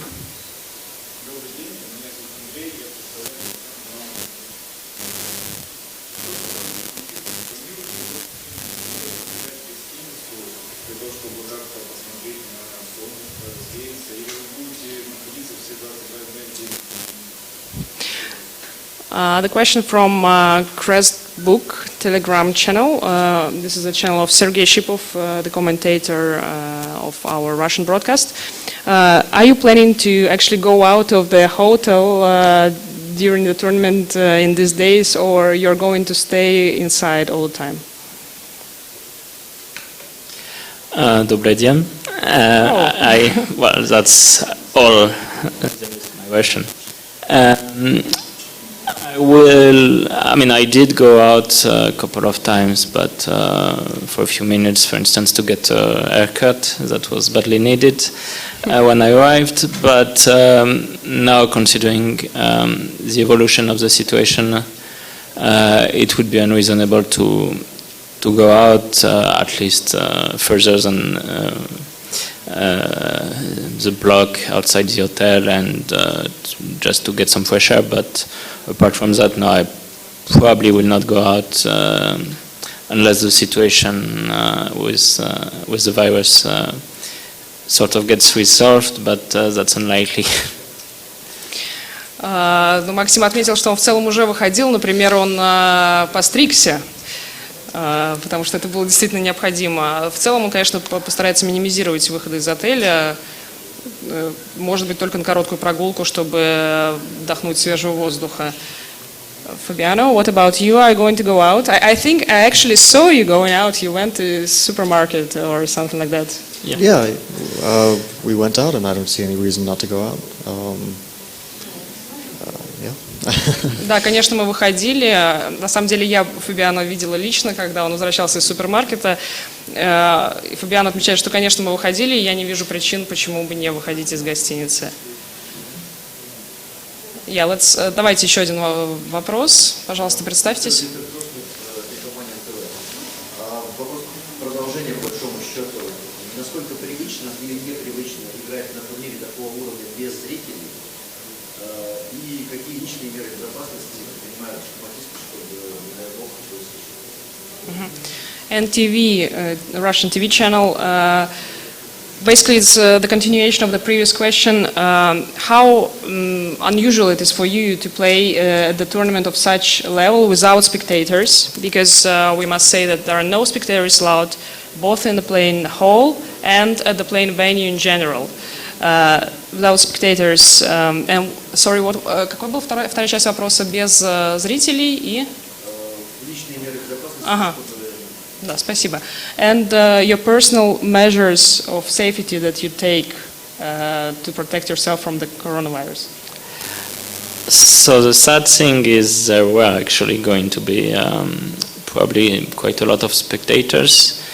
And, so in some tournaments, in general, in some tournaments we do have spectators, and in some other tournaments we rarely see spectators. So it would have been nice, of course, if spectators had been allowed, but considering the circumstances, clearly that would be unreasonable. And then, of course, trying to avoid exposure, but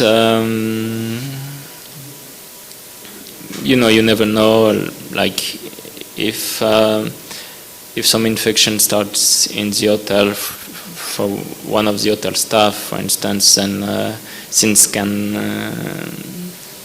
go astray very fast. So, you know, there's no, I mean, there's a point in trying to be cautious, but there's no point in thinking we have too much control over the situation. And of course, I speak of this knowing, for instance, the situation in Italy, in Spain, and that's starting to become the case also in France. So, of course, I know the situation can just go wild. Я играл в турнирах, где было много зрителей, где было мало зрителей. Конечно, было бы великолепно, если бы здесь мы бы видели большое количество зрителей, но мы понимаем, что в этой ситуации это было бы неверно. Поэтому неправильно было бы просто допускать зрителей, поэтому Максим смотрит на это спокойно. Он также сказал, что старается, конечно, избегать каких-то лишних прогулок и контакта с людьми, но в целом, если в гостинице возникнет откуда-либо вирус, то, в общем, на это никак он не сможет повлиять, потому что, например, та же ситуация в Италии развивалась очень быстро. And what about you, Fabiano? Well, yeah, in general, I'm trying to avoid human contact of any kind. But you can't control some things, and pretty much everything which is within my control to avoid getting infected, I do, but some things are out of your control. Ну, Фабиано также пытается просто как можно максимально избегать прямого контакта с людьми и сделать все, что он может контролировать в данной ситуации, как он может себя защитить от вируса. Я думаю, что на этом мы закончим эту пресс-конференцию, потому что у нас уже закончилась еще одна партия, и пригласим еще 2 участников для того, чтобы пообщаться уже с ними. Thank you very much, and well, we see you tomorrow. Thank you. Welcome back, everyone. And we have another result. Alexander Grishuk and Kirill Alexeyenko made a draw. Yeah, pretty much as we expected from some point. 2 other games are in progress. Ding Liren is in trouble. All right. Well, apparently just lost. And Giri against Nepomniachtchi, as we agreed, very, very dangerous game for us. For us, exactly, yeah. But, yeah. So, let's start with something. Yeah, let's start with Ding, probably, because, at least it's some position that might need calculations. Now, that was one of our silly lines. Rook g4 was played, and it turned out Ding decided not to take on g4, went rook h2 instead, and it's not clear what's the problem for black, right? Yeah, the question is, if you start with g5, which is a bit of show and go, I would say, or you go for more solid rook g3 check first. Rook g3 first, king has to go to e2 and then g5. And I'm actually struggling to, yeah, it's not clear what's the plan to continue, right? No, it's not even about the plan. What's the move? At least one move. Well, one move could be knight g2 theoretically, but... Yeah, well, I thought of knight g2, but then again, black takes, let's say, with this rook. All right, I take on h4. Knight h4. Have to take rook h4. That's how you're planning to hold this one, right? This might actually... Well, it's obviously lost, but... at least white has a reason to continue the game so far. Yeah, white is not resigning immediately, right? So rook b3 is probably a good move. Rook b3, rook takes h5, rook g2 wins the rook, and checkmate very, very soon. So does seem to be winning Okay. for Wan Hao, but yeah, let's remind our viewers the time control, 15 minutes added after move 40, right? So it was Yeah, one. English or Russian? Yeah.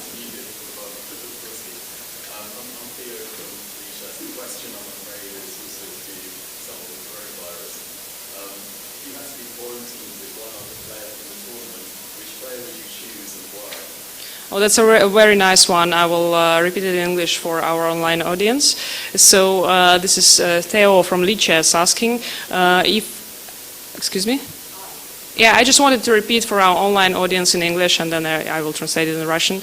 So if you would have to be quarantined with one of the players from the tournament, who would it be? Если бы вам пришлось застрять на карантине с кем-то из участников турнира, кого бы вы выбрали? So who do you choose to be quarantined with? One player. You cannot choose two, only one. And why? Why, Maxim? No, I guess I know him the best. Yeah. Can you tell that?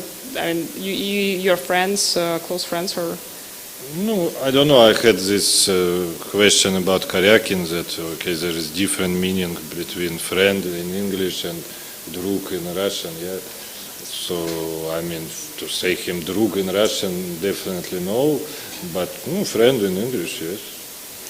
Александр Горячук бы выбрал Максима Вашьелаграва, потому что он с ним в достаточно хороших отношениях. Я спросила, насколько они близкие друзья, и Александр отметил, что в английском и русском несколько отличается понятие «друг», «friend», да, на английском называют более широкий круг людей, чем на русском люди называют своего товарища «друг». Поэтому вряд ли он близкий друг, но они в очень хороших отношениях. Кирилл? I choose Jan. We would probably play some computer games together in the quarantine. And what computer games? Maybe Hearthstone. Кирилл выбирает Яна, потому что тогда они бы смогли в эти 2 недели карантина поиграть в какие-то компьютерные игры, например, в Hearthstone. Спасибо большое. Thank you very much, and we see you again tomorrow. Maybe. For sure. For sure.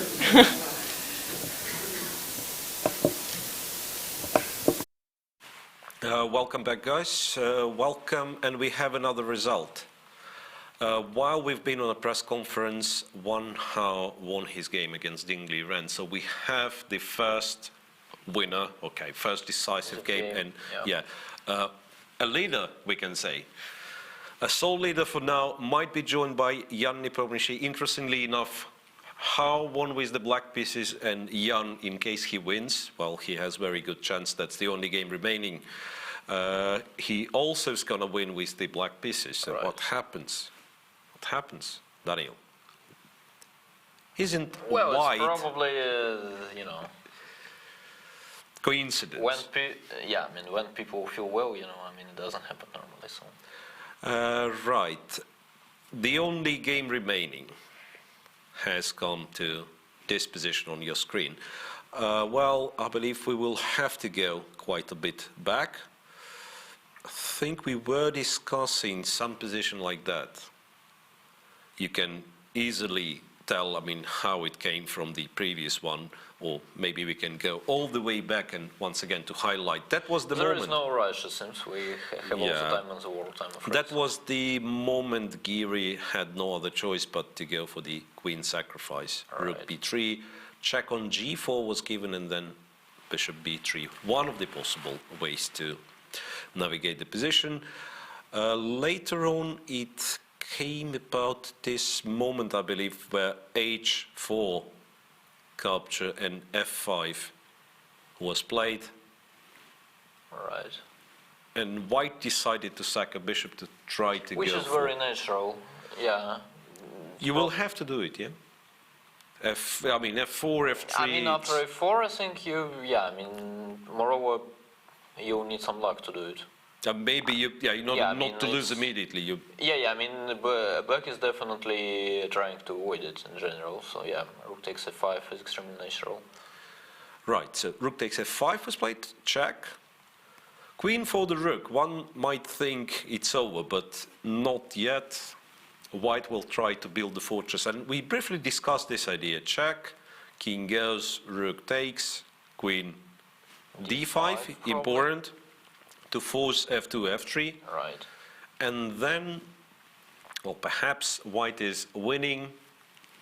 No, white is not winning. Oh, sorry, sure. black's winning, obviously, yeah. Perhaps black is winning, but it's still But it's actually needs to be proved. extremely strange to me, to be honest. I mean, it feels like it should be a draw. In my Which opinion. one? This one. This one, yeah. I also thought so, but okay, white didn't go for it. Instead, Kiri went for, what did he do? Okay, 5, queen d1, rook to g5, rook to g4.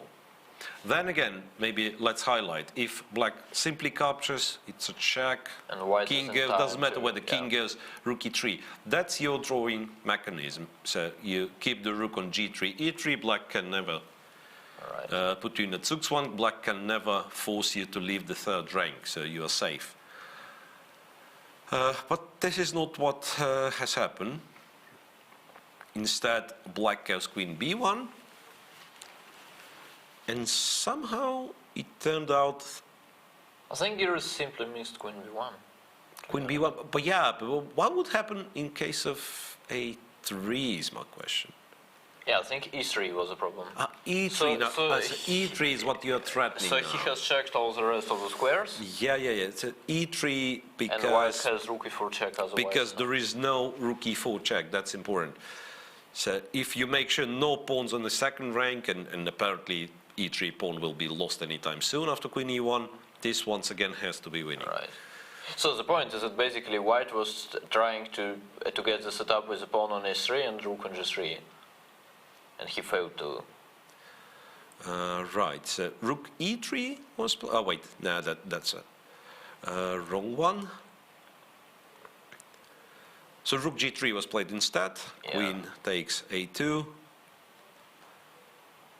Rook h3, queen d5. That's the position we have. Without an h pawn, we've discussed with Daniel. We think it's a winning position. No, we don't. We know it's we a know winning it's a position. winning position, Let's be more specific. Actually, the setup with the rook on h3 and pawn on h4. I mean, it's not on h6; it's on h4. Shouldn't work. Feels like it shouldn't work. I mean, it looks extremely stupid. Sorry to interrupt, but we were told we have another press conference. Which is always nice. Yeah, the game between two Chinese players, well, looked like Ding was better, but Wan Hao emerged victorious. So a quick press conference with those two. And this game, guys, don't worry, it will be in progress still when we come back.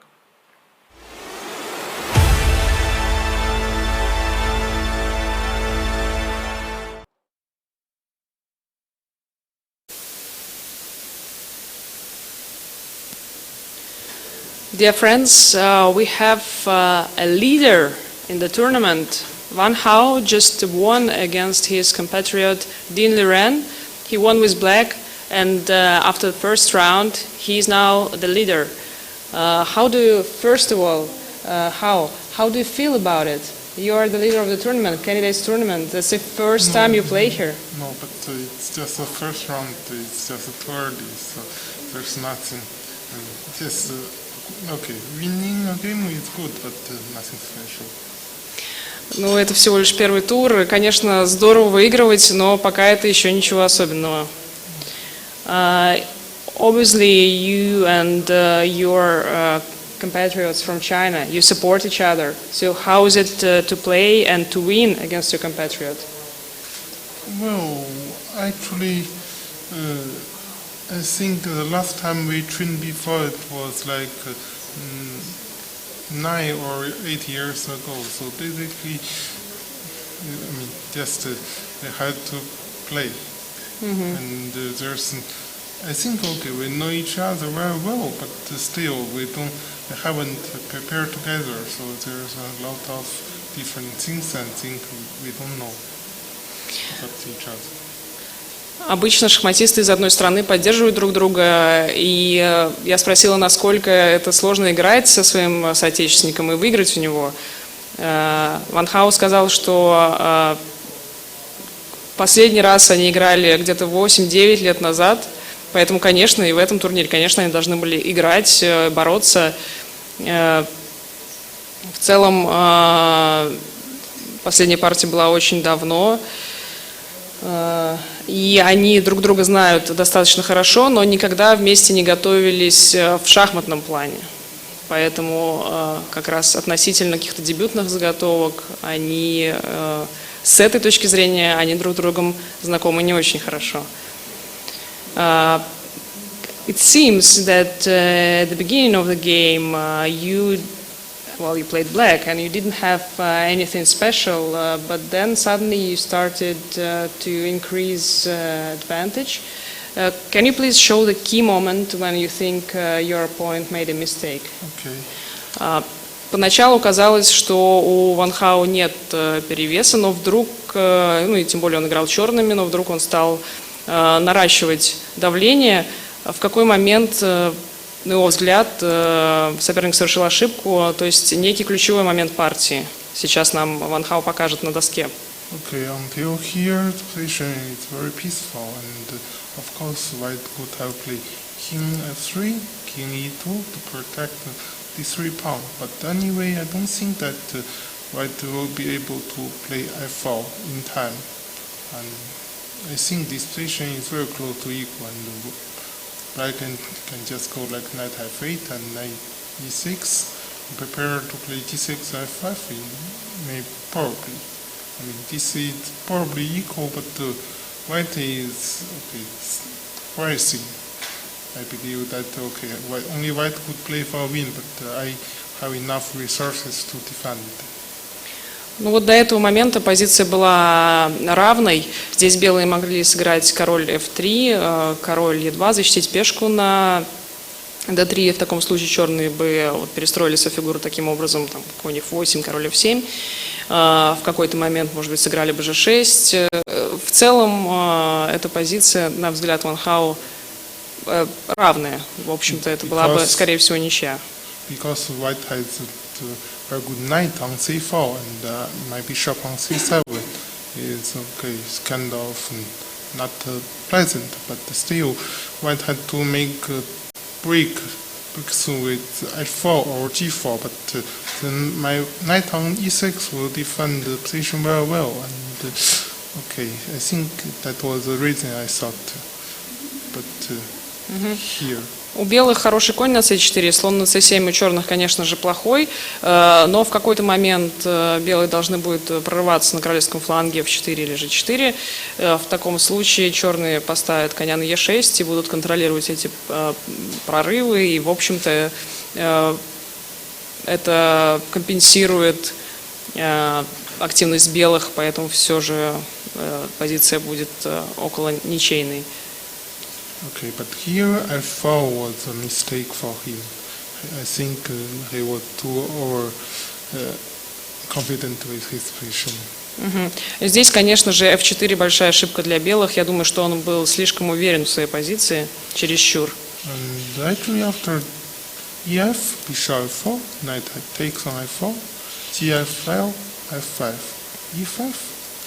Now I have rook e6, and he was in some slight trouble, I think, because of this knight is no longer strong and it's not attacking my position. Now I have some plans like rook g6, rook g4, and rook d4, king come to e6, and suddenly white had to be very careful here. После хода ладья e6 вдруг оказывается, что конь белых на c4 более не атакует позицию черных и больше не является столь сильным. У черных же есть прекрасный план перевода ладьи на g6, перевода ее на g4, а другой ладьи на d4, после чего черные ладьи начинают активно атаковать белые разрозненные пешки. I think that king f3, rook g6, knight e3, king e6, rook d1. This was probably the good move. Rook d1, bishop d8, and now probably white should have played d4. Maybe it was like very close to a draw. I don't know. I thought that I didn't see anything during the game. Probably I cannot win this because he's going to play this. I'm going to play cd4, rook a d3, bishop takes on h4, rook takes on d4, take, rook d3, check, king e2, bishop e7. Now black is a pawn up. Now here white has probably rook c4. I'm not so sure if I can still win this position. Еще один важный момент, который сейчас продемонстрировал Ван Хау. На 37-м ходу белые могли сыграть d4, после чего вот этот один из возможных вариантов, в котором Ван Хау не уверен, что он мог бы выиграть. I think this is okay. After this position, white has a lot of counterplay because if black comes with bishop c5, white takes b6. Здесь у белых достаточная контр-игра, по крайней мере, очень много контр-игры. Rook d1 and he comes with knight d1.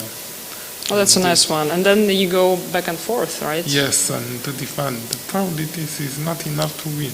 But in the game, I couldn't calculate it. Also, I didn't have enough time. I thought that it was probably if he did this, I wasn't so sure if I could win.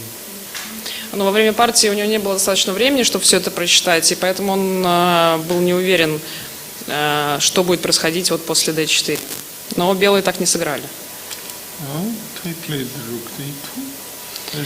So can you say that in this position, when white didn't play d4, you were already sure that you're winning? Not really, because okay, here I want to find some very precise move, because if I come with rook bishop takes here, rook h2, rook d4, I wasn't so sure if I could win like this. Knight takes hg, king e3.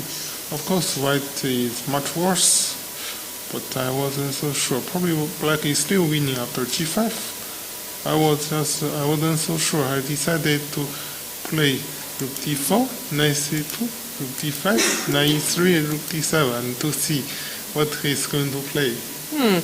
В этой позиции черные еще не были уверены, Ван Хау еще не был уверен в том, что у него выиграно. Он должен был найти очень четкие продолжения, и поскольку у него было мало времени, решил вот так вот повторить ходы, чтобы посмотреть, что же белые будут делать.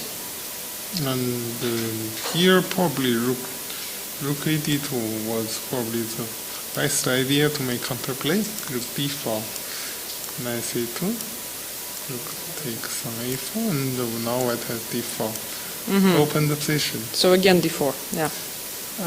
But I thought that the position should be kind of winning for me, because now I probably can play like rook bishop takes on h4. Just too much threats, and d5 is not really strong. So, еще одна возможность сыграть d4 была для того, чтобы вскрыть позицию белому, получить какую-то контр-игру, но здесь уже Ван Хау думает, что у него было бы выиграно, потому что он забирает пешку на h4, и d5, по его мнению, не так сильно для белых. То есть, скорее всего, здесь у черных уже победа.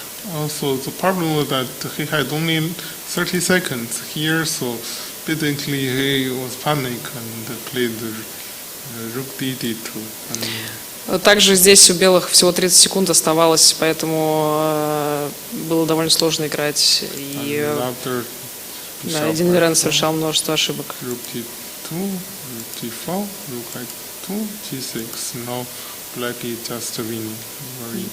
Ну и здесь у черных уже просто выиграно, это вопрос техники. Well, today we actually saw a lot of time troubles, and this game was affected by time trouble also quite a lot. Сегодня мы видели очень много цейтнотов, и эта партия также была, цейтнот оказал на нее значительное влияние. So I'm wondering, this time control is actually a very long one.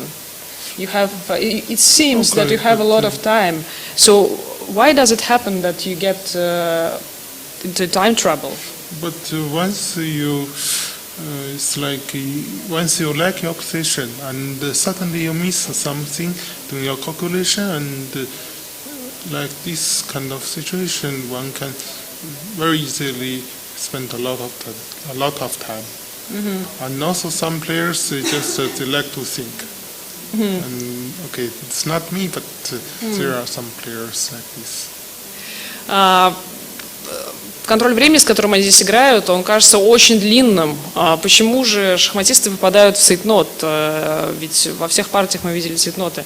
Ван Хау говорит, что, во-первых, некоторые игроки просто любят подумать, но он себя к таким не относит.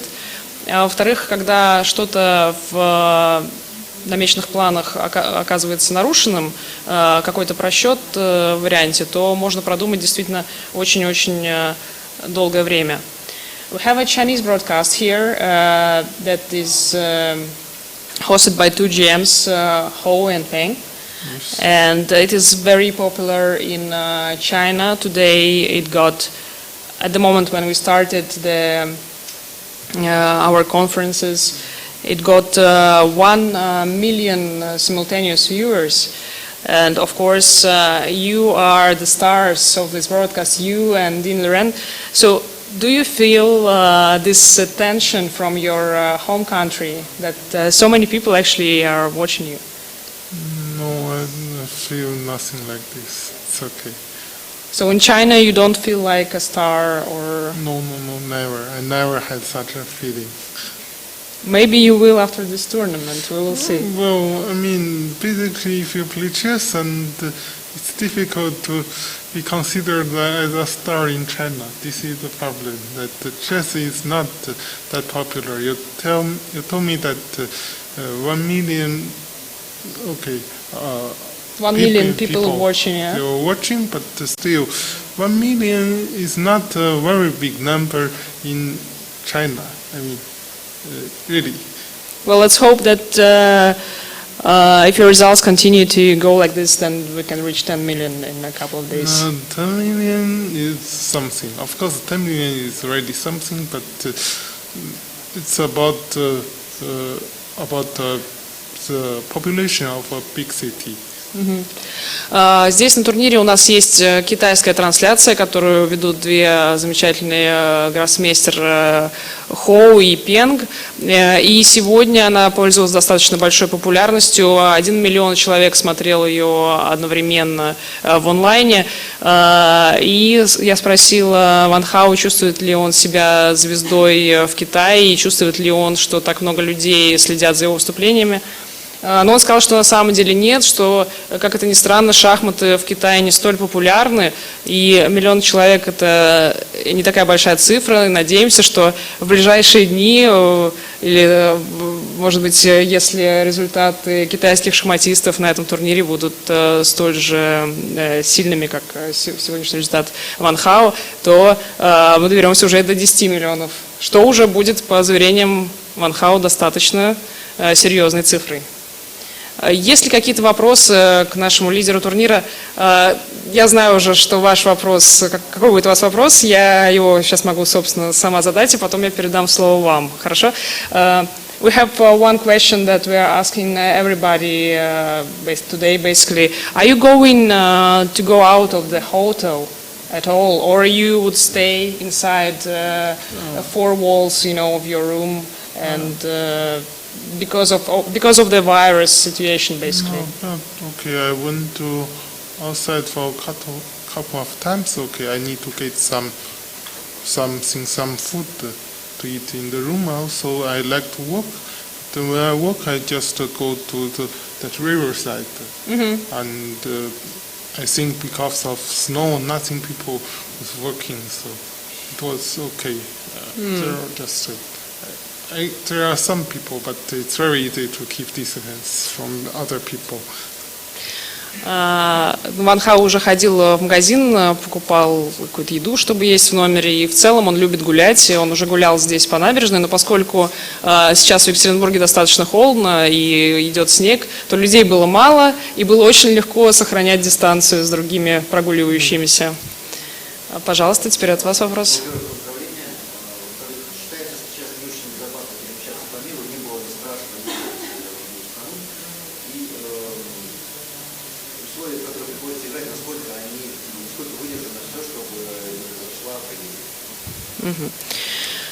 Well, also the question regarding the corona situation. So now with traveling around the world getting limited and sometimes dangerous because of the virus, were you afraid to travel to another country?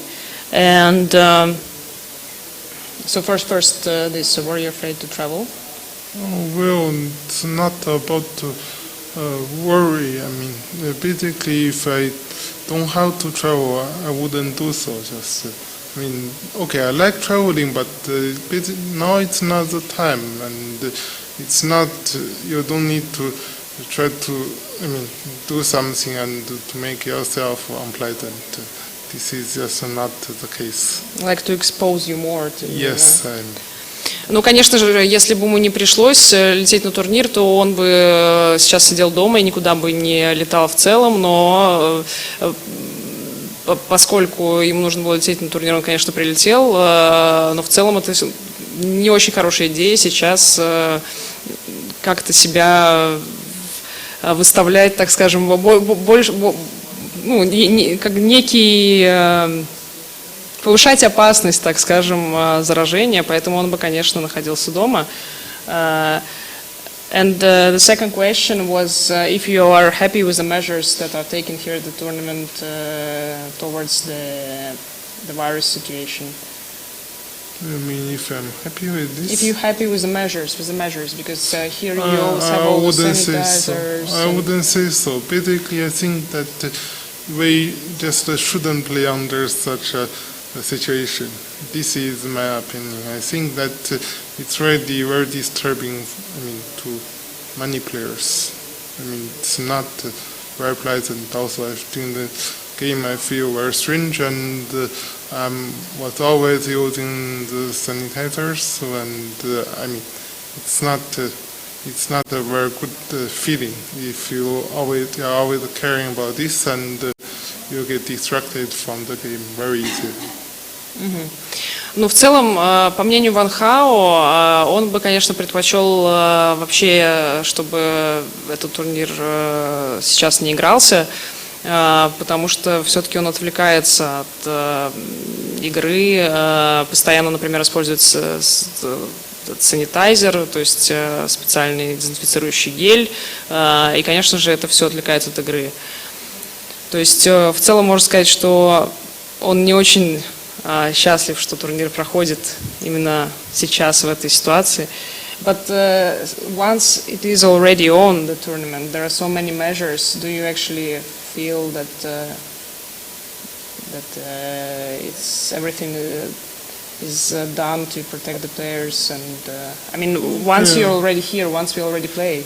Okay, but once you play and there's already safety is, I think, limited. So I can hardly say that when this is 100% safe for everyone. This I would disagree with this. Ну, в целом, да. То есть мнение Ван Хао, что лучше было бы как-то перенести этот турнир и не играть в этих условиях. Но я бы хотела добавить уже от себя, что на турнире организаторы и ФИДЕ предприняли все возможные меры безопасности, которые связаны с медициной. Все участники проверяются дважды в день, имеют медицинские осмотры.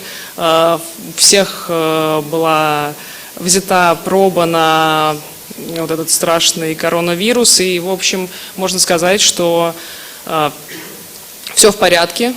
И мы надеемся, что так и будет продолжаться. И не только участники, но вообще весь обслуживающий персонал, все люди, задействованные на турнире, они также проходят медицинские осмотры. Ситуация в мире и в России мониторится нами постоянно. И мы надеемся, что все опасения Ван Хао, которые у него есть, которые он сейчас высказал, что они ни в коей мере не оправдаются. И, конечно же, все, что зависит от ФИДЕ и от организаторов, будет сделано для того, чтобы этот турнир прошел в спокойной остановке и закончился тем, что мы определим нового претендента на звание чемпиона мира. I would just make some remark from myself that actually There are a lot of medical measures that are made at this tournament to protect the players from the spread of the virus. All the players, as well as all the people that are involved in the organization and work at the tournament, are passing medical checks twice a day. They also all passed the test for coronavirus, and we always have medics here at the venue, so they are monitoring the situation. And FIDE and the organizing committee would, of course, do everything that is possible, everything that is in our hands, to ensure that this tournament goes smoothly, and that by the end of it we'll know a new candidate for the World Championship, and that all your concerns will not become true. So we really will do our best that yes, I understand. Not of your concerns would these go. measures are very necessary, but because of this virus, it's extremely contagious, and if you get infected, then they only show the symptoms after like 1 or 2 weeks. This is, and also some people, they don't have any symptoms.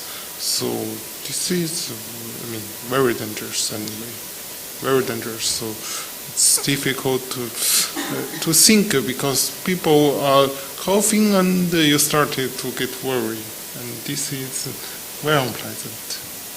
Yes, indeed, it is a very dangerous virus that is affecting everyone. But maybe, just maybe, to put another perspective to it, maybe this hotel, with all the measures that are done here, is actually the safest place in the world right now. So I hope it is this way. And I thank you very much, Van Hao, and I will see you tomorrow. We all congratulate you with this win once again. Thank you very much. Well, finally, back to chess. Right, one more game still in progress. We kept discussing the mysterious endgame that is currently played. Let's try to figure out what goes on together. Jan Nepomniachtchi has an extra queen. Well, not really the queen. Queen for the rook against Anish Giri. And he's also pawn down. Extra queen with the pawn down, well, makes things quite complicated. That was the position we were talking about, right? Queen b1, black threatens e3, white pretty much forced to go to third rank, where black captures the pawn on a2. And then, well, till some point it was logical, or at least we thought so. Yeah. And after this check, rook g3 was played, which might have been, once again, maybe a good move. And from the first glance, it was not clear what happens after queen takes h4. Because, yep, you just take the pawn. And then if white simply waits on the third rank, we thought we know what we are doing, right? Okay, how do we do it? I mean, check, right? Right. Maybe put the queen here. G1. Somehow we have to be, to c2? No, we'll... Okay. Already struggling. Okay, well, let's say we go king f6 here. Kind of doesn't threaten to take the pawn. Yeah. We declared this one to be winning. It is winning. So just to illustrate what happens if white sits and waits, king gets to d4, then you can't cross the third rank, but in fact you can. You go queen d3. That's a very important mechanism. White can't take because you'll help the pawn to promote. Otherwise, yeah, you cross the third rank. Oh, well, jumped all the way back. Over here, yeah, after queen d3. Otherwise, you cross the third rank, you come closer to the pawn, you eventually win somehow. All right. And apparently there is a problem with this plan, because white plays king f1 and puts the king on e2. That's our guess. Or e1, so basically white will try to keep his king on the e-file. So, yeah. Or even d5 there, there, there. We can. And Yeah, then, and now yeah, maybe there is a plan, but we failed to find it so far. Which this is probably- important. yeah. I'm sorry, but this is important. Rook e3 is no longer a move, right? Because queen takes and king c3. But after queen f4, we thought still this. Right. King e1, waiting. Basically keeping the rook on g3, moving the king, right? Well, actually, there are some positions where we thought white is... So for instance, if now it's white to move, then we thought rook h3 is pretty much the only move. Yeah, let's make it like this. Yeah, let's say Queen queen b1, opposite jump to c1 for some reason. So queen b1. Right. Once again, some position to opt for black, it seems. Queen c1. Now, white is sort of in a zugzwang, but after rook h3, it's not clear how to win this rook exactly, and if it's possible at all. Doesn't mean there is no way, though, but yeah. So that's where Maybe it's a draw. Also, I mean, it's hard to believe, but yeah, probably it's a draw. So the thing is, after rook g3, Jan went for queen h5, and the discussion we had is, even if this position after queen takes h4 is a draw, how does the fact that white has the pawn on h4 held black? Back, yeah, right. And it's not easy to tell, because as long as the pawn stays on h4, you have no, I mean, there is no such idea as sacrificing the queen for the rook. Sure. None of this nonsense. And the moment you capture on h4, doesn't make king is, that's actually what Jan is trying to achieve. His king is currently on f4, right? But let's imagine rook goes back, queen goes to h5, white goes to g1, for instance, which is a silly move, but still after queen h4, king f1, king gets to e2, and here we are again, same position. So if this one is a draw, then the pawn on h4 should not change the evaluation.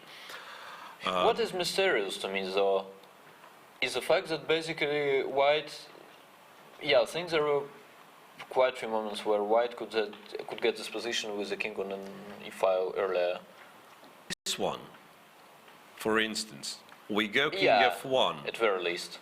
and the king gets to e1 automatically. Yeah, and then if you think it's a draw, then why Then not you just don't care, you stop caring about your h pawn, Yeah, and then you exactly. bring the king here.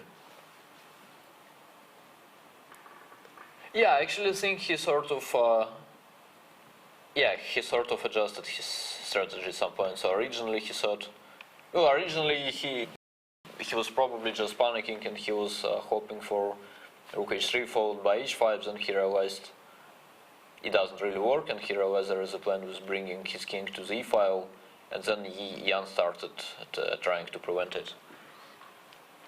Well, seems like a change of a plan for Jan Nepomniachtchi. Yeah, some triangle by Jan, but Brings the king back. What's the trick here? yeah, it's quite obvious that rook h3 is the move, but Anish is checking briefly if it's not a threefold repetition. Could it be a threefold repetition? I don't think so. Could The be king anything. was on f6 once, and now it's on f6 for the second time. No, I don't think it's a threefold repetition. What I do know, it's move 62, so that was the last moment time was added to player's clock. Move 62 past the second time control. Jan still has plenty of time, Right. so can torture his opponent more or less forever. Well, 50 moves. So what could be the idea of king f6? Don't quite understand. Because remember, we were actually we had difficulties winning the h-pawn. We were not Right. sure if white does something like this, and if black wastes time, then white pushes the pawn forward. All right. And this was once again not clear if this is winning. Well, if this is winning a pawn even. Yeah, if you can win the h-pawn. Yeah. All right. That's mysterious. But it's actually funny if queen takes h4 wins, in fact, but maybe it's Can not. we try to move it again? So I mean, it would be just funny if he would play this position for like 49 moves. then then eventually he'll- capture on yeah, h4 yeah, and and show how it's winning. Yeah, exactly. Yeah, all right. Once again, we have this suggestion that Nepo has to achieve something like this and then sack on e3, but we couldn't make it work. Or rather, we are convinced by the way one player opts for this position as the defending side and the other rejects to go for it as the strongest side. We suspect there is something.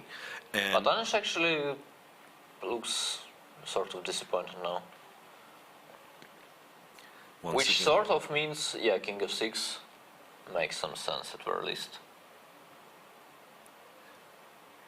Aha, so Robert has found the queen sack on e3. Ah, well.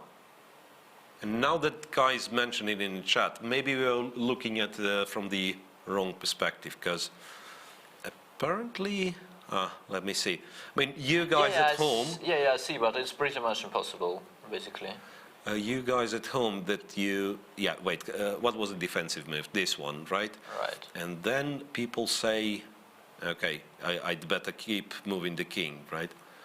People say something like that is, no wait, but how do you sacrifice the queen on e3, having the king Yeah, on exactly. g4? We I have don't exactly the quite same idea. understand, yeah. That's No, I think the point, the point from the chat was probably that you can even do it with a pawn on h4. Ah, yeah, that's brilliant. That's brilliant. Now I got it. Now I got what chat is talking about. That's really great. Yeah. Let me try to construct such position. Some around this point, let's say. Yeah. Or how it was. Queen on h5. And then you get the king here. And then you sack on e3 once again. No, even Easier with, said than done, yeah? No, I mean even with the king on f5. It's king on f5. Okay, let me do it. This Yeah, let's say you go now king f1.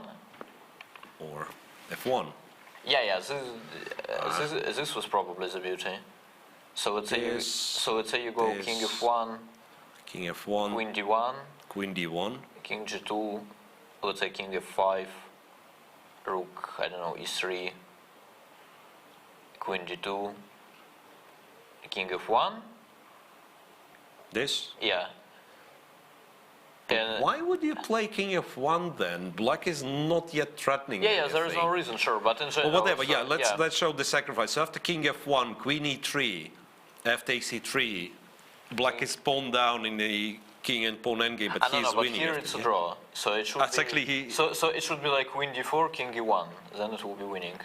Because it's Yeah. That's too far away. Yeah, that's too No, far I mean away. anyway, it's a very nice study-like idea, but it doesn't seem to be really important. Okay, so black gets the king on h5. That's what he wants to achieve. Well, is he actually winning? So, what has happened after king f6? It turns out, yeah, with queen on this die, if you play h5, black actually... Yeah, because suddenly I'm not even sure you... I'm not even sure you can get the pawnless ending, to be honest. I mean, as white. So rook versus queen. Yeah, I mean, which exactly. So there've been examples that, Yeah. like one side would save. I don't think it's the case here. I think Jan knows how to win it, but so you can't trade the e-pawn, you mean? Exactly. That's... Okay, rook e3 played, so black can capture the pawn on h4. Black But can then capture the pawn on h4. what's the trick? Yes. Yeah. And then he'll demonstrate the way, which I believe is bringing the king to d4, and then, well, Giri tries rook g3 to limit the king. Yeah, you can always go king h5. And Yeah, that's what he does. king h5 played. You have to let this king go. Then it gets to d4 once again, and then after queen d3. I believe if Giri will continue playing, we'll see this, because Jan seems to be Aware. Yeah. And it will be really, really interesting to know if this position we Yeah, were but it talking seems without to be the correct. H-pawn I think it's quite unlikely that two very strong players misevaluated both. it both. Yeah, I mean both. But then it's just an impressive technique by Jan Nepomniachtchi. Right. So But I mean, still, King of One was possible in the very beginning. I mean, it's just yeah. basically what Giri was doing is quite mysterious to me. Still, I mean, it's like if you know it, why don't you do it? I mean, why don't you play King of One in the very beginning? It's just insane. So once again, I'm trying to find the precise moment where he could have played. Yeah, over here. He played something I think it was else. right after. Queen takes A2, yeah. and he did something else. While after King F1, it seems Black cannot prevent this position with White King being on E file and Rook being on the third rank, and then you just push the H pawn forward. I mean, basically, you don't need it anymore. 2 seconds, 1 second, and surprise! It's a very long time control, guys. Extra 15 minutes added because we've reached move 60. Yeah, but he can still resign. I mean, I don't even see a single, not even chance. I mean, a single trap, whatever. A single stalemate idea. Yeah, you probably still, like, if you went that far, you probably still play it till the moment where Queen D3 will be shown on the board. Not that you expect Nepomniachtchi not to know it, but you know. You're sort of pot committed, yeah. I mean, you have already lost in a your way, dinner. Yeah, sure. Yeah, not sure if you resign right now, you might still catch the dinner, but I don't think it's Giri's main concern. So once again, if we try to recap the game, what exactly went wrong for Anish Giri? Queen B1, the move that you didn't like. Queen B1 followed by Queen D3. Queen B1 could be acceptable. So that moment precisely. So to remind you guys, it was very sharp opening line. It was Giri's choice to enter it. Right. There were quite a few ways, like to force a draw for, I believe, for white, for black, whatever, and evaluation, computer evaluation. There have been people in the chat providing with computer evaluation said that 0-0-0, like for quite a while. For quite a while it was absolutely equal. Queen to B1, Queen C7, and still like C takes D5 we were discussing. Looked not bad. Yeah, so Queen D3, perhaps overlooking this B5 thing. And then still, Daniel, you know, I feel like... Yeah, for sure it was much closer to a draw. For Rook sure. H4, and what was somewhere around No, but I think here, there was... he simply blundered this whole King G7 concept. Oh yeah, Bishop E6, Rook captures, Castle short, and when he captured on C4 and that brilliant move King G7. No, I mean, it's not a brilliant move, it's the most obvious move, but...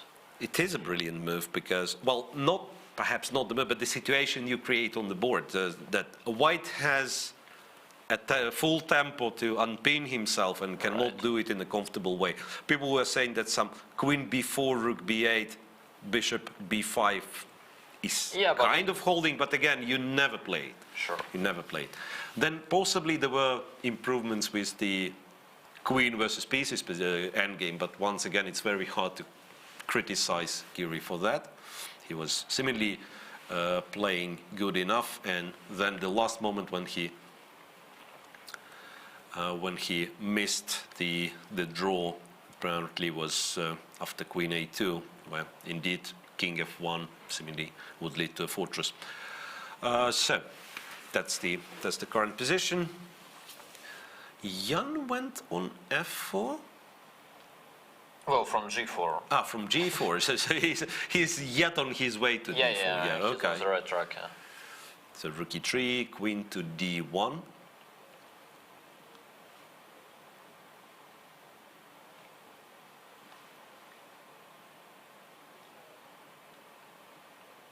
Yes, one idea, as we've already agreed, is to sacrifice the Queen on E3. And the other one... Probably you don't even need it, actually. The other one is you get there and then you just play Queen D3. Obviously, if white goes, you take. If white keeps the rook on the third rank like this, you go king c3, Sure. king d2, Yeah, you go all the way to e2 and you go all the way to e2, and how do you win then? queen d4 probably. And then you just attack this guy, and finally you do sacrifice on e3, right? So this queen d3 thing, to cross the third rank with the king, is very important. Rook a3 is played. Rook a3, can it help in any way?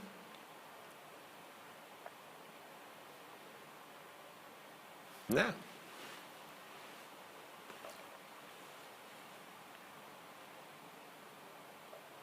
Oh, wow. Apparently what I was talking, thanks chat for educating me, correcting me out. Apparently the thing we were discussing is not true. It was already too late for a draw after queen takes a2. Let me find this position. Queen takes a2, no, one move later. King f1 doesn't do a trick because queen d2. And so he people doesn't say, have- yeah, and it's not only that it's confirmed by the table-based, the database, the endgame manual, if you like. But yeah, it's understandable whenever you can push the king away.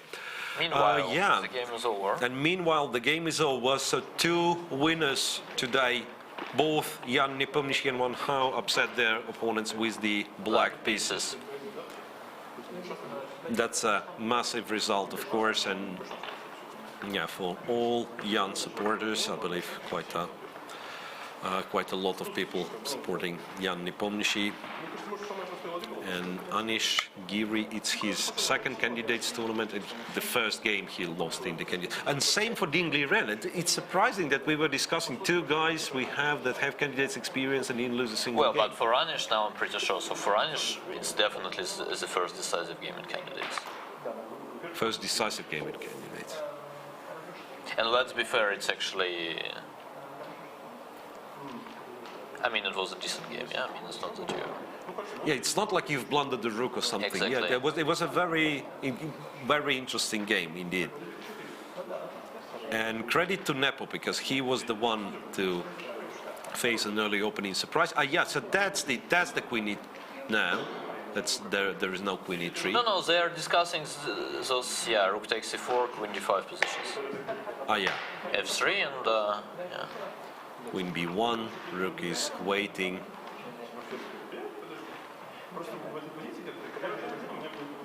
Would be very, very nice to have the audio from the playing hall, but that's regrettably is not possible. I want to add yet. Yeah, also could be not exactly censored. So.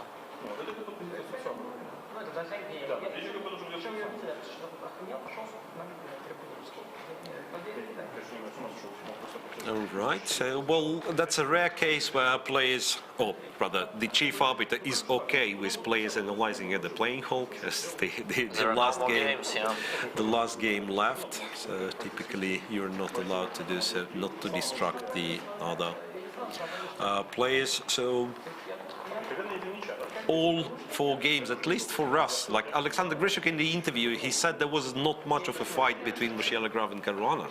For us, it looked quite an interesting game as well. Grishuk clearly missed an opportunity. I'm not sure when was the moment he missed the opportunity, but it felt like he was much, much better. So something to regret for Alexander Grishuk, and credit to Kirill Alexeyenko not to fall apart. Sure. Really brave double pawn sacrifice and got very decent chances. And two wins, yeah, by Wang Hao. Once again, worse from the opening and very nice, well, I don't know, timing, I want to say, identifying the moment when to go f5 to complex, because to a human eye, at first it looks like what he does is counterproductive and purely bad. All of a sudden. Yeah, but it was a very momentum game, right? It was not like he won slowly but surely or something like that. Yeah. I mean, basically... I agree. Yeah. So it's Ding Liren apparently who misplayed the, we can say so, right? So Ding Liren who misplayed the game. While here, yeah, it's Jan slowly outplaying Anish. Maybe there was a chance to make a draw. Maybe there was a draw by fours somewhere in the end game. But still, that's like one player prevailed over Yeah, it's probably fair to over say the other. that that Jan's position was constantly improving throughout the game. That is actually right. true. And I believe we will wrap things up before the final press conference. Not much to talk in terms of results. It's not that complicated. So 2 players win, so they share the first place with 1 out of 1. Not too complex. I think we didn't talk of the schedule of this tournament. There will be a lot of free days, guys. After every 3 rounds, there going to be a free day. It's one marathon of a tournament, double round robin, so 14 games will be played in total. Yeah, so we could probably also announce the game for tomorrow. Yeah, if we have such visuals, it would be lovely to see. Well, we're in official stream. Probably we have a chance. We were told that we are setting everything for the press conference, so all the visuals regarding tomorrow's round will be shown tomorrow. That's fine with me, guys. A lot of tournaments now. I'm talking to Jan and Anish. They can't hear me, but so they are really trying to. Oh wow, Queen D2. So Jan still comes up with some brilliant tricks.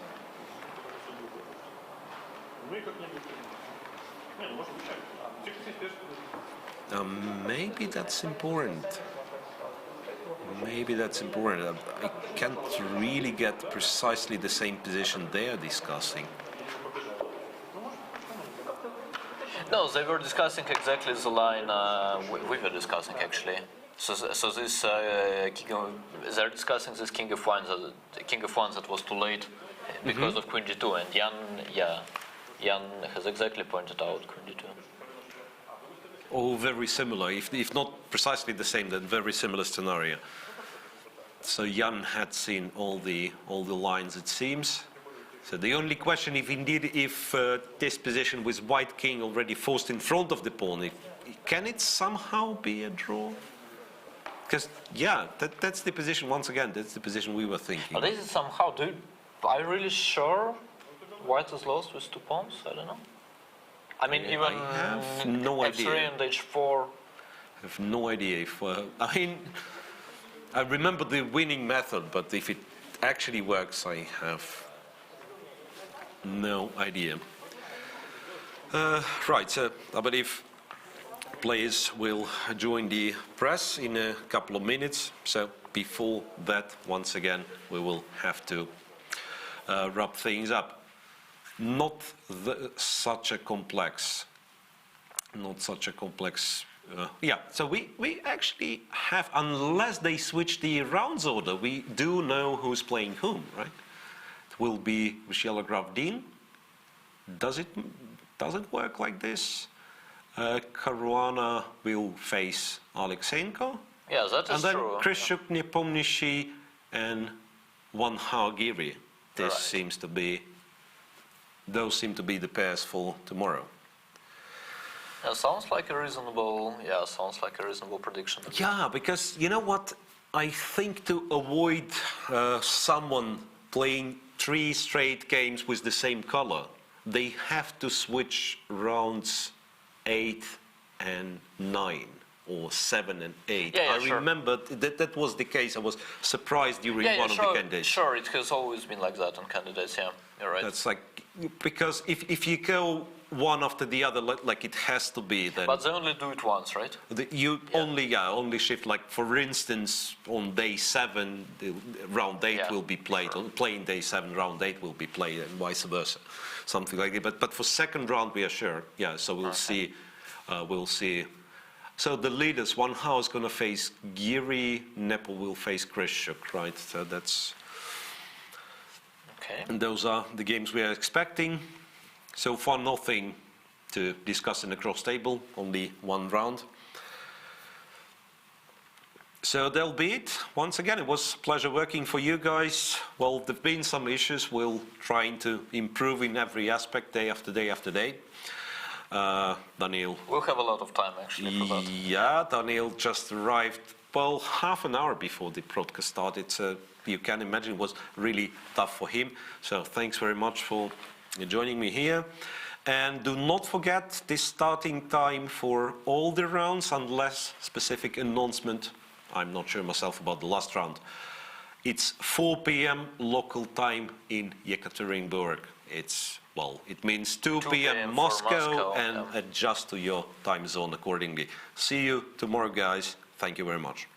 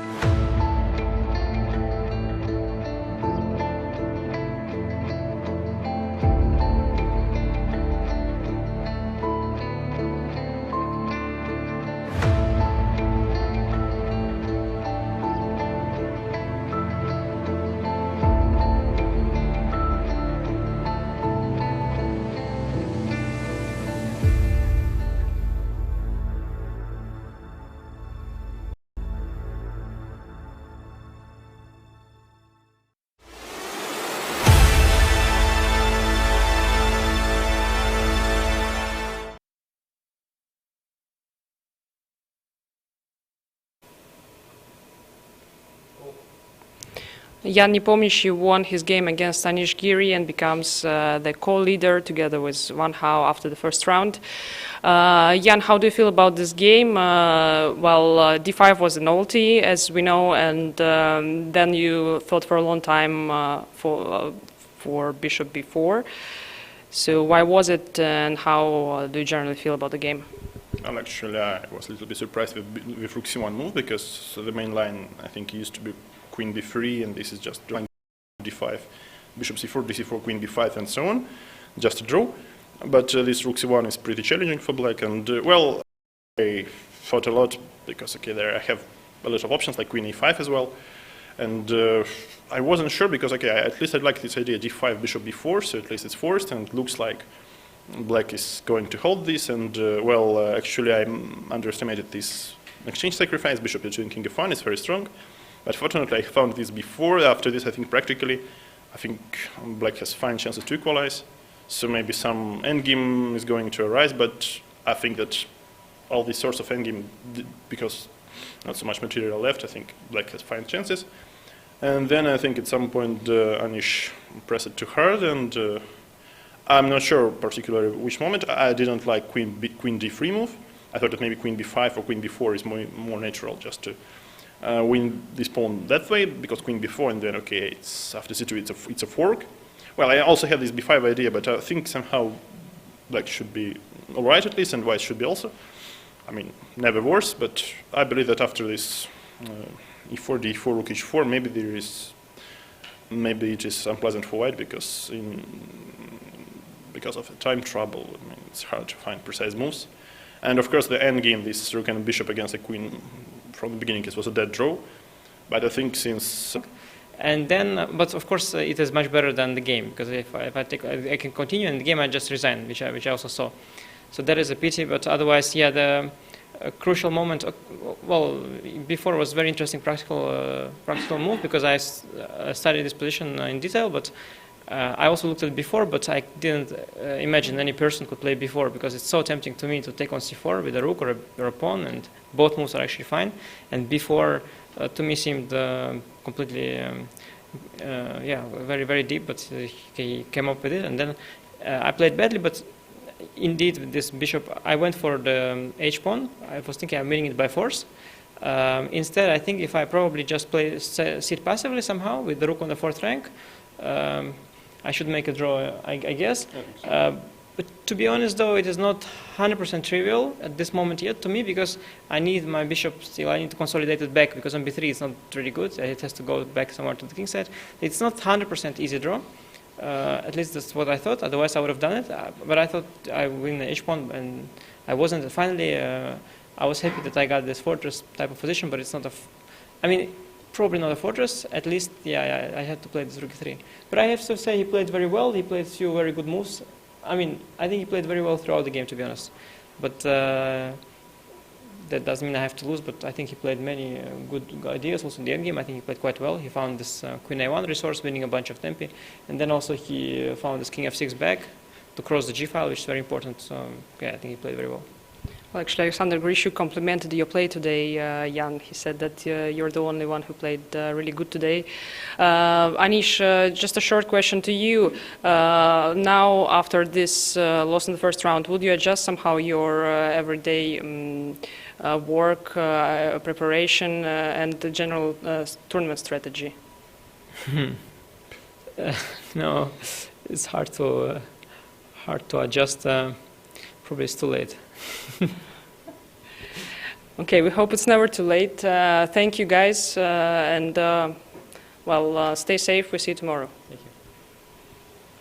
Simaland is one of the largest wholesale companies in the development, production, and sale of the consumer goods. 19 years of steady growth on the market and more than 10,000 employees in a team. 45 private labels. Over 1 million items in stock. Every day the online store gets over 10,000 orders and has 252,000 unique visitors. Wholesale and retail sales on 4 continents. Delivery of goods to more than 2,500 pickup locations throughout Russia. There are more than 100 specialists reside and work in the Chinese representative office in EU. Along with that, company has its office with permanent staff employees in the city of Shantou. There are regional representatives of Simaland in every major city of Kazakhstan. In addition, the distribution centers of the company are located in Moscow, Krasnodar, Novosibirsk, and St. Petersburg.